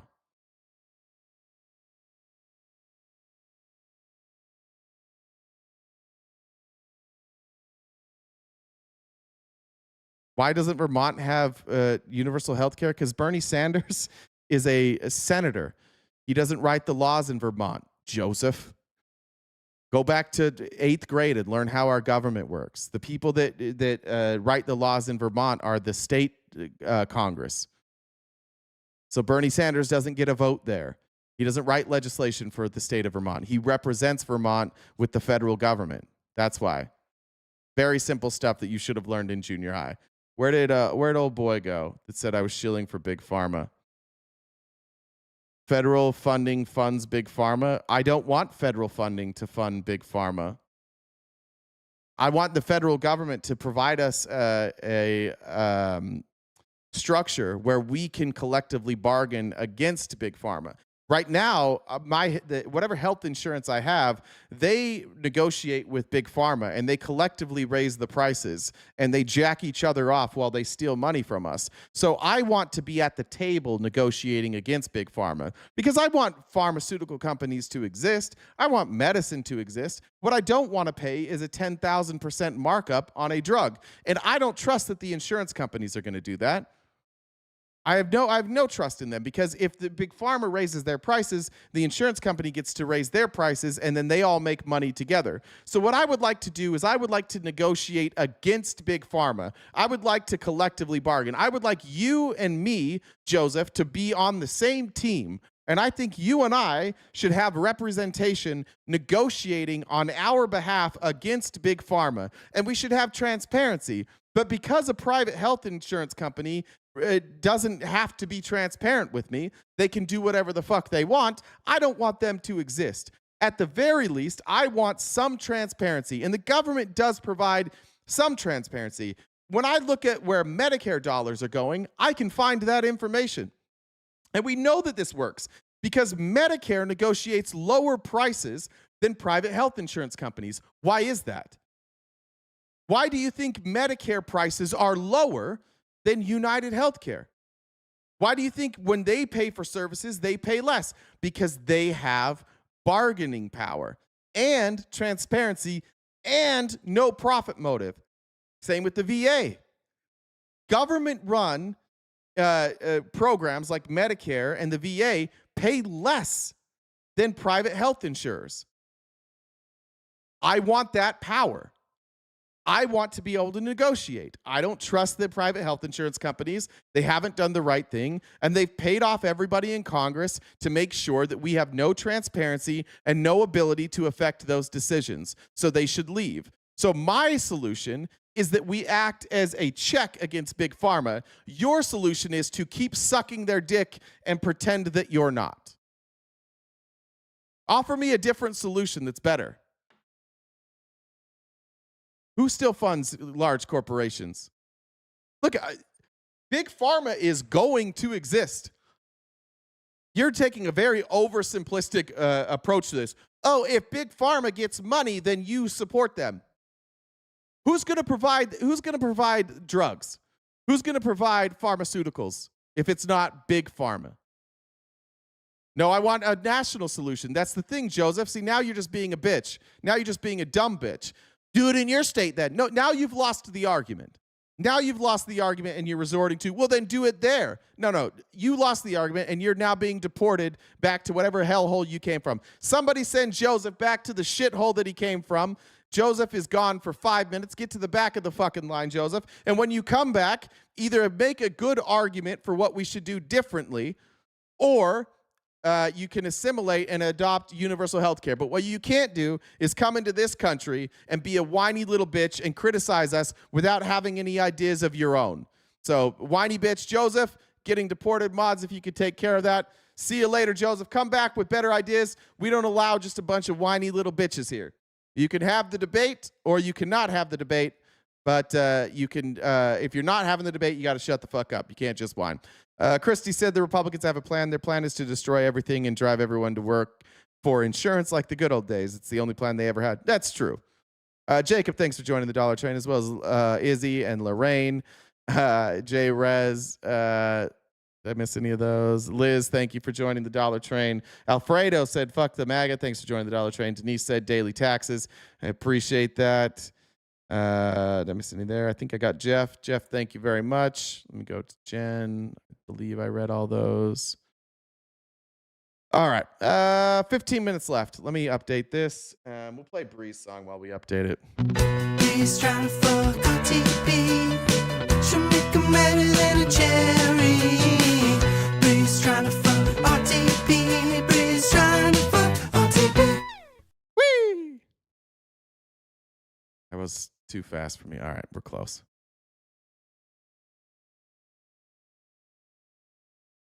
All right, that's what's left of the gift goal. We got 15 minutes to knock that out. I appreciate you guys. We'll let Donald finish here. But they're owned by the Democrats. And the Democrats have... Obamacare is a setup to make insurance companies rich. And I want to pay the people, and I want the people to go out and buy their own health care. Who are they going to buy that health care from?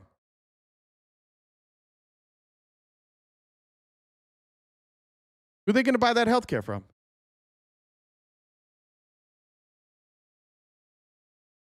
No, Dog, you said you'll support my idea as long as I can opt out. Yeah, you can choose not to use your single-payer healthcare. That's true. Same way that you can opt out of driving on the road. Same way you can opt out of going to public school and you choose to go to a private school. If you want to pay for private insurance on top of single-payer, that's fine. You can do whatever the fuck you want. But we are going to collectively bargain. So you can opt out, but you can't opt out of paying. You have to pay. That's how taxes work. Sorry, bud. And that's what we want to do, and that's what the Republicans want to do, because Obamacare is a disaster. And I said it 5 years ago, 4 years ago, 3 years ago. It was always a disaster. It's bad health care that's too expensive for people. He doesn't know what Obamacare is. Can we be honest about Donald Trump right now? He has no fucking clue what Obamacare is. And you know how I can tell? Because of this sentence right here. Obamacare is a disaster. And I said it 5 years ago, 4 years ago, 3 years ago. It was always a disaster. It's bad health care that's too expensive for people. Not only is Obamacare not health care, it's also not health insurance. It is a marketplace. He's advocating for, weirdly enough, what he's doing is advocating for Obamacare.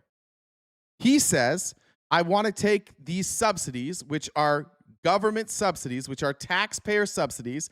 I would like to take this money that we give to people so that they can purchase health care on, and we'll just do it here real quick so that you guys can see, for you Republicans. Your man's a dipshit. No, you can curse in the chat. You're allowed to curse in the chat.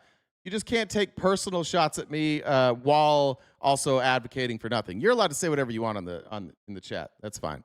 While this is loading, healthcare, is healthcare.gov not working now? What's going on here?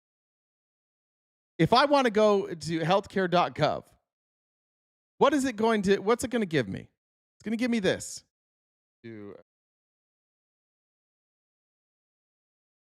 going to ask me for my...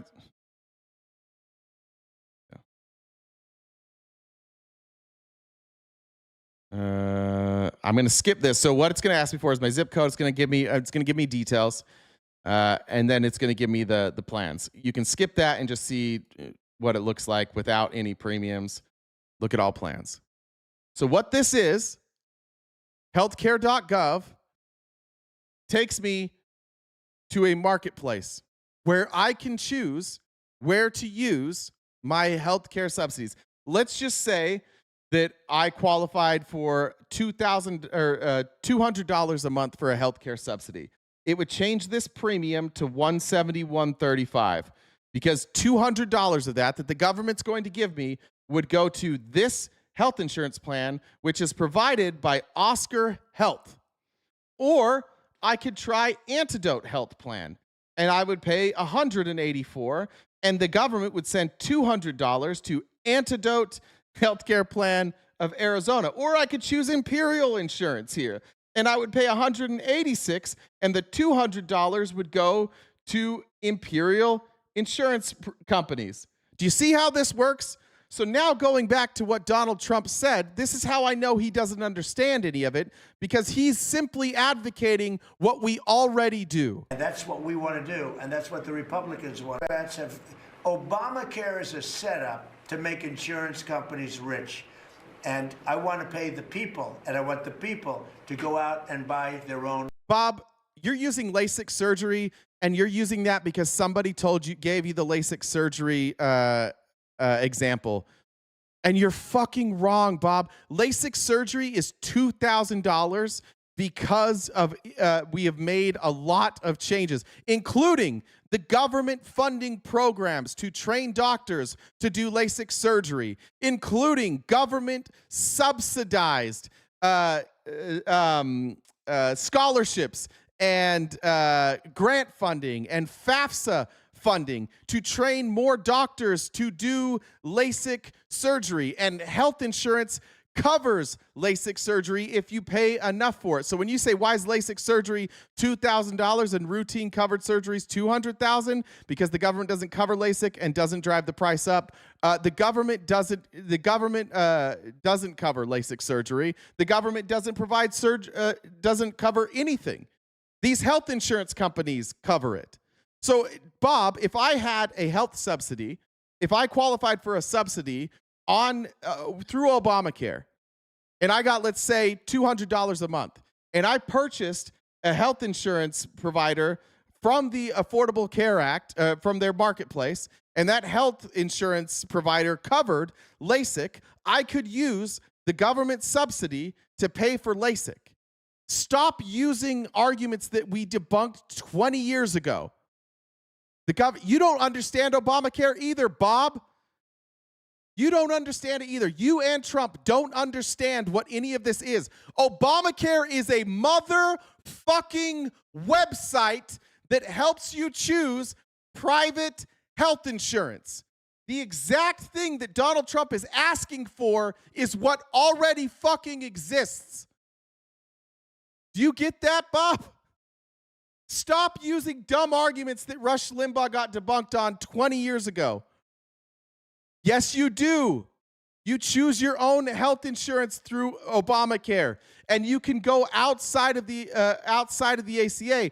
But the reason that those 8 companies are there is based on where you live, Bob. Some people choose not to be part of Obamacare because they might be religious or they don't want to cover certain like ailments. It is stupid, Bob, to blame Obamacare for any of this, but Donald Trump and you both don't understand any of this. So, Bob, I need you to admit that you were wrong. Otherwise, you're getting deported, because you have to assimilate. You have to admit that you were wrong about LASIK. Otherwise, you're getting deported. But certainly this guy doesn't understand it. Healthcare. And that's what we want to do, and that's what the Republicans want to do, because Obamacare is a disaster. And I said it 5 years ago, 4 years ago, 3 years ago. It was always a disaster. It's bad health care that's too expensive for people. And now your premiums, and you said it better than I said it. You said the Obamacare. Thank you. Also, yeah, some Medicare Advantage plans cover LASIK surgery. Good point. Premiums are going to go up. That it is, Bob. If you are a Republican, you are a fascist. You guys are accepting of fascism, so we are now treating you with fascism. Bob, I'm treating you the same way that you are treating immigrants in this country by supporting this administration. Goeth and fucketh thyself, Bob. Now you're complaining about it. You're getting deported. Goodbye, Bob. Bob gets a 5-minute deportation for being too dumb and poisoning the blood of this country. They're going way up. And what I want to do is have the money. And you know who's getting that money? A lot of it is the insurance companies. I want the people to get the money and go out and buy their own health care. From the insurance companies. So the insurance companies are still going to get that money. I cannot believe that we have millions of Americans that are this fucking stupid, that they listen to this blubbering dipshit say something this obviously stupid, and they're like, yeah, he gets it. It's fucking insane. This is a dumb guy. Stop allowing yourselves to be, like, when people say, I don't remember our country being this dumb, what they didn't realize is that millions of people in this country don't think. They just repeat. They've never walked through this in their own head. They just know Obama bad, Obamacare bad. So when Donald Trump proposes replacing Obamacare with Obamacare that has extra steps that will cost us more money, they don't get it. They don't understand that he's advocating for the same fucking thing that we already have and claiming it will fix the problem. Of course, this isn't going to fix the problem. Stop allowing yourselves to be lied to by dipshits. I'm getting really frustrated with you guys. I might change my entire political ideology to like deporting Republicans. We're getting fucking close.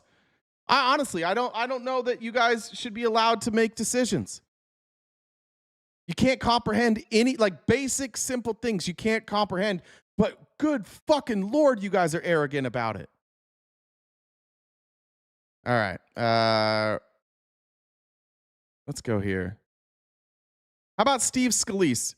This is one of the thought leaders over there. This is one of the people they're counting on for a new program for Republicans to come up, and it sounds like the Republican plan was rejected today, which we said the end result of all of this is going to be the Republican plan will be rejected. The Democrat plan will be rejected. The subsidies will expire. Millions of Americans will lose their health insurance. People will die. People won't be covered by insurance. Because we are so divided, we just won't ever get a good thing. Republicans won't vote to fix the problem. Democrats obviously aren't going to vote for Republicans to do fucking nothing. Nothing will happen. Even if all the Democrats voted for the Republican plan, it wouldn't change any of your prices. All your prices would still go up. They're advocating for something like their entire plan already exists. Their plan is we should allow people to buy high deductible plans. That already exists. I mean, yeah, the Republicans want to get rid of pre-existing conditions. They want people who are healthy to be able to have cheap insurance, and they want people who are sick to not be able to afford insurance and just let those people die. That's the Republican plan. Get rid of pre-existing conditions, let sick people die. Let's just take this down to a very base case. I'm a family, I'm a family of 5. Tell me, and let's say I want to get on this program. How's it going to work? Tell me what the program is that I'm currently on and what you think the new program looks like. What's my deductibility look like? What do my premiums look like? Just walk us, sort of a basic American who's thinking about what to do here, how it's going to impact them. Yeah, it seems like all the attention's been focused on Obamacare, which... No, not BS on pre-existing conditions, Locke. Steve Scalise and many others have said that they want to restore what existed before Obamacare, where these health insurance companies can refuse to pay for certain things. So what they want to do is they want to push it off, like kind of like the Christian healthcare ministries, where they claim that there's some sort of exemption to why you would have to cover pre-existing conditions, or you can do like cost sharing, but you would have to pass a physical and show that you are healthy in order to be part of that plan. That's 100% what they're asking for. If you don't believe, if you don't know that, you should go check. Sort of a basic American who's thinking about what to do here, how it's going to impact them.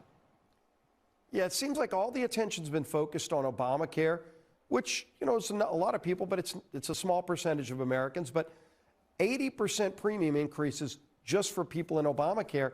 We want to help lower their premiums, but right now nobody has options. It's really not a competitive marketplace. So if you don't like the plan that you have, it's really hard to shop it around. Like, for example, just to be clear, if Republicans were serious about free market solutions, if you guys were serious about any of this, what you would advocate for is breaking up these health insurance conglomerates and not allowing them to be publicly traded, not allowing them to do stock buybacks. If you want to increase competition, then you have to allow competition. But Republicans aren't advocating that they fix a rigged system. They're literally just saying Obamacare bad. If they were serious about, we think that competition will fix these prices, which I don't agree with. I don't think that competition is the problem here. But if they honestly thought that was the problem, then they would open it up. They would stop allowing monopolies to dominate. But they won't do that. They don't believe that. They're just being fed. But the truth is, they're not thinking at all. They're being handed their talking points by lobbyists. And the lobbyists that have all the power are saying, tell them that it's regulation. Tell them it's a regulation problem. Oh, regulation? Like allowing monopolies? No, not that regulation. Not that one. Tell them it's like the lines around the state or something. Tell them that there's too much red tape. Just tell them there's too much red tape. They love when you say red tape. And they're like, there's too much red tape. And Republicans are like, yeah, it's red tape. No, if you want more competition, get rid of the monopolies. But you're not going to get rid of the monopolies. You can't have competition. They have too much money. You can't. I can't start a health insurance company and compete with them. I don't have the money for it. They're just lying to you, and they're doing it by just repeating shit that their donors are telling them. It is absolutely moronic what they're asking for. They have no clue. Car insurance, your homeowner's insurance. I mean, you turn on the TV, there are commercials with lizards and all kind of other animals that are selling you options to get lower insurance. You don't really have that in health insurance. Yes, you do. He's saying that the problem is there's not enough commercials. The reason that auto insurance is so cheap is because there's commercials. Well, bad news, auto insurance is skyrocketing. Why? Because we have giant monopolies. You've never seen a United Healthcare commercial? You've never seen a Blue Cross Blue Shield commercial? What the fuck is he talking about? Go back to this. It's really hard to shop it around, like, for example, car insurance, your homeowner's insurance. I mean, you turn on the TV, there are commercials with lizards and all kind of other animals that are selling you options to get lower insurance. You don't really have that in health insurance. So we want to open up the marketplace. Yes, you do. Like even if I don't go to Obamacare, like if I go shop for health insurance, I'm going to get something like, let's not go to healthcare.gov. Let's go to healthcare.com.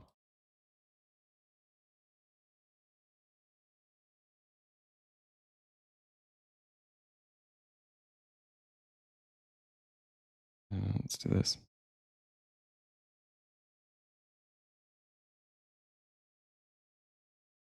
It's probably not going to give me options. Let's just do that so we get the most.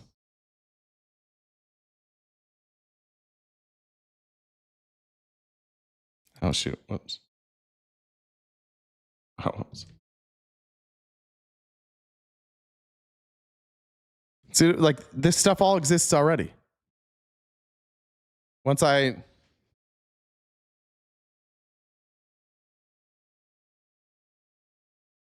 Oh, fuck. It's going to make me make up too much stuff. These things already exist. You can already go to these places and you could shop different healthcare plans. They're just lying about that. Because right now, if you don't have any choices, you're going to pay more. So we're going to give people the options to buy different kinds of plans that are better for them, lower cost, better coverage for their families, lower deductibles for their families. They're just saying lower costs, lower deductibles. All this shit already exists. They're not doing anything for you. They're just telling you Obamacare bad. That's it. Burned Out says, many don't remember healthcare before Obamacare. I do. I remember my cousins. I remember my uncle and my aunt talking about selling their very nice house that they'd worked a long time for and moving into an apartment because two of their children had Crohn's disease. And he got a new job and they got a new healthcare provider and they couldn't get health insurance because for their two children who already had Crohn's disease. And since it was a pre-existing condition, nobody would insure them. And so they were trying to figure out how to sell everything they possibly could so that they could pay for their kids' care. And luckily, like, they burned through life savings. They took out a second mortgage. They were able to do it. And Obamacare honestly saved them. I'm old enough to remember that. I'm older enough to remember that if you got sick and you didn't have health insurance, you were just fucked. How do you break an insurance monopoly? Great question. Eliminate health insurance. Make the entire existence of health insurance go away. It shouldn't exist. Should never. It's a scam industry. What the Republicans are advocating for is that this scam industry continue to exist, and I'm advocating that it go away. And there's some Democrats that are advocating for the same thing. I think Drew said it earlier, like, what's the solution? Like, they're just going to, like, I don't think the Democrats' plan is very good. The Democrats' plan is very expensive, and it's unsustainable. Like, you can't just keep raising these premiums. You can't just keep increasing the subsidies. But cutting it off doesn't fix the problem. There's only one solution that fixes all of these problems, and it's Medicare for all. It's the only one. Now, a single payer isn't paying necessarily health insurance as an industry. It's paying the bills. It's collectively paying the bills. Isn't Medicare insurance? Yeah. You can call it insurance. I'm talking about the industry, though. I need the industry to go away. For-profit health insurance should go away. That's how I should have phrased it. Thank you. Good check on that for both of you, Nah Dog. For-profit health insurance should go away. We should all just collectively put our funds together, and the government should write a check for our health insurance or for our healthcare costs. The problem right now is that we put our money together and then they pay that money to a health insurance company, and that health insurance company takes 30% of that money and pockets it and takes the other 70% to pay for actual treatment. But with Medicare, it's like 8%. So we're just 20% off the top. We're just giving to them for existing. I also don't think hospitals should be for profit. I don't think that you should have privately owned hospitals. All of this stuff takes a very, very long time. But when you look at, we broke down somebody's medical treatment the other day, and it was like for having a baby, it was like $50,000. And out of the $50,000, like $17,000 of it was for 2 nights staying in the hospital, just the bed. And then it broke down like how much they paid the doctor, how much they were paying for, how much the whatever the drugs were, how much for supplies. And then the other part was like administrative costs. It wound up being like out of the 50,000, something like 36,000 of it was basically just going back to paying the people who built the hospital or invested in the hospital. I have an uncle who was a heart surgeon in Nebraska, and he is multi-millionaire. And he made a lot of money being a heart surgeon, but he made most of his money owning hospitals. And he continues. He's retired now and makes tens of millions of dollars a year because he owns hospitals. I don't think that should exist either. I don't like that people get filthy fucking rich off of saving people's lives, but not by being the actual doctor, by just investing. So yeah, I don't think any of that stuff should exist. I think it's disgusting, and that's what actually drives up the price. It's not people who are getting free subsidies. It's not people who are on Medicare. It's not people abusing the system. It's the system itself. And get this, billionaires shouldn't exist. They could just be like, yeah, I don't think billionaires should exist. All that. Rick Scott is literally that's a great point. Rick Scott was a multimillionaire because he scammed government-funded healthcare. That's how he got rich. The doctor has to pay off his debt since he couldn't afford medical school, and that cost gets passed to the patient. Great news. I got a solution for that too. We shouldn't have we should pay for people's education. We don't need schools to charge $80,000 a semester. We shouldn't we should have state-sponsored schools and state-sponsored or funded science wings. I think we should also pay for education. See how I have solutions? See, all of your solutions, this is why Republicans and like conservatives, this is why none of your shit works. Because every time you point to a problem, that problem was caused by crony capitalism. And you're not allowed to say like we should fix crony capitalism. I think we should get rid of crony capitalism. When your parents or your grandparents went to school, most of them went to school for free or almost free, unless it was at a private institution. But even then, it was cheap. Like, why does Harvard have a multi-billion-dollar endowment? Why does the school that my parents taught at, Brigham Young University, they have hundreds of millions of dollars in an endowment? They're owned by a church that has a net worth of more than $1 trillion. We allow all these institutions to hoard money just to educate kids. All of that is stupid. I've never heard of a situation where improving education made a country worse. Facts. You got to educate people out of this. We have to pay for people's education. We have to pay for healthcare. Why do colleges need to have endowments? Why do churches need to have hundreds of millions of dollars? No, it's not free. It's all paid for with taxpayer money. None of it is free. This is your Republican broken brain syndrome. I talk about things that we should fund through taxes, and you hear free and you dismiss it. College was sold as a lie that it will make you $1 million more. Nobody ever said college will make you $1 million more. And it's also this is more like broken brain Republican shit. College wasn't the lie. Allowing corporations and capitalism to flow into colleges, allowing colleges to hoard money and create endowments and become lobbyists. That was the problem. And you have been conditioned to tell kids, oh, it's college that's the problem. No, it wasn't. It's crony capitalism. Crony capitalism fucked up all of this. Fraud. All of it. Like, education should not be something that you make billions of dollars doing. Not everyone needs college. I agree with that, Nah Dog. Not everyone does need college. College could be shorter. There's a lot of, if I look back at college, 60% of the classes I don't think I needed to take. I think for a lot of degrees, like I studied political science, that could be a 1-year degree. I don't need 4 years to get a political science degree, maybe 2 years. I don't know why a doctor necessarily needs to go through all the classes that you need to get a bachelor's degree. But why don't we do that? Oh, because these schools need to make money. College football coaches get paid $7 million. Thank you, John IV. What, we got to pay all these coaches millions of dollars. We got to have our colleges look beautiful. We got to build big buildings. It's not that, like, all these solutions can be fixed, but not from Republicans, because Republicans don't believe in taxing people.